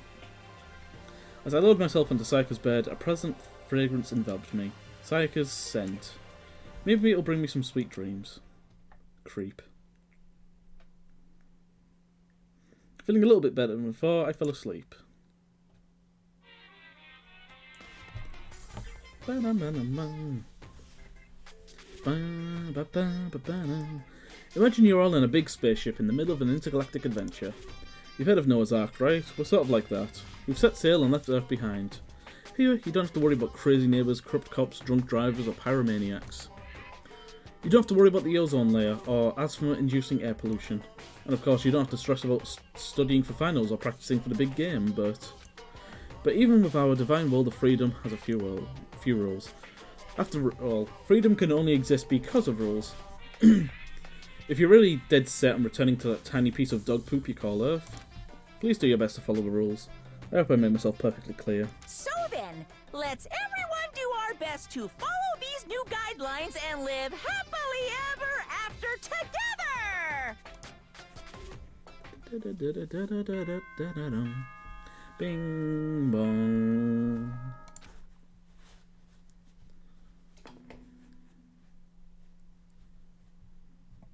Good morning, everyone! It is now 7 a.m. and nighttime is officially over. Time to rise and shine! Get ready to greet another beautiful day! I sat up, still half asleep, and rubbed my eyes. Slowly, I pulled myself out of bed. I remembered I was in Sayaka's room. I just remembered I promised to eat breakfast with everyone else. I'd better get going. Really not letting us stay in there for long, are we? I left Sayaka's room and made my way towards the dining hall.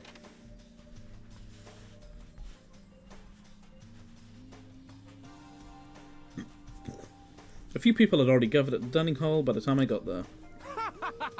Hello, Makoto, and good morning. Can you believe it? I was the very first one here this morning. Good morning. Hey, Makoto. Morning. I suppose I'm early.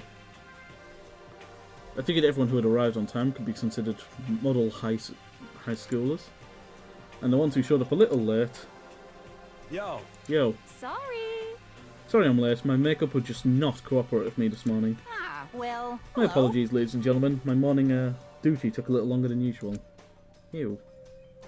We're the types with a more relaxed sense of time. Most high schoolers fall into this category. And finally, the ones who kept everyone waiting forever. Indeed. I suppose I'm late. Good morning, everyone. My bad, my bad. My bad, guys. Slept right through my alarm. What's your problem? What, is it so awful to be late? Yo. I didn't oversleep, just so you know. Nope, got lost. I blame the Bermuda Triangle. Don't care about time or other people in general, that I can't move at their own pace. So there's some missing. Regardless, everyone had arrived. At least, that's how it was supposed to go. Wait, we're still missing some people? Yeah, Sayaka and Byakuya aren't still here. I don't know about Byakuya, but I would definitely put Sayaka Sayaka in the model high school category. So for her to be so late... What? What's going on? Did something happen? Yo. Hey man, have you seen Sayaka? Why would I have? I just came straight from my room to here. Did she forget about her breakfast promise? However... I got the sense she always has her stuff together. Listening to everyone talk like that, a small dark speck of unease rose up inside of me. And that speck started to grow rather quickly. I need to go. I have to check on her. The words barely left my lips before I flew out into the hall. Where I headed first was my room, where I'd let Sayaka stay for a single night. Where she was supposed to be safe. But over the course of that one night... the room had been completely transformed. What the hell? How did you even get in? How did you get in?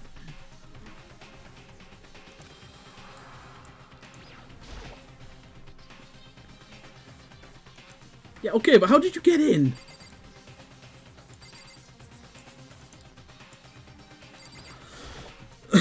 Yeah, but he gave the key to the girl.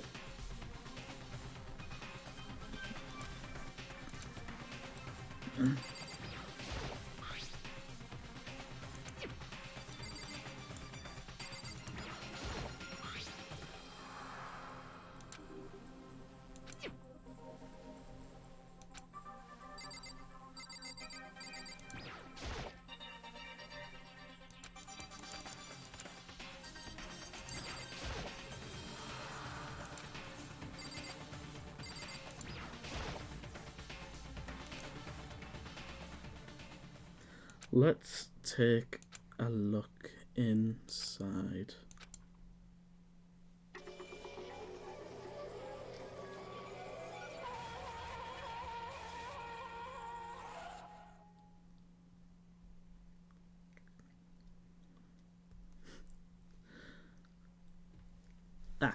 It took me a second to realise I was screaming. What I saw dug its way through my eyes and buried itself in my brain. And then... everything went black.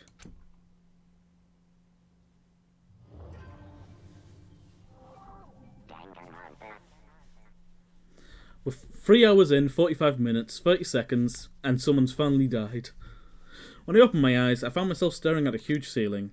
It was a ceiling I remembered seeing before, and when I sat up, I saw someone looking at me. Again, it was someone I'd seen before.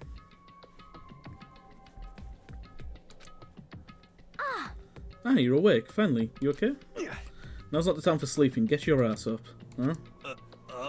You're unconscious, dude. I had to carry you back here. Well. It's no surprise considering what happened. What happened? Shut up, Steps. Yeah. Ah! Hey, you okay? So it wasn't a dream? What I saw? It was real? That's right, it really did happen. Sayaka is dead. A deep, dark despair worked its way through my body and exploded out of me. I shut up and took off running. Where do you think you're going? I have to see for myself. I have to see if Sayaka is... Just give up. You can check once, twice, 1,000 times. Sayaka is completely and irrevocably dead. No, I have to see for myself. What? What?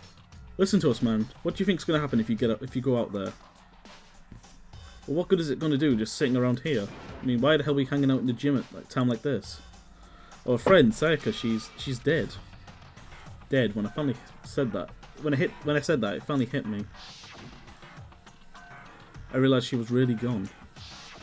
Calm down. None of us want to be right here right now either. Then why? Shouldn't it be obvious? Monokuma, he told us to all come here.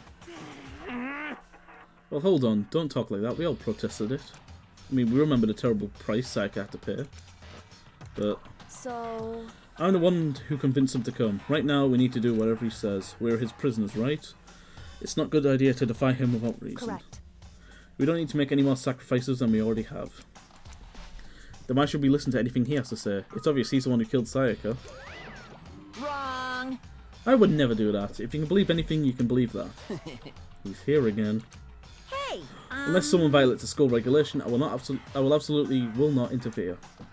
I can promise you, I won't do anything that goes against the purpose of your school life here. Listen up. I'm famous at safari parks throughout the world for following the Bear Times 1 rule. But What? Then who did it? Who killed her? Come on! You already know the answer. The one who killed her is one of you. Nobody had a reply for that. One of us killed Sayaka? Don't be stupid, that's... What's the matter? You guys look like you're about to see a dove get shot up with a Gatling gun. Don't you remember what I told you when this all began? One of you decided to kill Sayaka and so that you could graduate. Someone's just following the rules. There's nothing wrong with that. Well... You're lying, right? Of course he's lying. I'm telling you, he killed her. Wrong. Nope, sorry. One of you is now a bona fide killer. If they wanted to, the one who did it could testify to that little fact. What? Not thinking, I looked around at everyone. They all had the same look on their faces. Everyone looked at each other with a combination of fear, suspicion, and confusion. Are you serious? What Someone killed someone. It's amazing what some people are capable of. Just hold on. Hey, hold on. Don't just assume he's telling the truth. Stop talking. That's enough. Before we do anything else, I'd like to confirm something with the stuffed animal here. If one of us really did kill her, that person gets to graduate from school, right? Huh? Come on. Don't play dumb. That's what you said, isn't it? If you kill someone, you get to leave.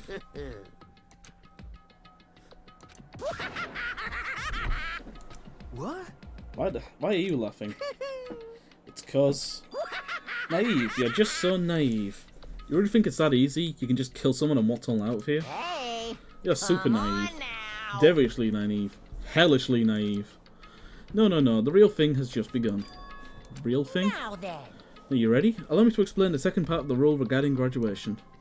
Just like I explained before, you must kill someone if you want to leave. However, even if you do that, there's still one important part to the agreement you have to uphold, remember? Then perhaps... You're referring to rule number 6 of our regulations. If you're the Blacken that committed the murder, you cannot be found out by the other students. No. This is my third playthrough, but I'm just doing this for the sake of the stream.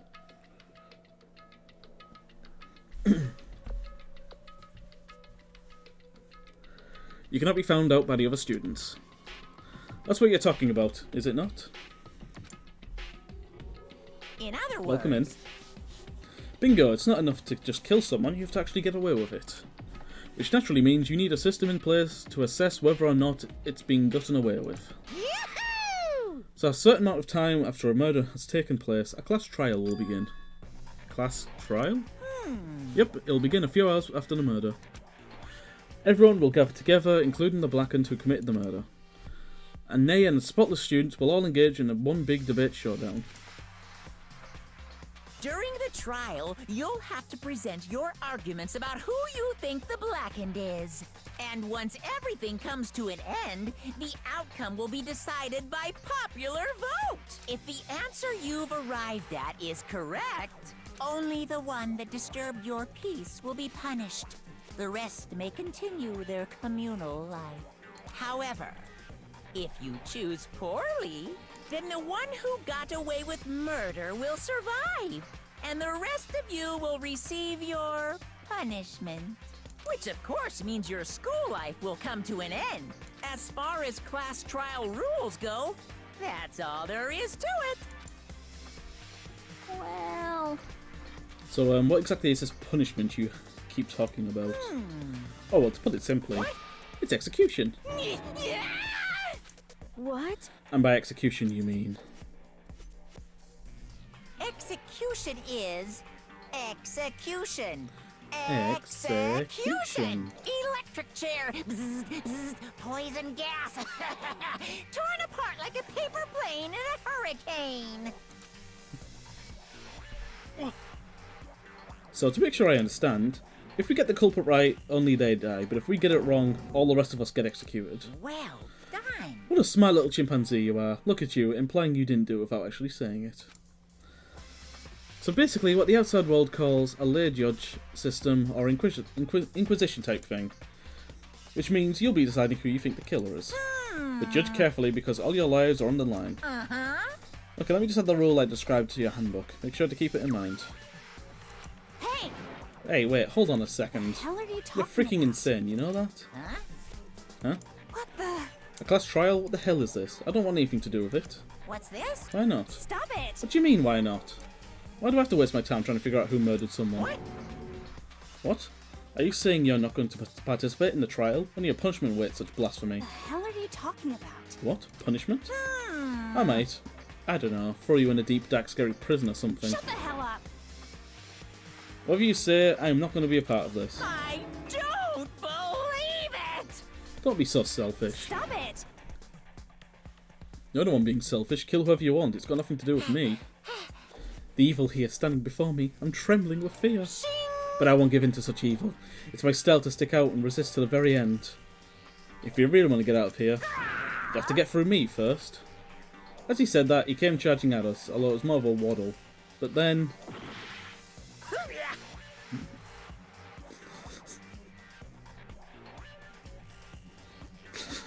I'll just leave this on. I'll just leave the screen on for a while. So how's your day going, guys? You all good?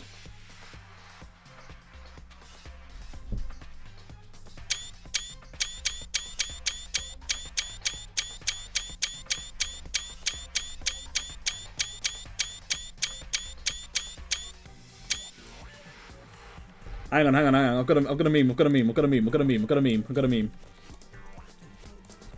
DM me that. You fucking would want that. I've got a meme for this. Hang on. Give me a second. It should have been me, not him! It's not fair!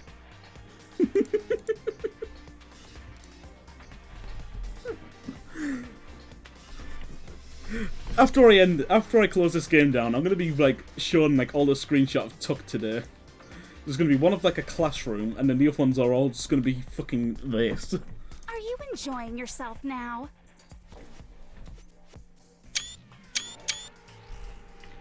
Are you? Huh?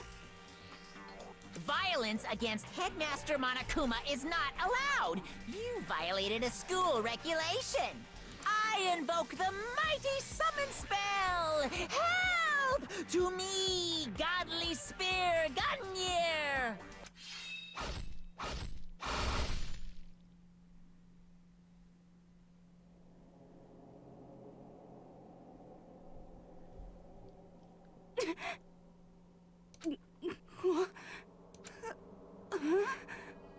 This wasn't supposed to...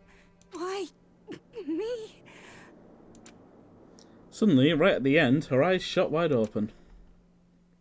And just like that, she never moved again. No way! What the... I don't... This can't be real. Well now. Now, I'm painfully aware of the great power's meaning of a promise. I really wanted to keep a corpse from popping up for no good reason, you know?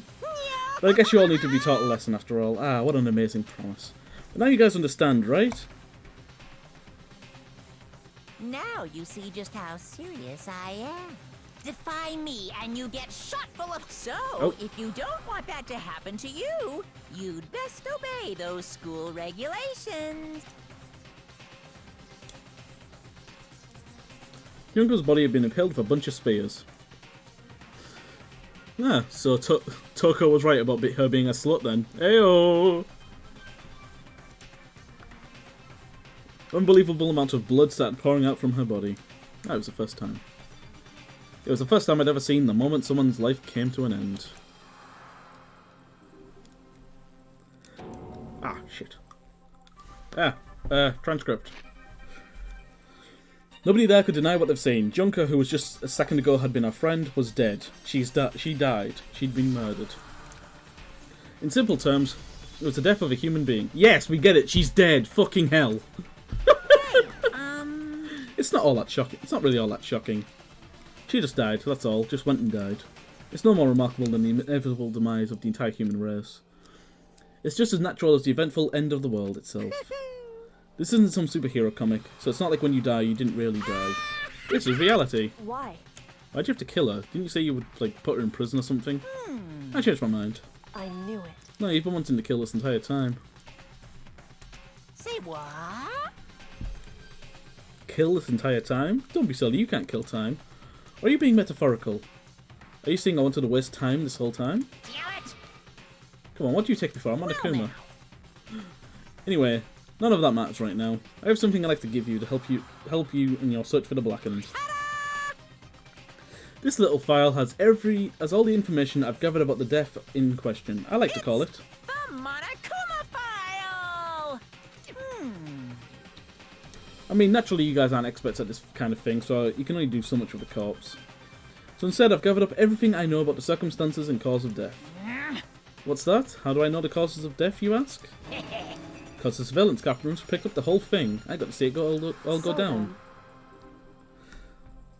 Wait, so then you know who killed Sayaka? Of course I do. If I didn't, I couldn't possibly pass a fair and accurate judgment during the trial now, could I? Correct. That's a good point. The judge has to be able to make the proper decision. That's somehow comforting. Well? Now then, please put your full effort behind your investigation. After all, you don't have any choice but to give it your best shot. Seriously, you don't have a choice. Okay, so I'll meet you up for the class trial in a little while. And with that, Monokuma disappeared once again. He left us stunned and confused. He left us at a total loss. He left us with Junko's dead body growing colder right in front of us. And for who knows how long, nobody said a word. The fact that Sayaka and Junko were dead was a huge shock, of course. But it was more than that. It was also the idea that one of us had actually murdered someone. And if we didn't find out who it was, we would all die here. We found ourselves in a situation where we couldn't help but look at each other with open suspicion. It was the worst situation imaginable. And yet, even in such a perversely terrible situation, she didn't show the slightest hint that it had gotten to her. Hey. Now's not the time to wallow in your depression. The worst thing we can do right now is lose all faith in each other. That will lead to the same disastrous results as having total faith in everyone else. What? Huh? In other words, Cooperation is absolutely key at this point. Who you decide to trust or not trust is of course up to you. Continuing to think about and talk about the deceased certainly isn't going to help anything. What the heck? Saying stuff like that is just... How many times have I told you? Anyone who can't adapt will die. Death is the only thing awaiting those who are unable to or unwilling to adapt. If that happens, you just have yourself to blame. That's terrible. What an awful thing to say, especially after what's happened. just a second. Right now, exposing the killer is the most important thing, because if we don't, we're all going to die here. She's right, we need to begin our search right away. Of course. Either way, we can't run away from the situation, so we have no choice but to move forward. What the heck? We just have to do it, I guess. What other choice do we have? No way in hell am I letting someone kill me. Alright, dammit, let's do this. We just have to do it. Everyone kept repeating that sentiment. Oh, shut up, Steps. They were just using it like a mantra to give themselves strength. But they were right, we just have to do this. No matter how much we don't want to, we have no choice. If that's what it takes to survive, that's what we have to do. On top of that, there was something I needed to figure out. I had to know why Sayaka had to die, why she had to be the one. I'm terrified to find out, but I have to know. Otherwise, I'd never be able to accept her death, which is why I don't have any choice. I have to do this.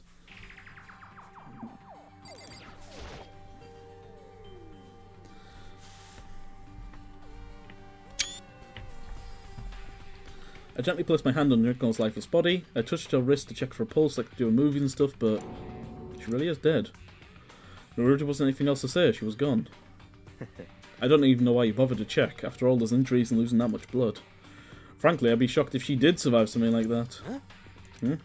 Hold on. Hold on, just wait a second. She's dead? Then that means... What? That means everything that's happened so far is real? It's not a joke or whatever? It's really real? Let me out of here! Ichiban wants out. What's your problem? You're just now accepting that? Let me out of here! Alright, well I guess let's check on that Monokuma file.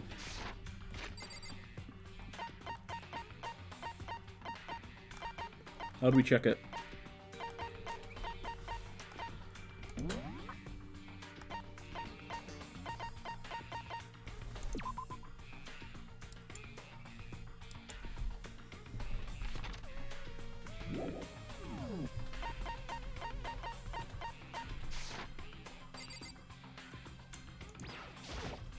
Hey. Before we start searching for Sayaka's killer, we need to decide what to do about securing the crime scene. What do you mean? You're thinking of putting someone on guard duty so no one can disturb the area, aren't you? After all, if the culprit decides to destroy the evidence, we're pretty much screwed. Hey. In that case, I don't mind doing it. I don't like having to think anyway.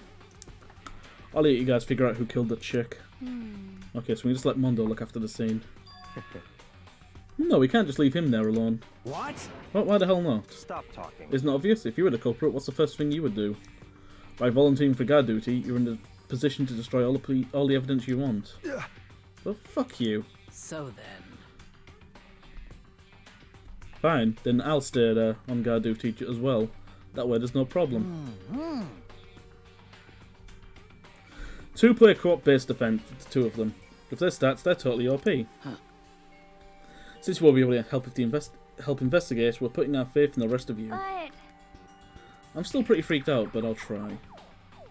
Okay, and what about you? You got anything to say? Or? Anyway... We're going to find out who the killer is, because if we don't, we're all going to die here. Nope, okay. Do I just leave? Just a sec. Hold on, huh? Before we begin the investigation, isn't there something else we need to discuss? Oh yeah. What?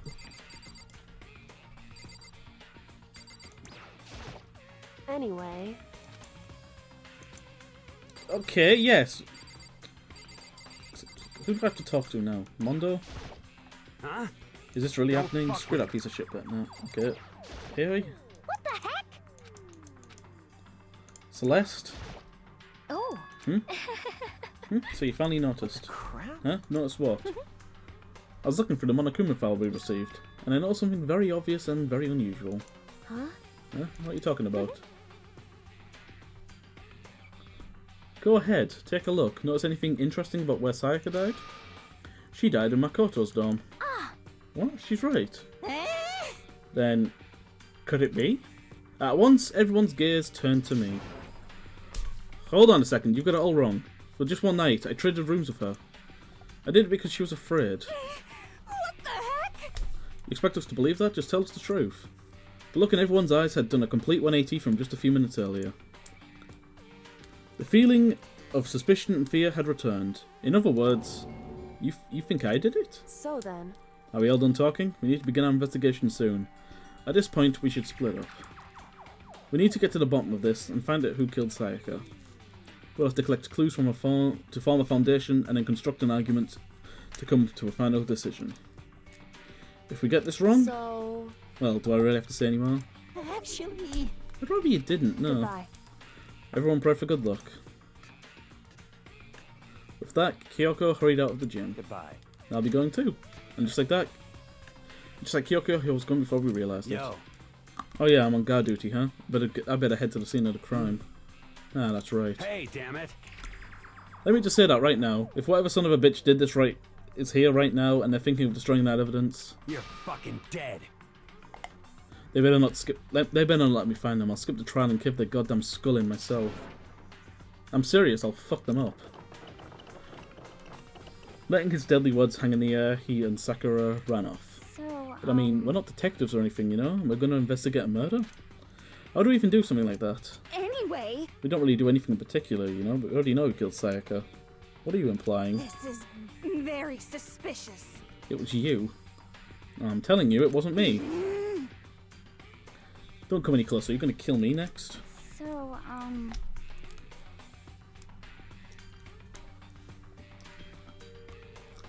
guess it wouldn't hurt to give it a shot. It's not for sure that Makoto's guilty yet. That's true. We may as well at least check just to check. Even if I wanted to, I couldn't help investigate. Wait, why not? I'm not good with blood. All it takes is one glimpse and I black out. Oh yeah? Well, whatever. I don't think anyone was expecting much from you anyway. Alright, I better get going. Wait, don't go yet. You have to hear me out. But it was pointless. Everyone had already left. Their parting looks at me had still been filled with suspicion. Does everyone really think I'm the killer? How did it turn out like this? Why did he have to suspect me? I have to do something, otherwise everyone will... Execution is Execution. Electric chair. Bzz, bzz, poison gas. Torn apart like a paper plane in a hurricane. I can't let that happen. I can't let things turn out the way Monokuma wants. All I have to do is find out who really did it. Who really killed Sayaka?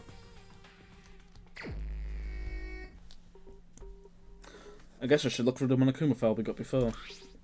The victim was Sayaka Maizono. The time of death is estimated to be around 1:30 AM. The body was discovered in Makoto's room in the dormitory. All evidence suggests that the death took place in the bathroom. The cause of death was a stab wound to the abdomen. There was also an injury to her right wrist. Specifically, the wrist appears to have suffered a fracture. We have no choice but to push forward if we want to find out what happened. Somehow I have to find out the truth, so that we can all survive. And for Sayaka. I have to find out how she was killed. Nice. Monokuma file has been added to your truth bullets section of your handbook.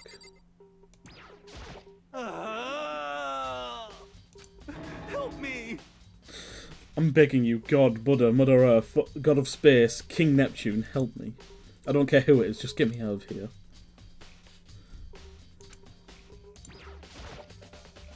Aren't you going to help investigate, Chihiro? But I can't leave Junko here. I feel sorry for her. I have to stay with her. I mean, you know, Ichiban's got her. I've completely forgotten his name to the point I'm just going to call him Ichiban. Even if I keep reading it.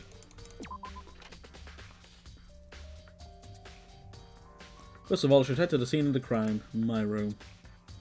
We won't make any progress without investigating there. So I headed to my room, where Sayaka's corpse still remained. I better examine the state of my room a little closer. That might reveal something new.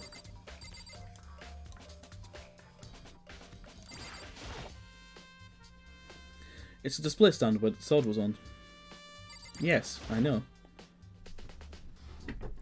This is the replica sword I brought back for self-defense. Does this mean it was used in the attack somehow? And plus, it's been taken out of its sheath. I hadn't looked at the blade itself till now. I shouldn't be surprised it's coated in gold too. On top of that, some of the gold coating has come off parts of the blade and handle. Yeah, the handle especially is missing a lot of the coating. I remember the coating sticks to you even if you touch it a little bit. Replica sword has been added to the truth bullets. Yep, okay. And the sheath.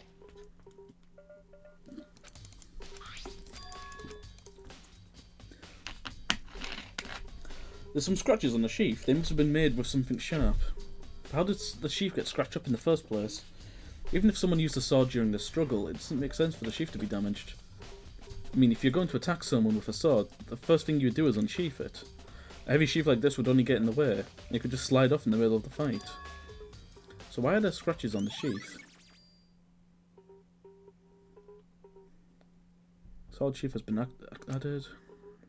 Bed's fucked up as well. There are gouges on the bed, like someone attacked it. What the hell happened here?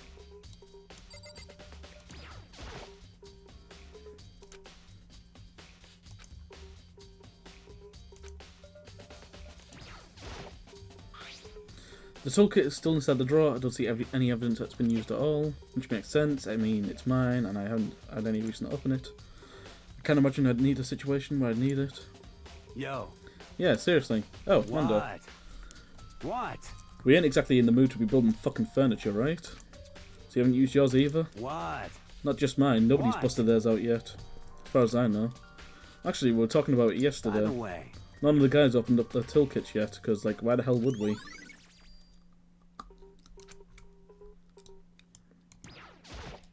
Ah, click the fucking camera again. The notepad is still here, but I don't think it's relevant right now.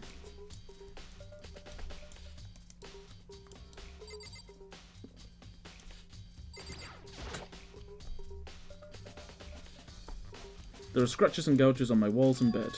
Is that evidence of a struggle? It looks like there must have been some kind of fight in my room.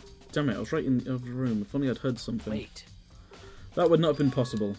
Huh. Don't you remember? All of our rooms are completely soundproof. So something could happen in the room right next to you and there's no way you could know. Well. But perhaps this was another one of Monokuma's strategies, creating an ideal setting for murder.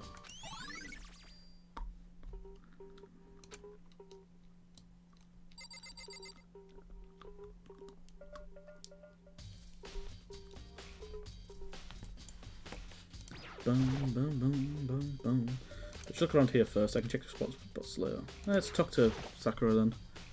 Sakura, do you think I'm guilty too?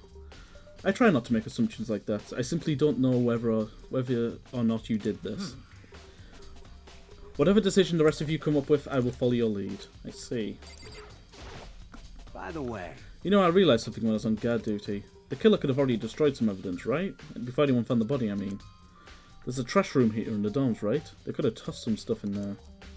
Yeah, that's definitely possible. You son of a bitch! That dirty bastard. Shit. Anyone who raises their hand to a woman is scum that deserves death. That's what my brother taught me. You're fucking dead.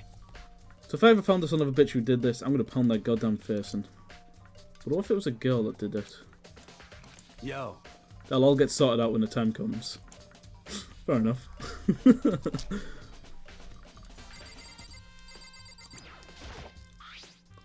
Huh? Looks like the rent roller. There's way less than there was before. Did Sayaka see how dirty my room was and decide to clean up a little?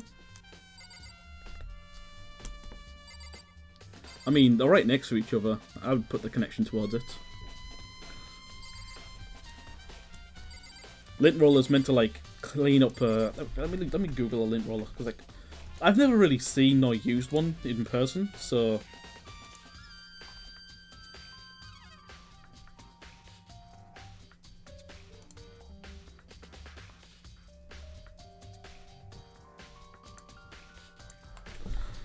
Lint roller. Yes, I am in fact not a lint roller.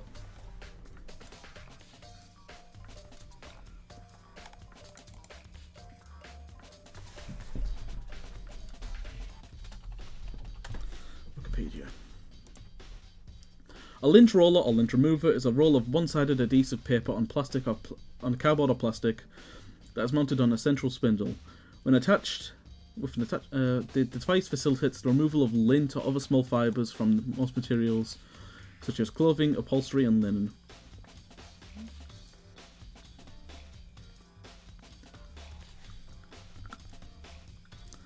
So it's used to remove small things with adhesive.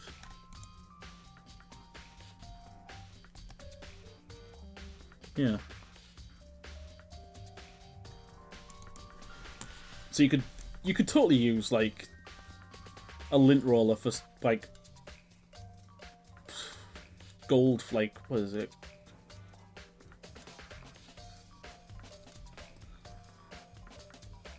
Golden glitter.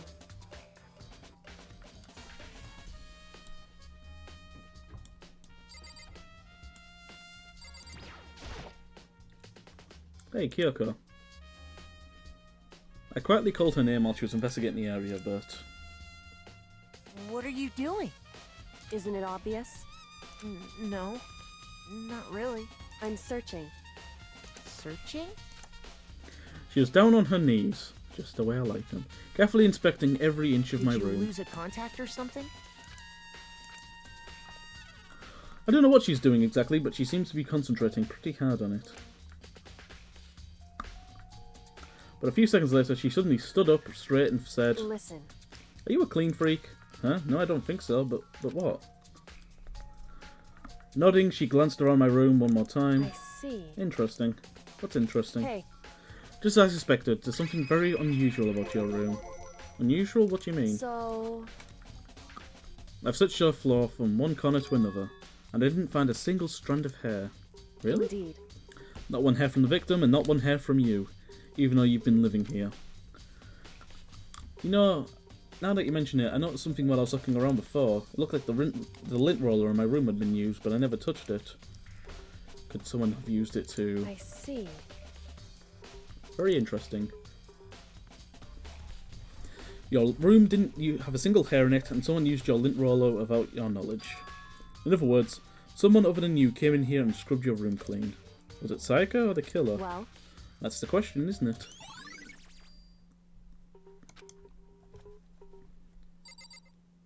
Can I go in there now? What else is there to look? Oh, I guess the key. There's a key on the ground. It has my name on it, so this must have been my room key. If I remember correctly. That's right, we'll have to trade keys. When we switch rooms, we switch keys too. So Sayaka would have had the key in here in my room the entire time. But wait, if that's true, then how did the killer get in the room in the first place? Could Sayaka have forgotten to lock the door? No, that seems impossible. It's supposed to be, yes, but it's boarded off with a metal sheet. The same goes for you, Sayaka. No matter who it is, don't open your door for anyone. Even if I'm sure it's you, I absolutely won't open it. Otherwise, what's the point of even switching? After saying that, there's no way she would have forgotten to lock it, or opened it for any reason. But maybe she dropped the key somewhere and someone else grabbed it or something. No, that's not possible either. Sayaka was in here when we switched rooms. With how scared she was, she wouldn't have gone walking around, so she couldn't have dropped it. So how did the killer... It was a window, but again, it's been bolted shut with metal sheets.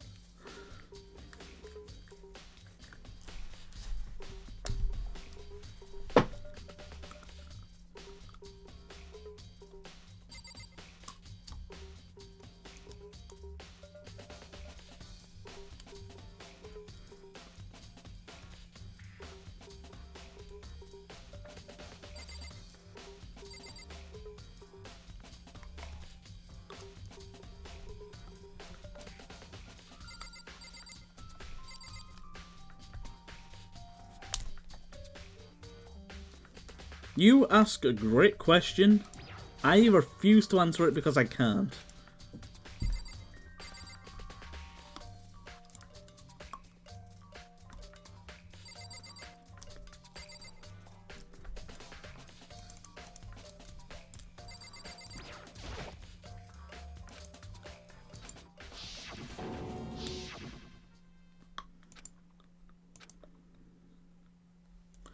I can't afford to freeze up now. Forced myself to push my panic down and stepped into the bathroom. This is like some Doki Doki Literature Club music. I've not thought about it, honestly. That's the thing.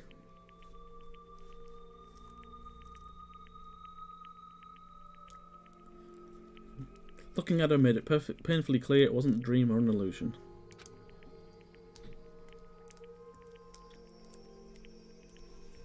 She lost everything that made her Sayaka. All at once I was overcome with dizziness, nausea, and the urge to burst into tears. But I can't hesitate now. Why? Why did Sayaka have to die? I have to uncover the truth. I have to find out what happened. I wanted to give up, I wanted to collapse, but that thought held me up and supported me.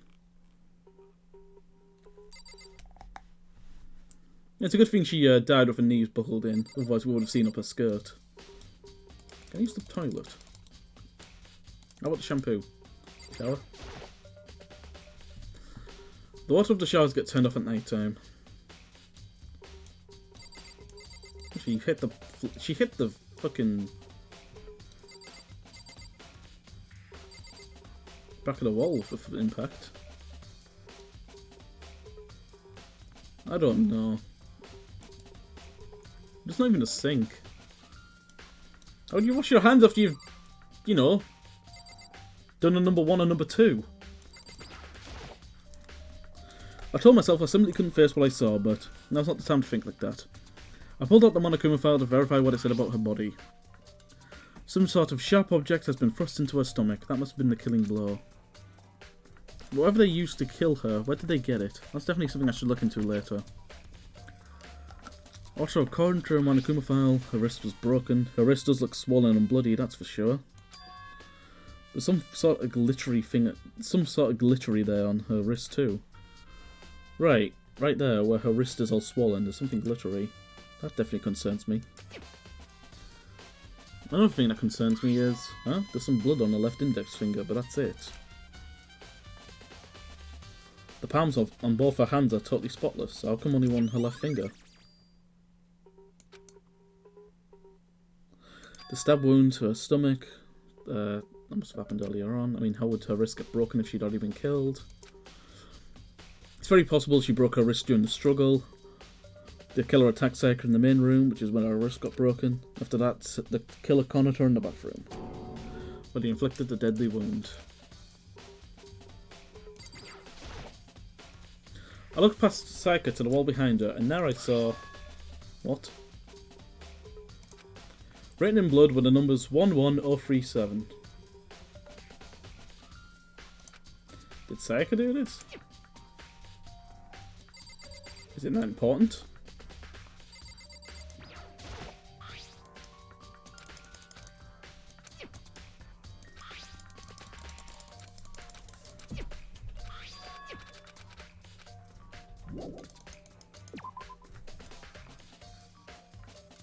It would seem... Looks like you found it, right, Makoto? The bloody numbers. So it's almost like Sayaka's dying message.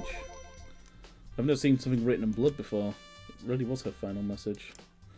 It's as if she wrote it with her life itself. Right. Do you have to talk like an aspiring poet? But the numbers she wrote down, what do they mean? Why does your tummy hurt? 11037. I have no idea what that could possibly mean. So... The way she wrote down the numbers makes me think she wanted to use her body to block them. If she wrote them in that location while she was sitting the way we found her.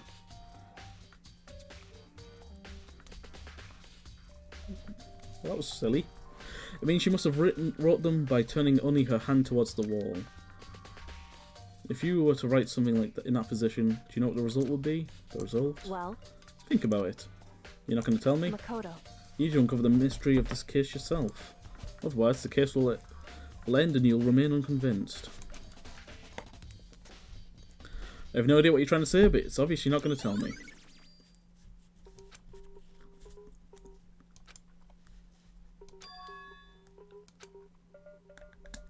Makoto. There's another thing I want to ask you about. Do you know how the door to your bathroom got broken? Broken? I mean, how it gets stuck. What? Gets stuck? Yeah, I guess I'm the only one, but the door doesn't lock. When I first tried to use it, I thought it was just locked, but once you learn the trick, it opens no problem. Correct. So the door doesn't quite fit the frame, huh? But actually, I'm referring to the broken doorknob.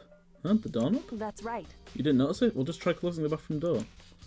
I'm sure you'll see right away what I'm talking about. I did what Kyoko said and shut the bathroom door. Huh? The doorknob.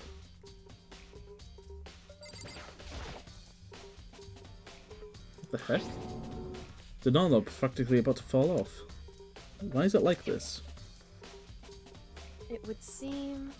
Someone must have used a screwdriver or something similar to unscrew it. Whatever it was obvious this was intentional. Why would someone want to do that? So... I guess maybe you're trying to get the door unlocked and end up breaking through the whole thing. But my bathroom doesn't have a door have a lock on it. Only the girls' bathroom can lock, right? She stood there for a while, lost in thought. Then apparently struck with a sudden realisation, she shot a question at me. Just a second. One more question for you. You mentioned earlier that your bathroom door would get stuck, right? Did you tell anyone about that? Oh, I did tell Sayaka about that last night when we switched rooms. So what you're saying is only you and Sayaka knew about it. Interesting. She had the slightest hint of a smirk on her face. I got the sense that she was really starting to get into all this. I see. Then that clears that up. Huh? What clears what up? I'm so lost. Goodbye. Well, see you later. As if forgotten I was even there, she suddenly turned around and left the room. I still don't really understand any of this, but I've already given my room a good once over. Maybe I should look around somewhere else. I should start looking at where the murder weapon might have come from, and also look into the DVD Sayaka got. If Sayaka did, I have no choice but to see for myself what was in that video. On top of that, I'm sure there were some other areas worth checking out too. Maybe I should go see what everyone else thinks. If they'll even talk to me, that is. Yeah.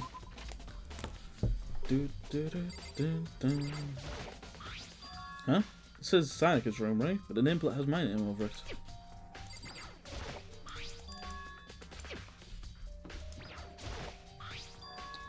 This is definitely my room, but the nameplate has Sayaka's name over it. The nameplates in my room and Sayaka's room were switched, so all that effort I put into switching rooms without anyone knowing was totally pointless. Why would anyone do that?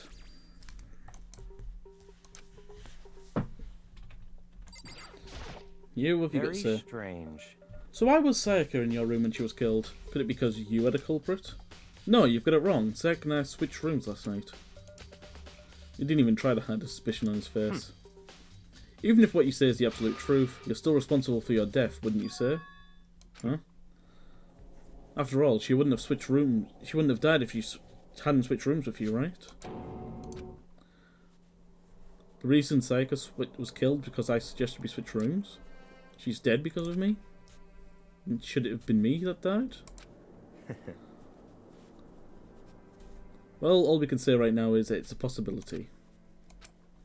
If that's really true, then...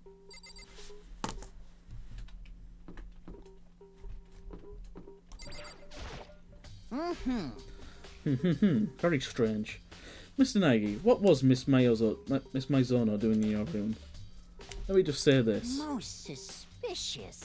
I absolutely will not allow you to dispose of any evidence in the trash room. Do you really think I'm guilty?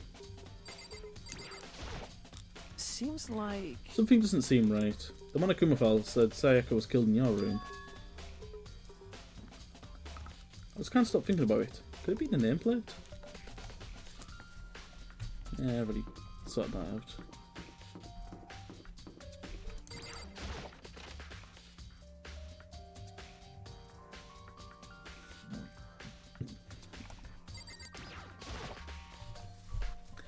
There's a sturdy gate here, nowhere to get past. Monokuma appears! It's the end of the line, the trash room. This is where all the trash in the school eventually winds up. How'd you get this gate open? No, you can't go any further! No. No entry beyond this point. Only a person on cleaning duty is allowed in. Cleaning duty? No, you can't go any further! Who's on cleaning duty? No, you can't go any further! This is stupid. It'd be faster to go around and ask the others. No, you can't go any further!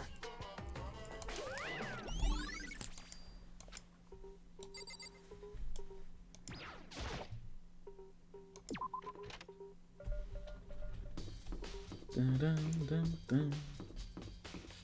Dun, dun, dun, dun, dun, dun.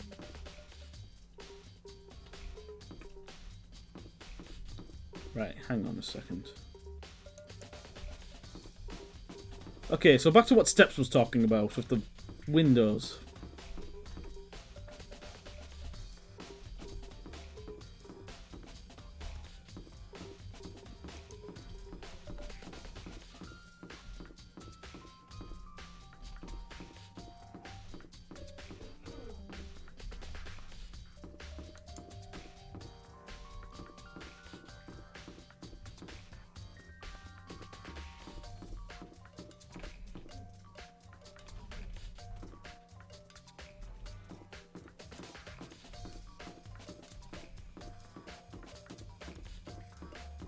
Yeah, I was thinking just that.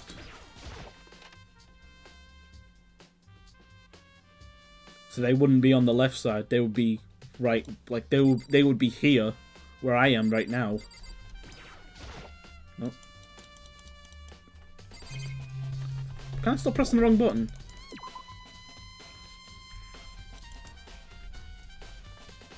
Pause were not meant for gaming. So yeah, they would be opposite the door.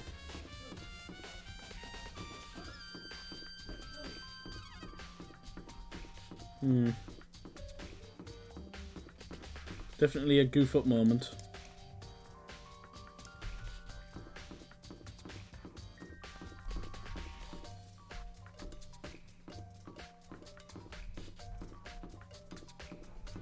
Where's Chihiro anyway?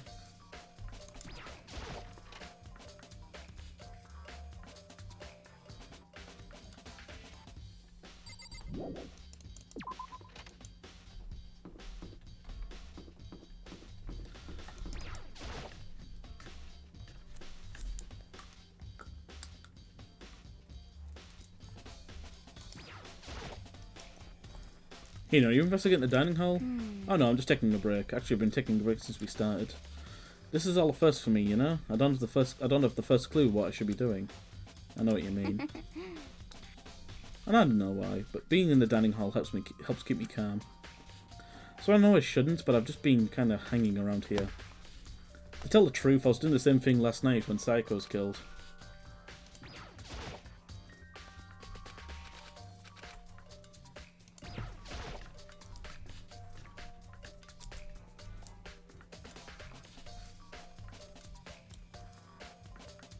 That looks odd. Big to small, but it looks like one of them is missing. Was it missing from the very beginning? Or I better see if anyone else knows about it. Well, the knife's in fucking...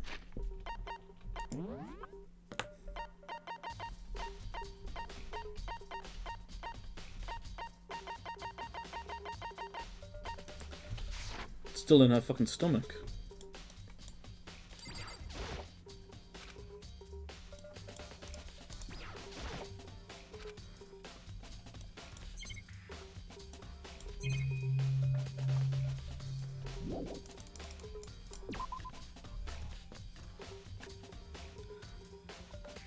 Guess we ask AI. Hey, so did you notice one of the kitchen knives is missing from the dining hall? Yeah, totally. Yeah, weird, huh? I thought it was kind of strange, a knife just suddenly disappearing like that. So it wasn't missing from the beginning? That's right. Nope, last I remember they were all lined up in a nice neat row. So when did you notice one of them had disappeared? Well, I went to get some fresh tea from the kitchen last night and all the knives were still there. But when I finished my tea and went back to the kitchen to watch my glass, one of the knives was gone. So you're saying one of the knife disappeared while you were drinking your tea in the dining hall? Yeah. In other words, you were right there in the dining hall when someone came and took it. Then you should be able to say for sure. You can tell everyone I didn't come to the dining hall last night, which proves I didn't take it. Hey, by the way, did you really kill Sayaka? Well, of course not. I would never. Hina, do you really think I murdered her? I mean... Well, she was killed in your room, right? So, I mean... You guys were supposed to be friends, right? But you still killed her. On the other hand, two people becoming good friends and then killing the other is a classic drama setup. So when you consider everything together... I actually have no idea.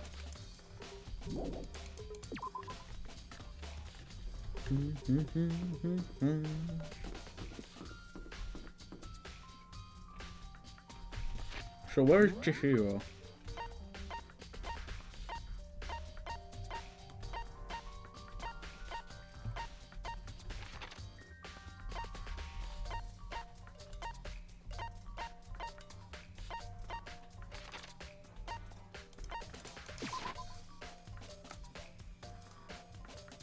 I guess Chihiro never really left the gym.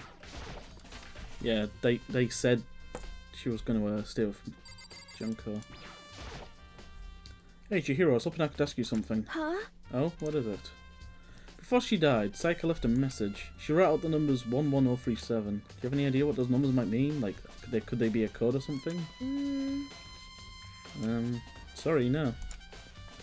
Chihiro slowly shook her head. I'm sorry. I just don't know. Okay, well don't worry about it. Thanks anyway for trying. Even she doesn't know. How could she...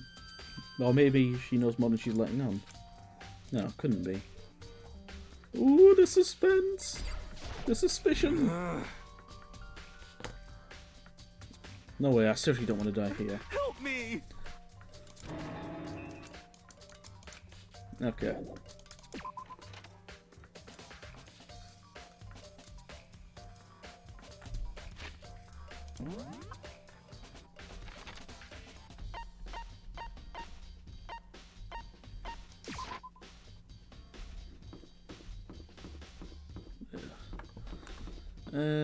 You. Big boy. I'm looking for whoever's on cleaning duty. Cleaning duty? As a matter of fact, that's me. Why'd you ask? It just so happens Monokuma talked to me yesterday and asked me to take care of it. About someone on cleaning duty, the school would be flooded with trash in no time. So I formally applied for the position. I was going to start this morning, but after what happened, I haven't had a chance to get started.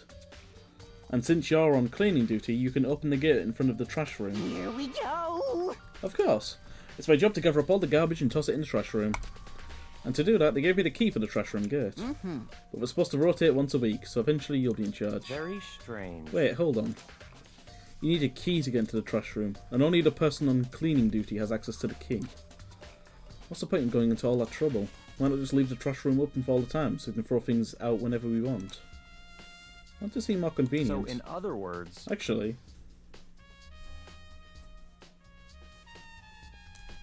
Back to the rule, yeah. So that's it. That must be why. If anyone could go in and out of the trash room whenever they wanted, then destroying the evidence would be too easy. The thrill would disappear and things would become boring. Boring? Hey, listen. Anyway, more importantly than that... Hey, you bastard! Hey, fatty, why do you want the cleaning duty gig anyway? Oh, I just decided to volunteer for something else I knew no one else would want to do. What's the big deal? You... I know why you did it. Is it? You want to dig like- for all the girls' trash, looking for, you know, and poking around at it. there's no way to think about this in a common sense kind of way. What are you talking about? All my love is for 2D. You know what I mean. Maybe there's all kinds of trash diggers like that. Maybe you'll get tired of 2D and turn to... Completely unforgivable! I would never get tired of 2D. God, that breathing is... Ugh.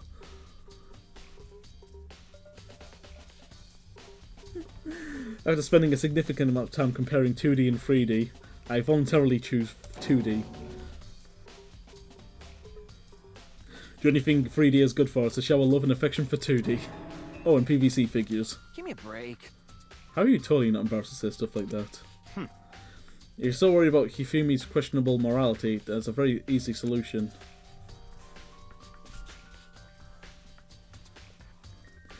Whenever a guy has a cleaning duty, Sakura can accompany them from picking up trash to disposing of it. What? What? If you're as innocent as they claim, where's the harm in it? Anyway, on another topic, since you were on cleaning duty, I have a favour to ask you. What's now, you suddenly want to join my party? Sorry, but you haven't triggered that flag yet. I mean, you haven't helped me recover from past trauma or save a village or beat a boss. No, nothing like that. I was just hoping to get into the trash room and look around. You got it! Oh, okay. So easy. So Fumi and I headed down to the trash room.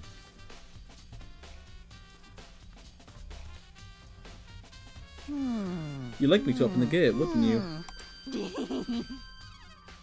You know, when I look at it, it makes me think.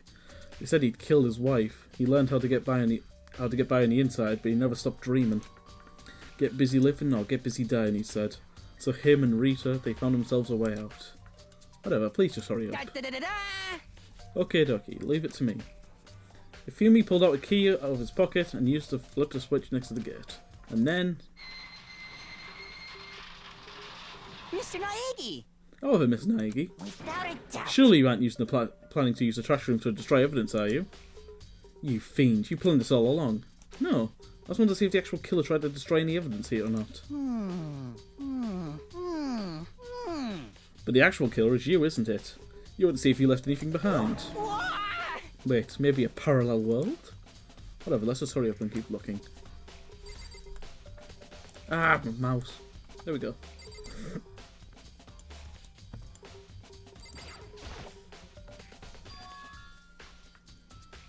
There's something on the ground in front of the incinerator. It looks like a burnt piece of something. A burnt piece? Like a hunk of burning loaf? Anyway, it looks like a piece of cloth and shape. It's part of a sleeve from a button-up shirt. Now that I look at it, there's definitely blood on the cuff, which means this is all that's left of the evidence the killer destroyed. But there are lots of people here with white button-up shirts. This isn't enough by itself to figure out who the killer is.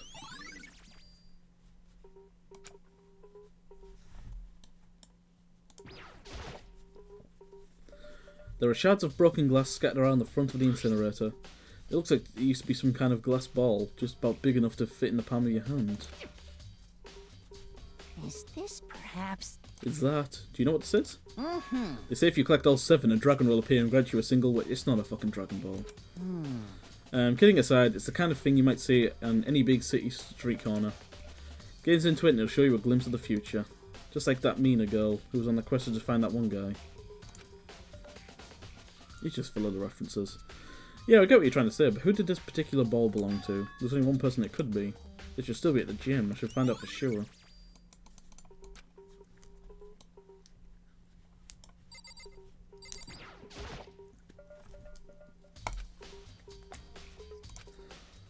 On, off.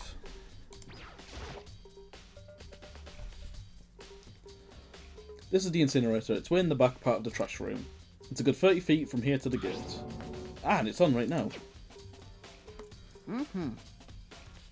Yes, indeed.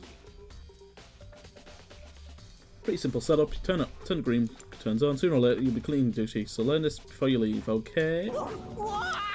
Someone turned the incinerator on. Very strange. I'm quite certain it was off last time I was down here. Was it a fairy? Perhaps it was the work of a fairy. Ifumi, do you realise what you just said? Huh? Huh? The fairy? No, you just said last time you were in here, the incinerator was off. Ah yes, about that. About that there can be no mistake. If I've got one thing going for me, it's my memory. I feel as if... Yesterday, as soon as I was appointed, I came down to check the place out. It definitely wasn't on then. I haven't been back to the transfer room since then. And since I'm the only one who has the key to open the gate, Most suspicious. it would be impossible for the incinerator to be on, and yet... So that means someone was able to switch on the incinerator without opening the gate. How's that possible?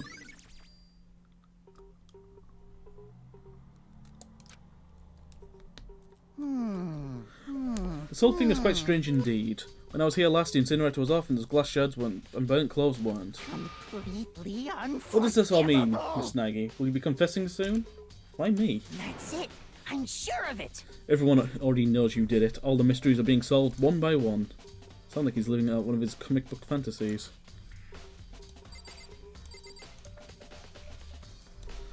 Yeah, next he'll be saying I'm an ultimate butler and saying the butler always did it. We've already done a return to the scene of the crime fucking bit. Glass ball, that was Jim. Ichiban.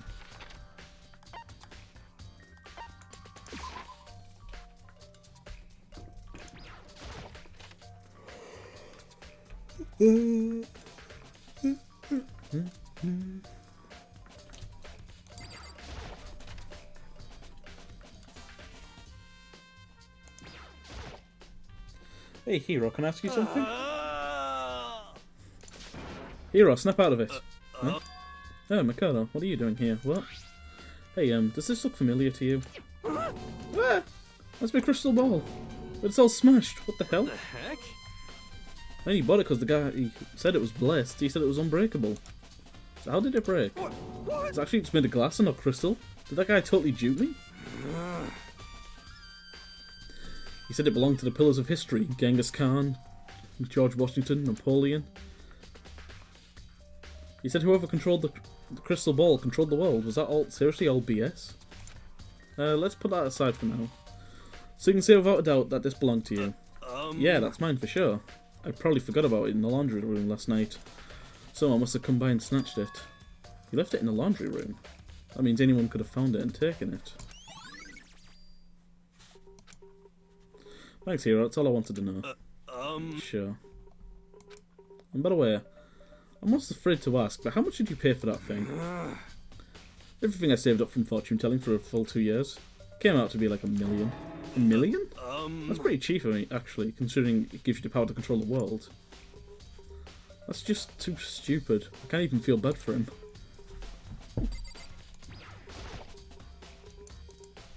Huh?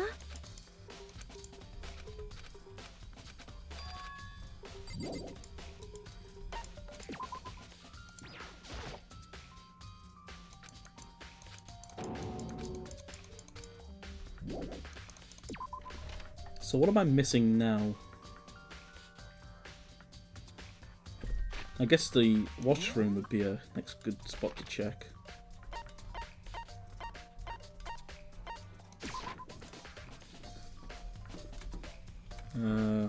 Laundry.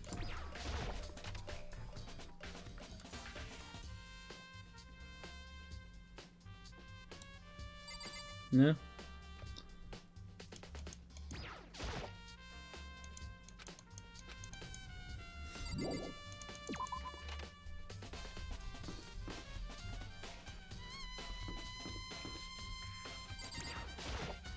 Very strange.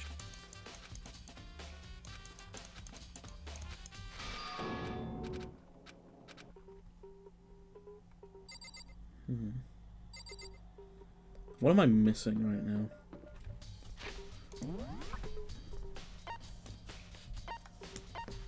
Being in the dining hall.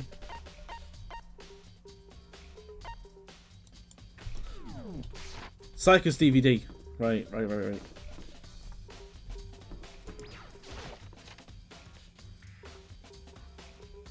Oh no, right. Door plate swapped.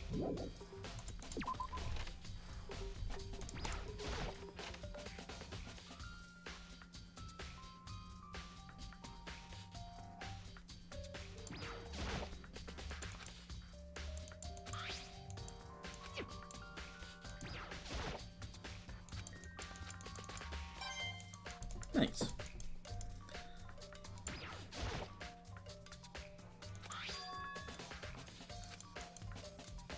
Sayaka got really upset after seeing whatever was in that video. I wonder, what did she see? It might not be directly related to the case. It might be worth checking out anyway. I'm sorry, I need to borrow this DVD. Okay, I'm not going to show anything else.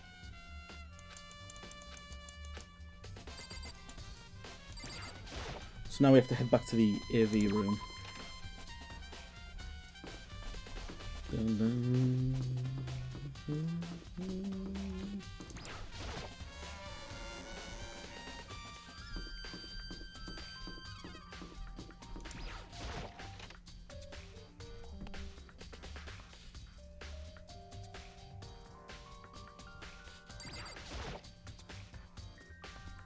I should be able to use this to see what's on the DVD. I sat down in front of the screen and put the DVD in the player. I pushed play and the screen was dark for a few seconds, but then... Yeah, we already been there. An image slowly appeared. It looked like some kind of concert. And standing on stage, front and centre, was a face I recognised all too well. Sayaka. She was there, along with the friends she said she had been so important to her. She was positively glowing there in front of the crowd, so full of life. Seeing that image made it so even harder to accept that she was dead. My vision started to blur and darken, and then that voice I'd come to despise so much began to float out of the speakers. Sayaka Maizono, the ultimate pop sensation, lead singer for a world-famous all-girl pop band. For these girls, the glowing spotlight only made them that much more beautiful. But then... Suddenly the screen went dark, and in the next moment, I saw something I could hardly believe. What the? Sayaka had disappeared from the stage, which was now in ruins, but what I noticed more than that was the figures of the other girls who had simply all collapsed. This ultra-successful team suddenly fell apart. None of them will ever perform on stage again. None of them will ever feel the warmth of the spotlight. For Sayaka, there's simply nowhere for her to return to. So here's the billion-dollar question. What, oh what, could have caused the group to go to pieces?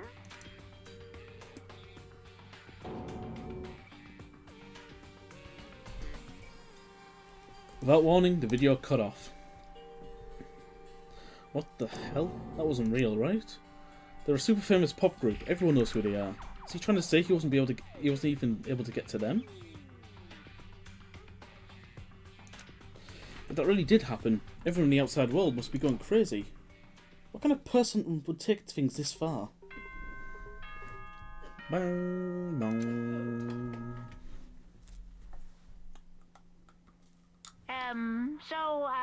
I'm getting tired of waiting. What say we just get started, It's time for the long-awaited class trial! Now then, allow me to appoint a proper location for the proceedings. Please go through the red door on the first floor of the school. See you soon! The red door on the first floor. That's where I should go. No, it's where I have to go.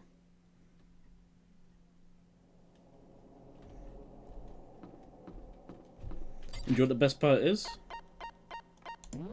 Ladies and gentlemen, boys and girls, that's where this stream is going to be ending. However, I've got something planned. I have a plan, and it's going to be on the Twitter.